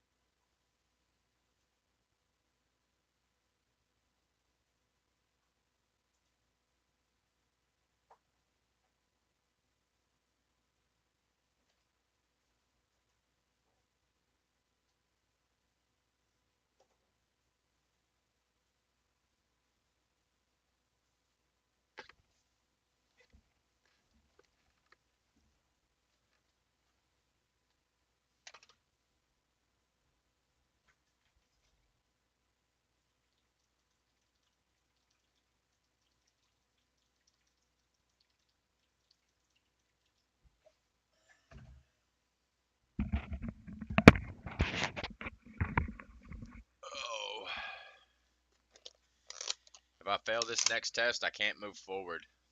It won't let me go to the next section until I've passed the graded test. So I'll literally be stuck. With every intention of going until 6 p.m. today, I'll be stuck. I know it's not about moving forward. Yeah. Let's see if I can get to it from here. Yep. 3 attempts per day. It's pretty infuriating. Resume. Can I skip forward?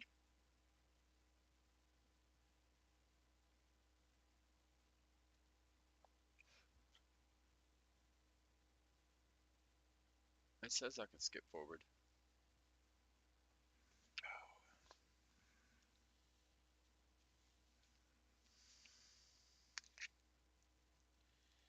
I think the issue is it's not how much time I take. I just didn't grasp this one. It's talking about concepts that I don't fully understand, so I can't 3D render a model of it in my head to fully understand. Somewhere along the lines, I skipped a step, and I just have been fumbling through it since. If it'll allow me to keep moving forward, after I fail this one, I'll tell it to just suck it, and I'll keep trying it every day until it's passed.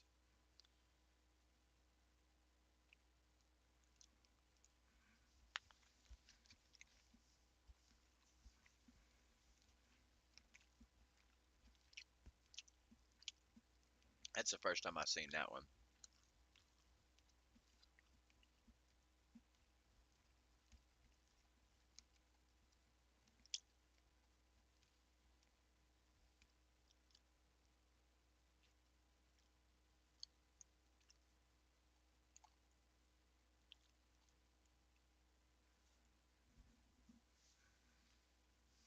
If it doesn't, I'm done for the day.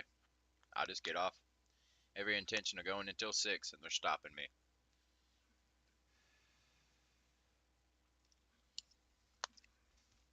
I know it's not about the time I spend in it, but I missed 2 days. I was going to dedicate a whole 8-hour day. I'm going to quit complaining. I'm just a sore loser. That's what it boils down to. I'm a child. I'm a sore loser.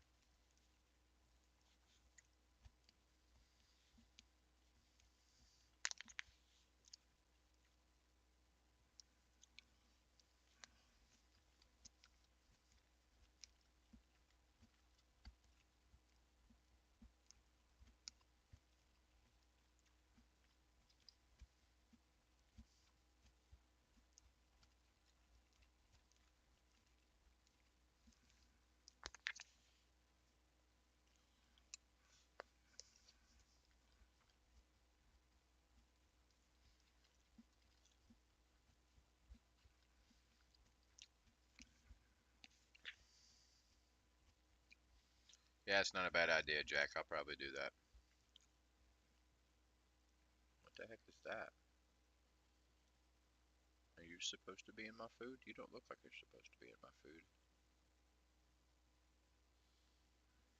Do I have anything else that looks like that?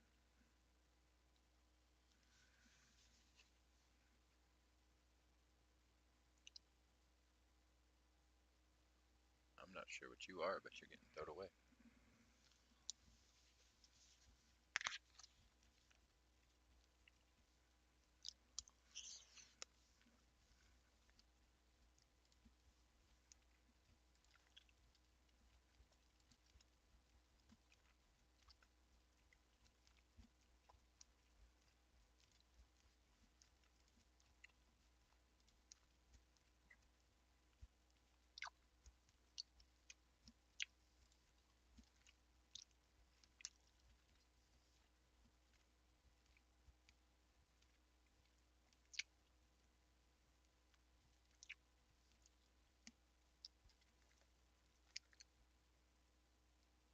Final arc? Dude, I just finished season 1.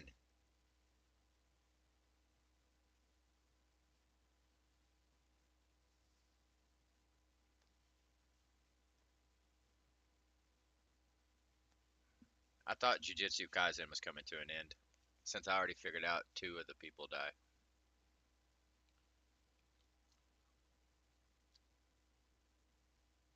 Final arc on Jujutsu Kaisen?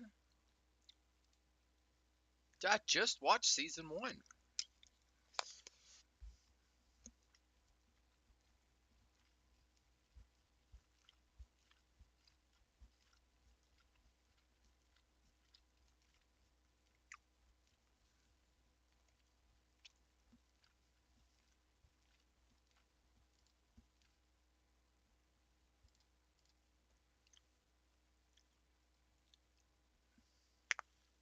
Now I've heard a lot of them are coming to an end.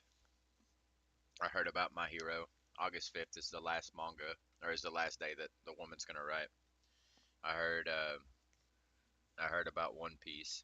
It's coming to an end, or at least the rumor of it coming to an end.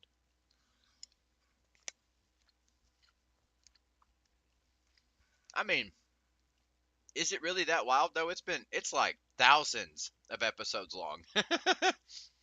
Like I'm pretty sure, isn't it past? Isn't it 2000 now? How many? Yep.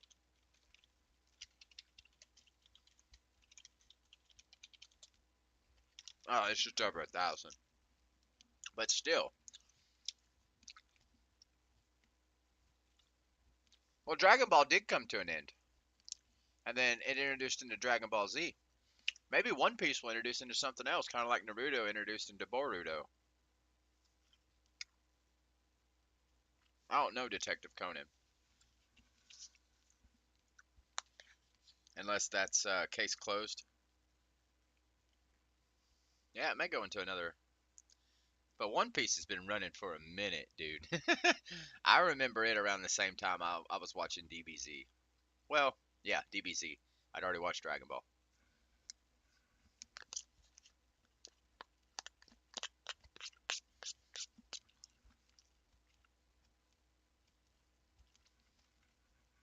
I liked Case Closed. That's been around for a minute too.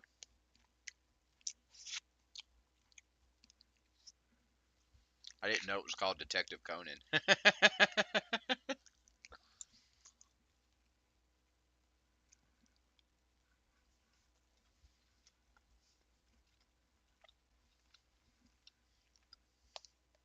Old Akira Toriyama. We lost him this year, didn't we?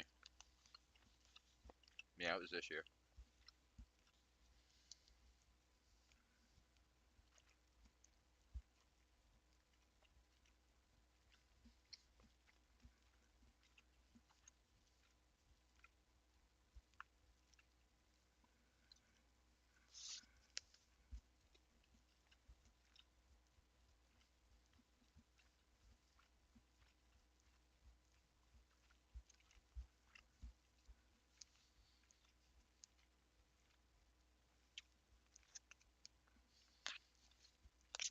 We got a couple big heavy hitters on the way. Well, no.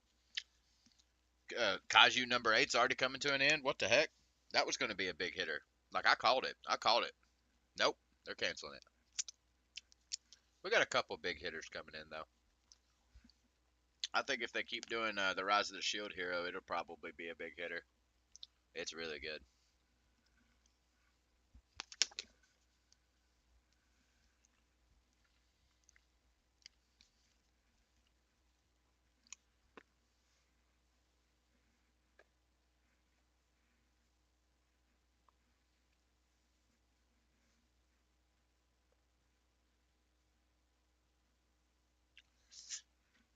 All right.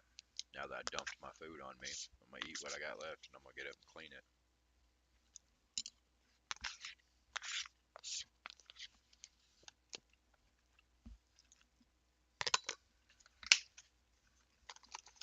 I mean, has he really been alive though? If you think about it, they got a theory going on with the whole Ash Ketchum, and they got a theory going about the first time he faced Charizard, maybe. It was a legendary. I can't remember. And it killed him. And Pikachu let out some big explosion, and supposedly he came back and stuff. Whatever. that he didn't actually come back. Let me clean my chair.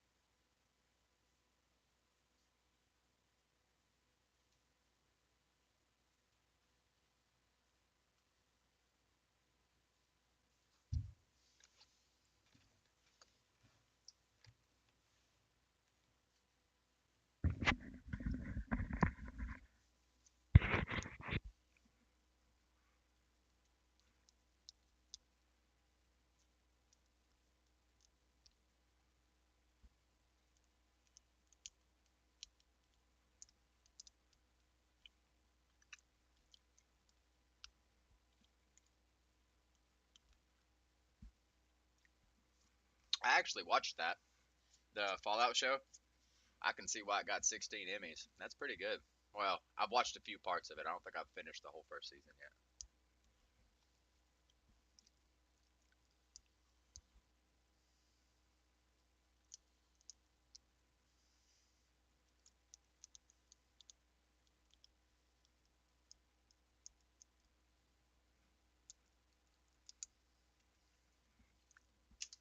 If you watch 10 episodes a day of One Piece, it'll take you 101 days to watch One Piece at 112 episodes.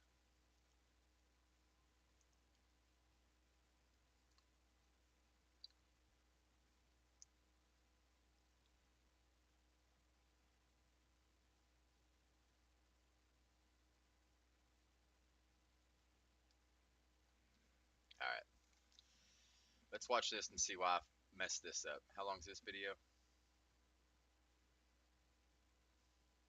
Hey, welcome back. In the last lesson, we covered network hardware hardening security measures, which you should be aware of as an IT support specialist. Now, we're going to shift to network software hardening techniques. Just like with network hardware hardening, it's important for you to know how to implement network software hardening, which includes things like firewalls, proxies, and VPNs.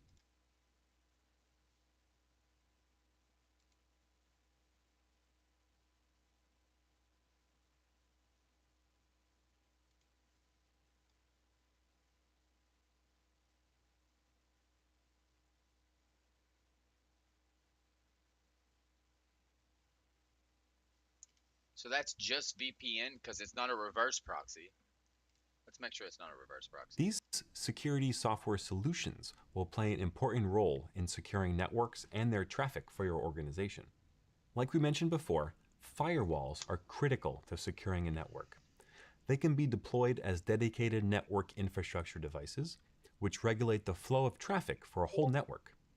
They can also be host-based as software that runs on a client system, providing protection for that one host only. It's generally recommended to deploy both solutions. A host-based firewall provides protection for mobile devices, such as a laptop that could be used in an untrusted, potentially malicious environment, like an airport Wi-Fi hotspot. Host-based firewalls are also useful for protecting other hosts from being compromised by a corrupt device on the internal network. That's something a network-based firewall may not be able to help defend against. You will almost definitely encounter host-based firewalls, since all major operating systems have built-in ones today. It's also very likely that your company will have some kind of network-based firewall. Your router at home even has a network-based firewall built in. VPNs are also recommended to provide secure access to internal resources for mobile or roaming users. We won't go back over all the details, but here's a quick rundown. VPNs are commonly used to provide secure remote access and link two networks securely. Let's say we have two offices located in buildings that are on opposite sides of town. Cool. We want to create one unified network that would let users. So it's just VPN.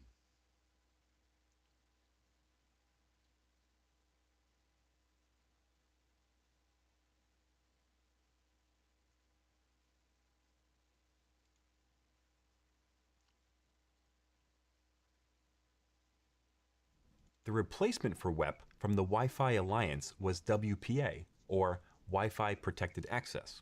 WPA was designed as a short-term replacement that would be compatible with older WEP-enabled hardware with a simple firmware update. This helped with user adoption because it didn't require the purchase of new Wi-Fi hardware.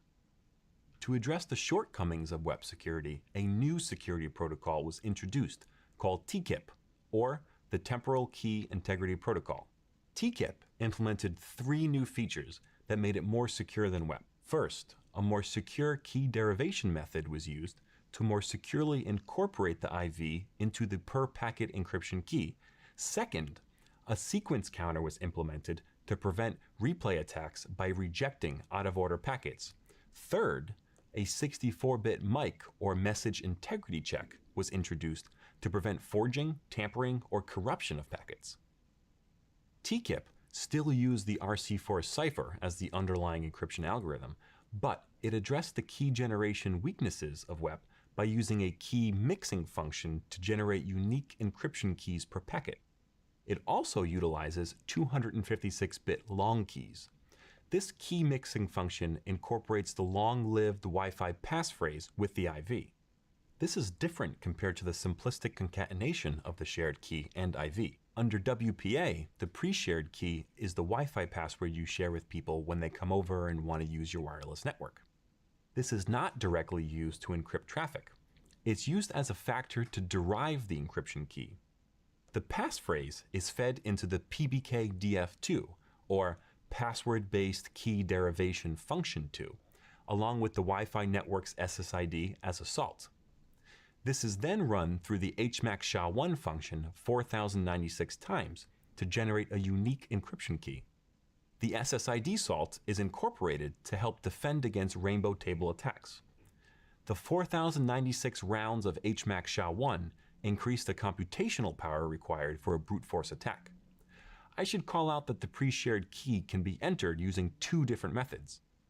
A 64-character hexadecimal value can be entered, where the 64-character value is used as the key, which is 64 hexadecimal characters times 4 bits, which is 256 bits. The other option is to use PBKDF2 function, but only if entering ASCII characters as a passphrase. If that's the case, the passphrase can be anywhere from 8 to 63 characters long. You might encounter WPS in a small IT shop that uses commercial SOHO routers. It can be useful in these smaller environments to make it easier to join wireless clients to the wireless network securely, but there are security implications to having it enabled that you should be aware of. The Wi-Fi Alliance introduced WPS in 2006. It provides several different methods that allow a wireless client to securely join a wireless network without having to directly enter the pre-shared key. This facilitates the use of very long and secure passphrases without making it unnecessarily complicated. WPS simplifies this by allowing for secure exchange of the SSID and pre-shared key. This is done after authenticating or exchanging data using one of the 4 supported methods. Dude, I don't even know what the fuck I'm looking for anymore. Have we talked about a hard-coded PIN? WPS supports PIN entry authentication, NFC or USB for out-of-band exchange of the network details, or push-button authentication. You've probably seen the push-button mechanism. It's typically a small button somewhere on the home router with 2 arrows pointing counterclockwise. The push-button mechanism works by requiring a button to be pressed on both the AP side and the client side. This requires physical proximity and a short window of time that the client can authenticate with a button press of its own. The NFC and USB methods just provide a different channel to transmit the details to join the network. The PIN methods are really interesting and also where critical flaw was introduced. The PIN authentication mechanism supports two modes. In one mode, the client generates a PIN which is then entered into the AP. In the other mode, the AP has a PIN, typically hard-coded into the firmware, which is entered into the client. It's this second mode that is vulnerable to an online brute force attack. The PIN authentication method uses pins that are 8 digits long, but the last digit is a checksum that's computed from the first 7 digits. This makes the total number of possible pins 10 to the 7th power, or around 10 million possibilities. But the PIN is authenticated by the AP in halves. This means the client will send the first 4 digits to the AP, wait for a positive or negative response, and then send the second half of the PIN if the That's where I fucked it up. This right here. I was looking at that and I was like, that number looks awful familiar. So it's not 10 million, it's 11,000.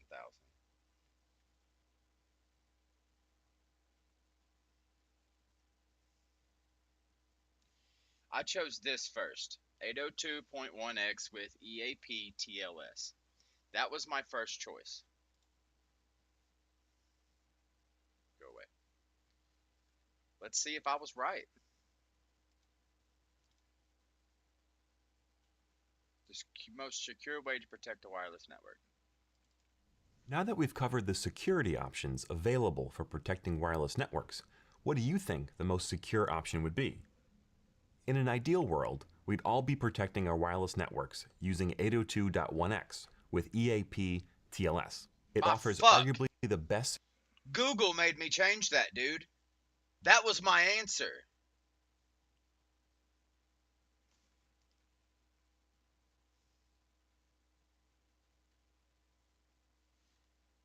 You know, I think if I ever get to meet the founder of Google, I might punch him in the face.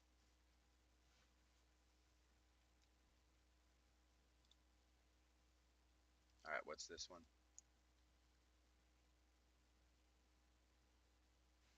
What constraint must I consider when setting up the NID? It's this one. I don't need to fucking look at it. I need to be able to monitor incoming and outgoing and in line with everything.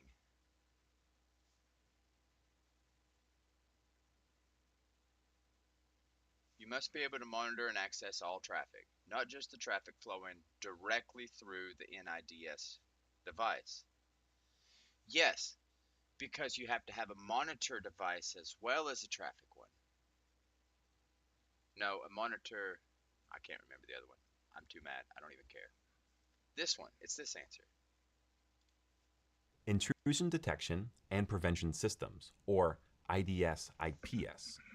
IDS or IPS systems operate by monitoring network traffic and analyzing it. As an IT support specialist, you may need to support the underlying platform that the IDS IPS runs on.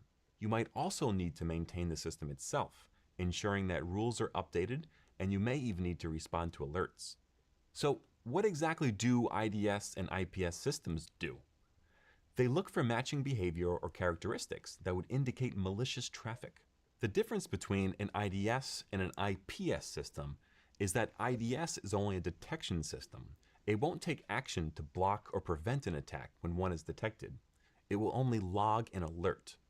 But an IPS system can adjust firewall rules on the fly to block or drop the malicious traffic when it's detected. IPS and IDS systems can either be host-based or network-based. In the case of a network intrusion detection system, or NIDS, the detection system would be deployed somewhere on a network where it can monitor traffic for a network segment or subnet. A host-based intrusion detection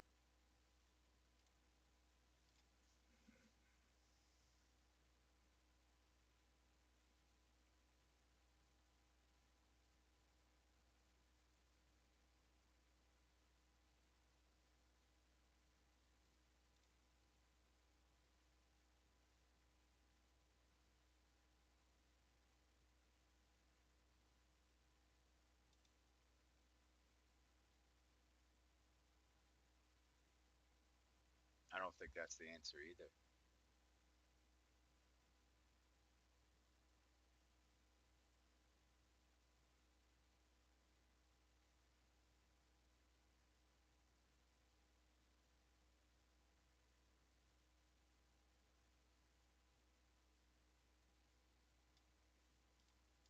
The detection system would be deployed somewhere on a network where it can monitor traffic for a network segment or subnet. A host-based intrusion detection system would be a software deployed on a host that monitors traffic to and from that host only. It might also monitor system files for unauthorized changes. NID systems resemble firewalls in a lot of ways, but a firewall is designed to prevent intrusions by blocking potentially malicious traffic coming from outside and enforce ACLs between networks. What did you just say? Malicious traffic coming from out firewalls in a lot of ways. But a firewall is designed to prevent intrusions by blocking potentially malicious traffic coming from outside and enforce ACLs between networks. NID systems are meant to detect and alert on potential malicious activity coming from within the network. So outgoing. Are meant to detect and alert by blocking potentially malicious traffic coming from outside and enforce ACLs between networks. NID systems are meant to detect and alert on potential malicious activity coming from within the network. Plus, firewalls only have visibility of traffic flowing between networks they're set up to protect. They generally wouldn't have visibility of traffic between hosts inside the network. So the location of the NIDs must be considered carefully when you deploy a system. In line. It needs to be located in the network topology in a way that it has access to the traffic we'd like to monitor. A good way that you can get access to network traffic is using the port mirroring functionality found in many enterprise switches. This allows all packets on a port range, or entire VLAN to be mirrored to another port, where our NIDS host would be connected. With this configuration, our NIDS machine would be able to see all packets flowing in and out of hosts on this switch segment.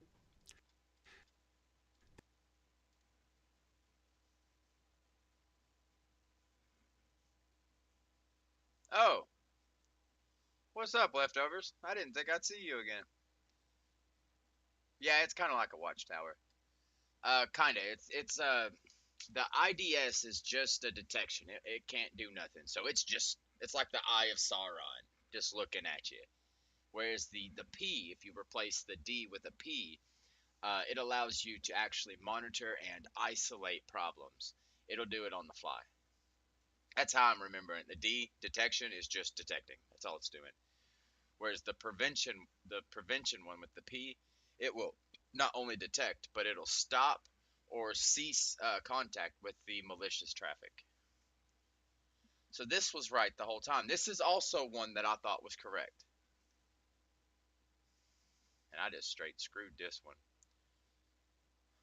So I got 25. I lost 2550. So it's TCP details as well as the three-way protocol source and destination.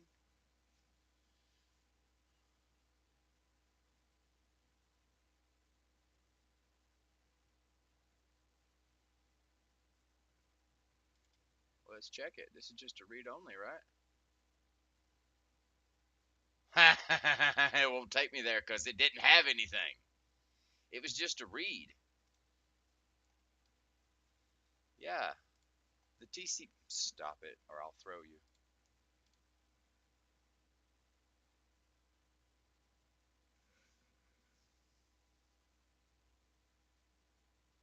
Wait, where was it?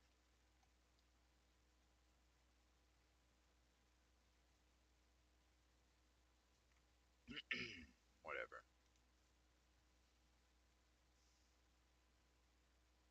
Told me to review the quick lab. What output does TCP dump provide about each packet? Select all that apply. Well, let's look at it.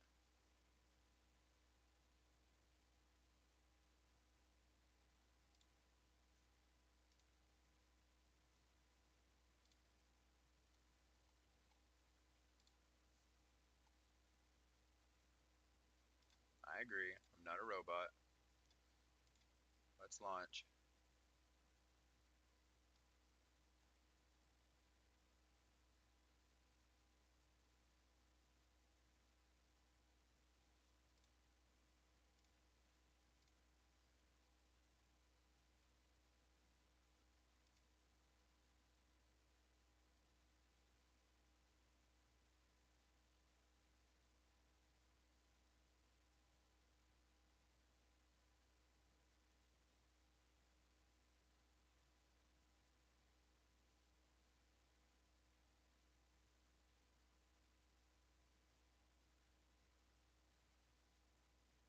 See, it does require pseudo.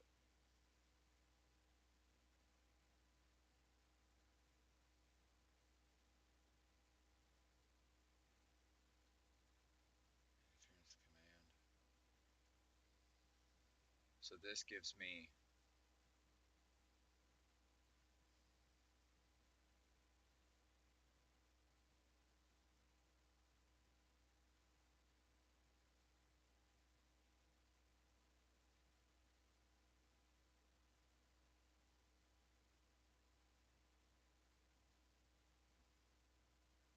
Well, it didn't. What was my options? The three-letter protocol, source, destination address, and ports.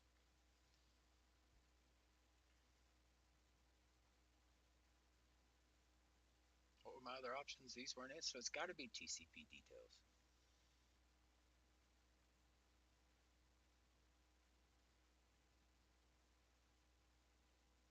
That's the time and the port. No, that's the address and the port. Is that the TCP? It's got flags. Terminal, Quick Labs terminal, producing terminal, TS value. I don't know, man. I don't know. Let's try it again. I've checked the major ones. That's just VPN. I mean, I can't believe I screwed it up. It's just VPN. They screwed it up. Stop putting select all that applies.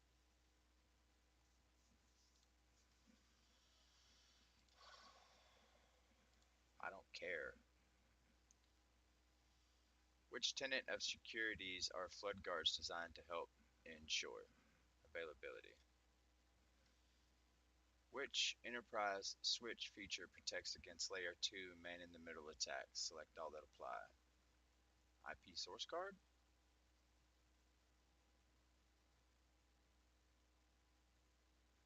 Or I think it's DHCP snooping. Does DHCP snooping protect against layer 2 man-in-the-middle attacks?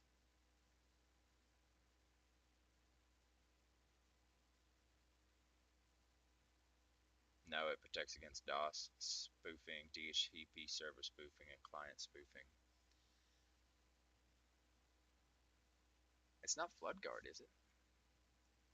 Does Dynamic ARP Inspection DAI protect against layer 2 man-in-the-middle attack?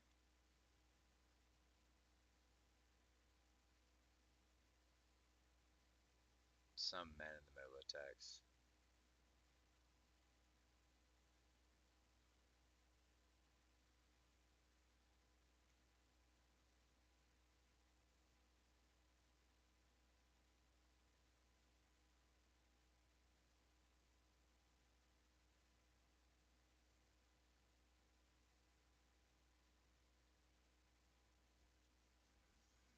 I think it's ARP.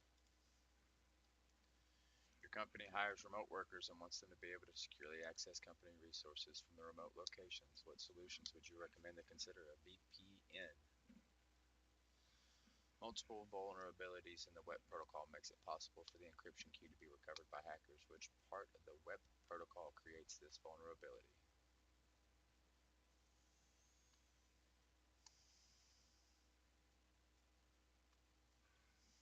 I think it's this one.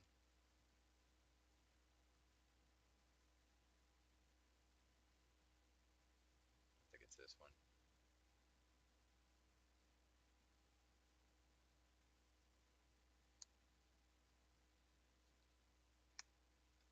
Was that one of the ones I missed?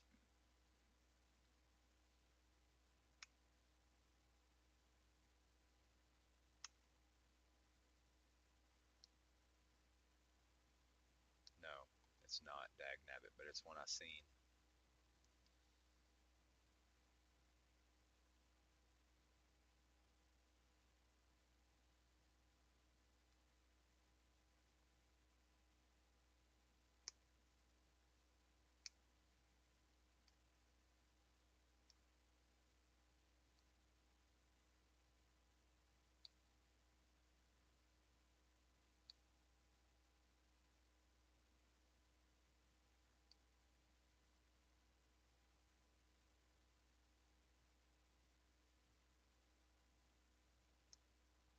don't think it's the last one, man.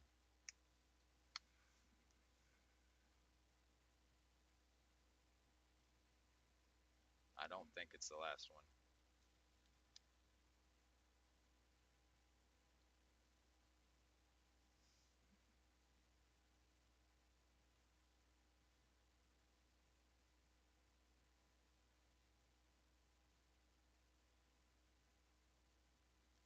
Multiple vulnerabilities in the WEP protocol makes it possible for the encryption key to be recovered by hackers. Which part of the WEP protocol?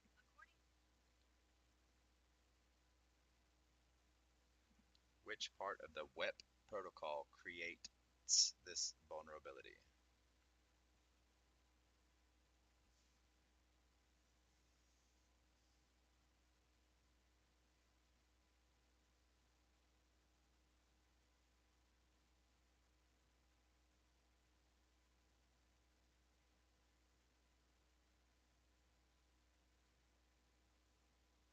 So it was that one.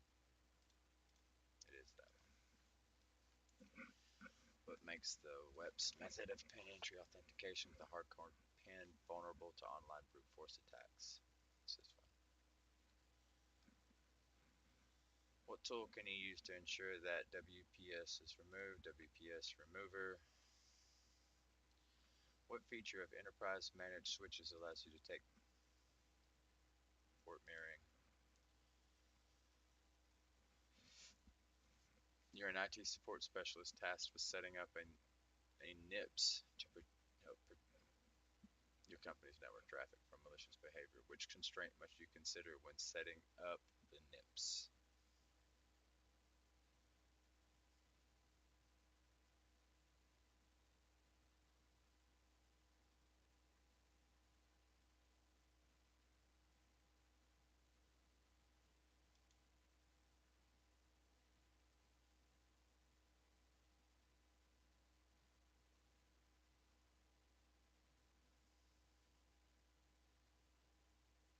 Oh gosh, is that where I've been screwing everything up? NIPS has to be in line so it can drop it, and the other one just has to monitor it. All right, you want to use TCP dump to retrieve packets with which command should you use? It's sudo dump port 53 and right. Let's check. Sudo, yeah, that's it.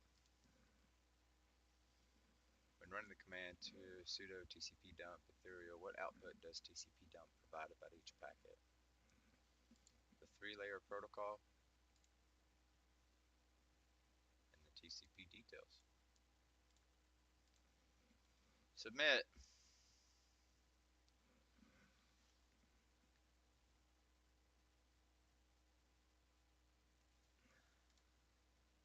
Ha ha ha! I passed. What did I miss? Wait, go back. See feedback. I missed one? Finally. Thank you, Jack, but fucking finally. At least now I can continue with my mind at ease.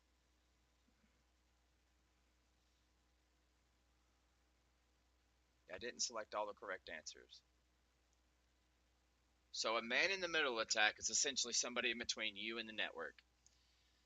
So wouldn't a DHCP snooping stop it?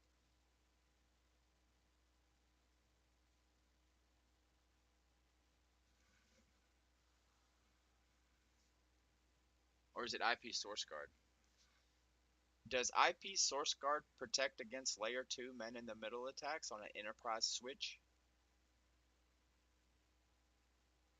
Dang it! It was IP source guard. Oh, I missed half of this one too. Now hold on a damn minute.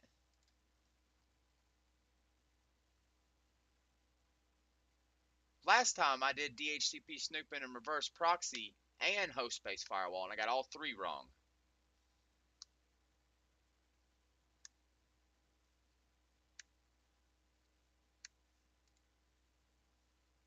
I don't care. I passed. Oh,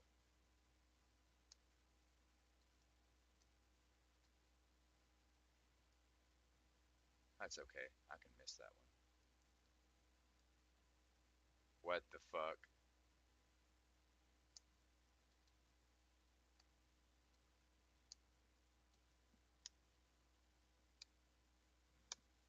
Okay, Jack. Thank you for showing up and hanging out with me while I cuss this computer. Uh, I'll see you in chat, man. I gotta hop back on anyways. I'm in the middle of getting my skills for my Laura. Nora, not Laura. If I had Laura, I would probably sell my account.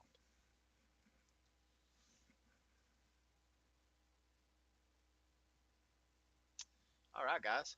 Well, we finally passed that one. I didn't think I was going to. I really didn't. Right now, I'm going to hop up and PP again. I'll be right back to the two viewers I got. Oh, it's Jack and Minge. I'll be back, Jack, if you're still here. Minge, I'll be back in just a minute. I gotta pee.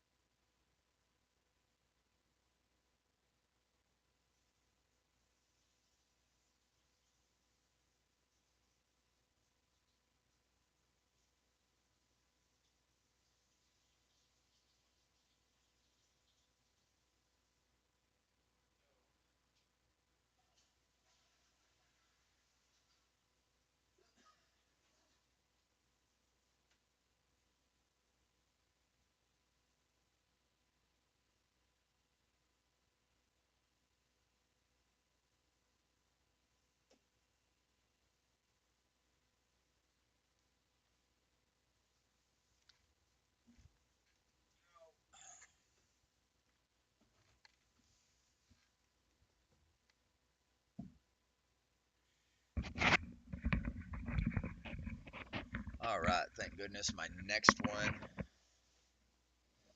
Oh, dude, this looks so much better. Ah, I see a 7. I see a 6. This one's going to be long, too. Not really. Thank goodness, man. That last one got me a little depressed. All right, let me get my stuff set up, guys, and we'll get back to doing this.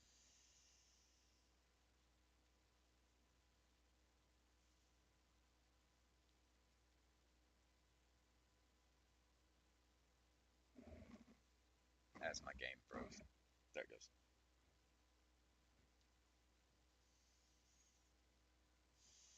Scenario. All right.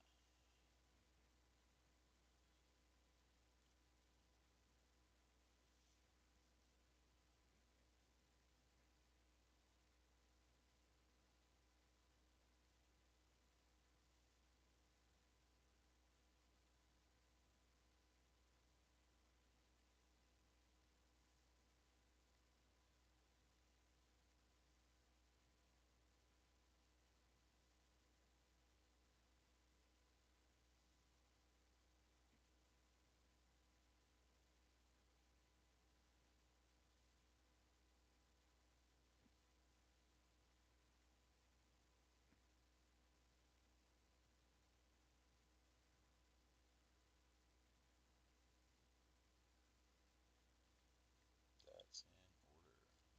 Sorry, just telling the girlfriend why I didn't call her back before I get my butt in trouble. I would prefer not to get in trouble again today. I'm essentially always in trouble. And it's slightly annoying that I'm always in trouble.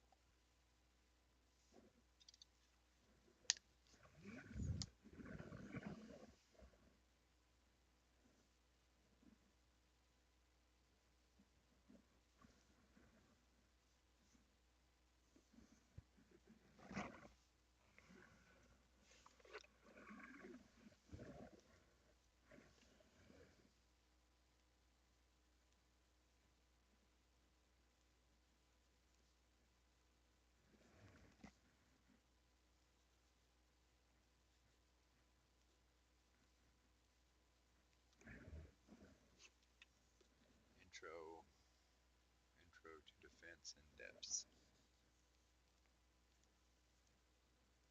Intro to defense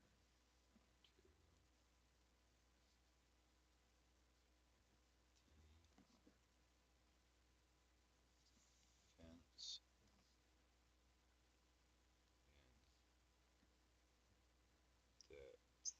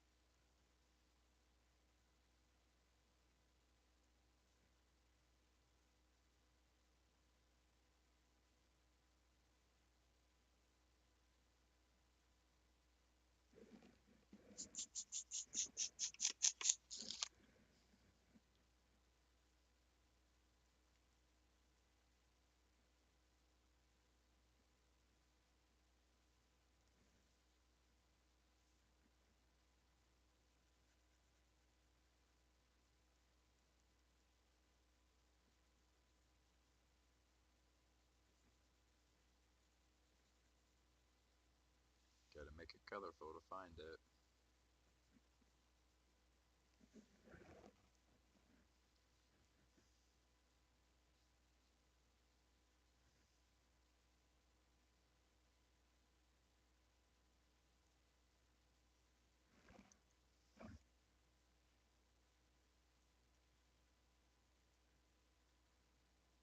Says I still got 3 viewers, so I'm just gonna let the viewers know I'm coloring. I can't really see who my viewers are right now. That's on the Twitch page, and I'm using OBS. Uh, but if I need to be able to flip through and find specific things, I have to outline it on my lines of separation. So I'm coloring it to make it more distinct and pop out for me, so I can figure out where I'm at.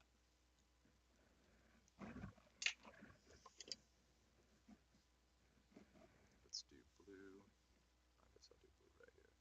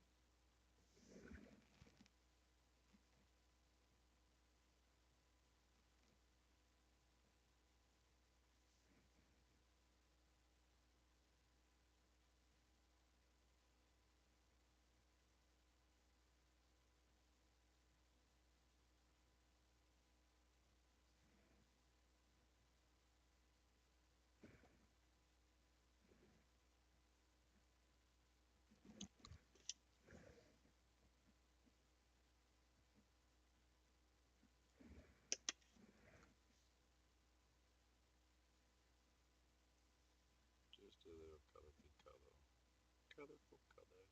Colorful color. Alright, I still have red. I do.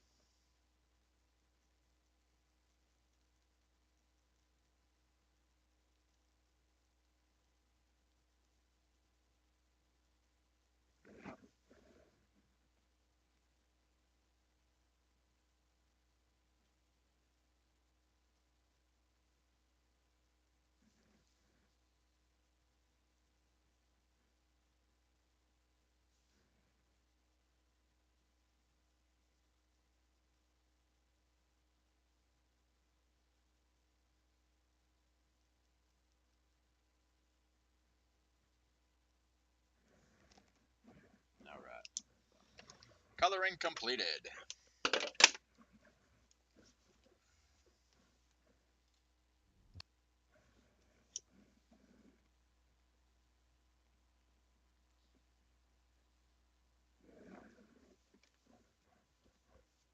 The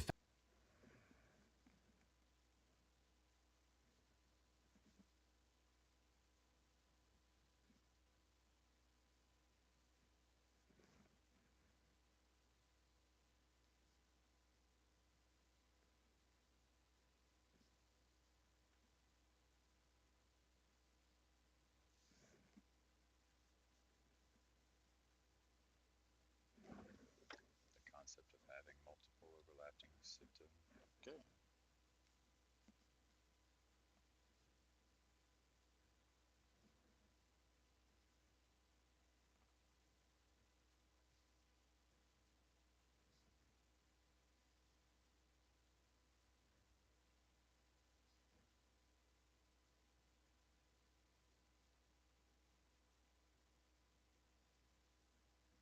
Multiple, comma,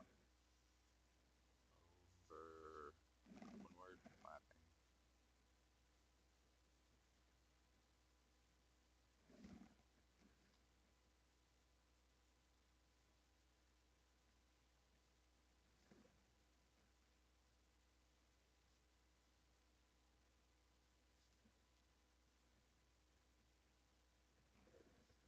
To protect IT systems. To protect systems.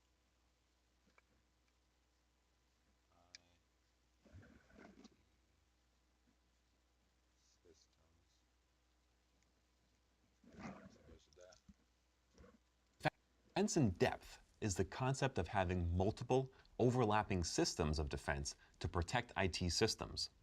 This ensures some amount of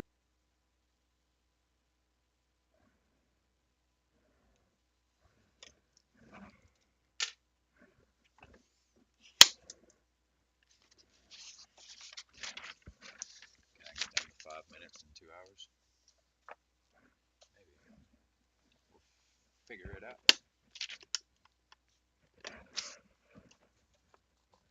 I'll just do this video and I'll be done. Taking that test 3 times really pissed me off.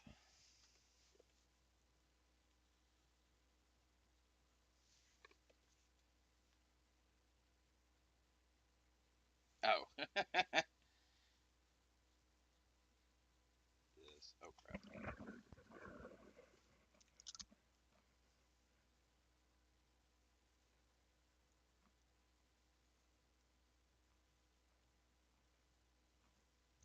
Well, I've already done 3 of the birds. Doing my last set now. Ensures some amount of redundancy for defensive measures. This ensures some amount of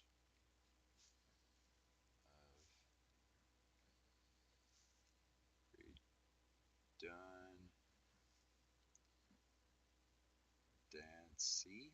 Just why? Yeah. For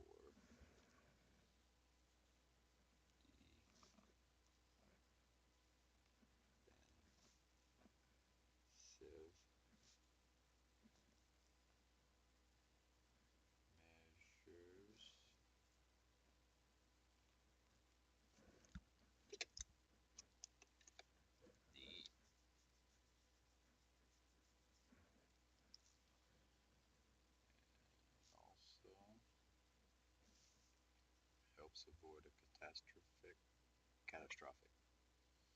It also helps avoid a catastrophic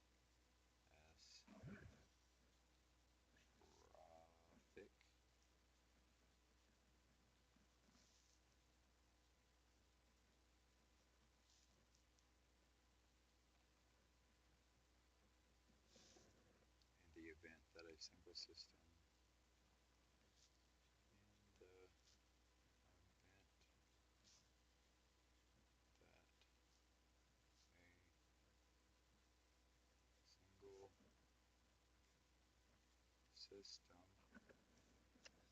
fails or a vulnerability fails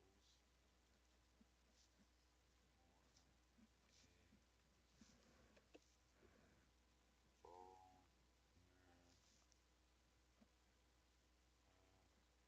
a vulnerability is discovered in one system is discovered in one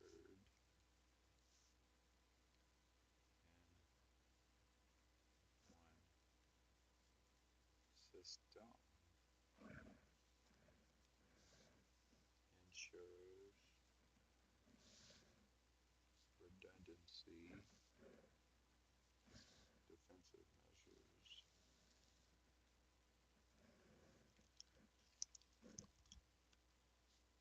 helps avoid catastrophic compromise,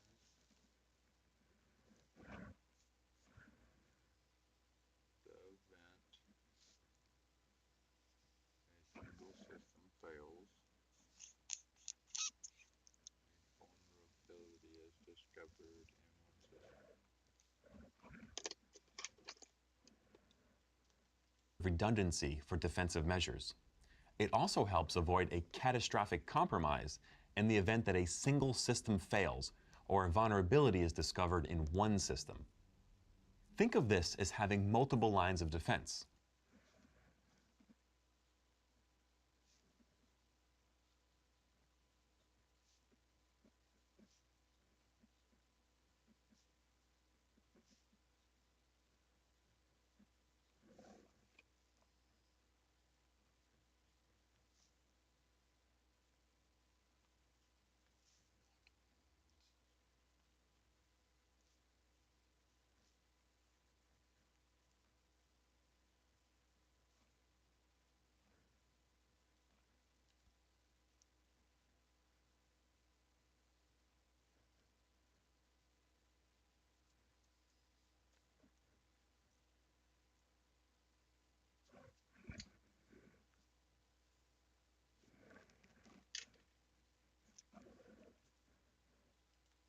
If an attacker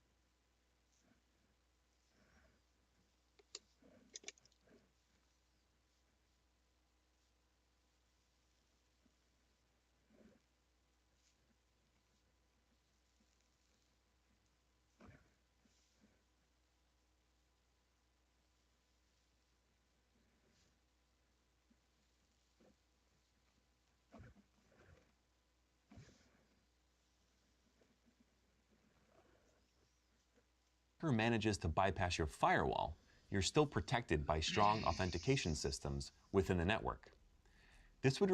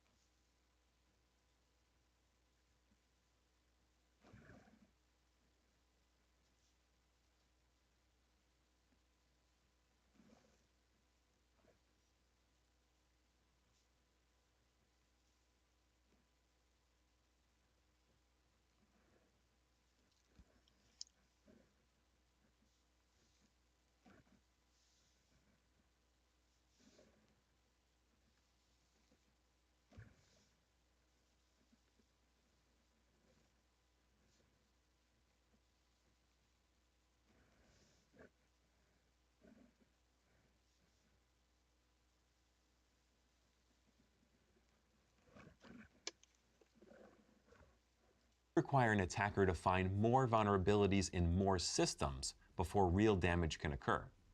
These next lessons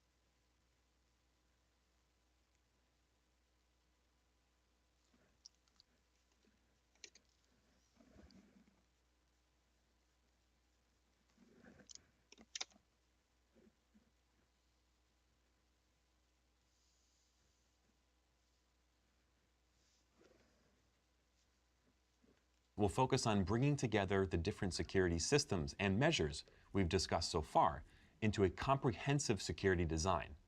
It'll offer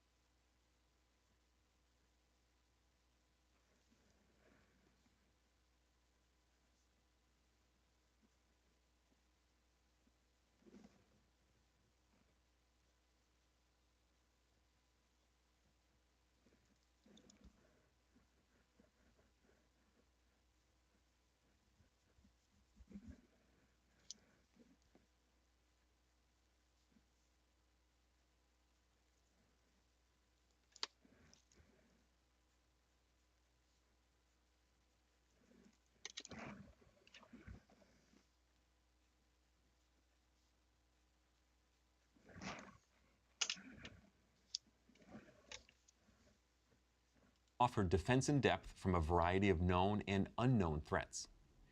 By the end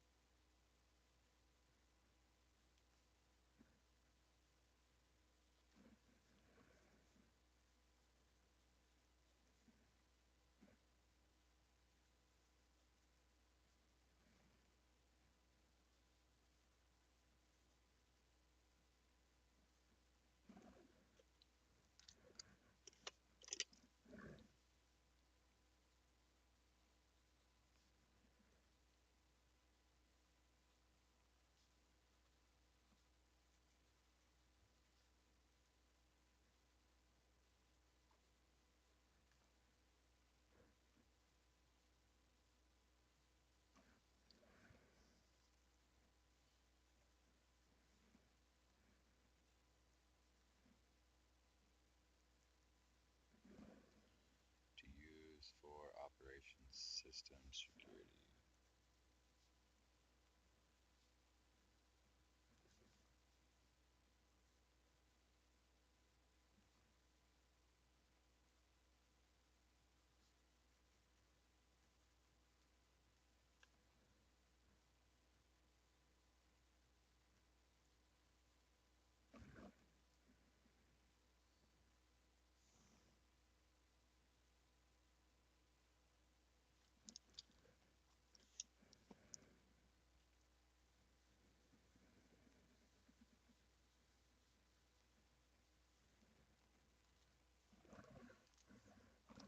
Oh, neat. I don't have any viewers.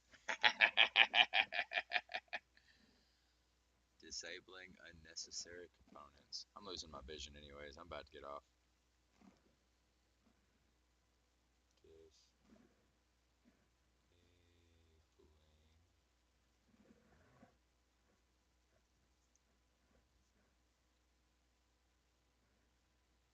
unnecessary.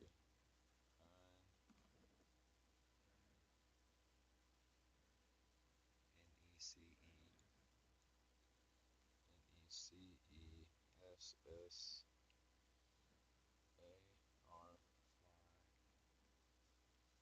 Components.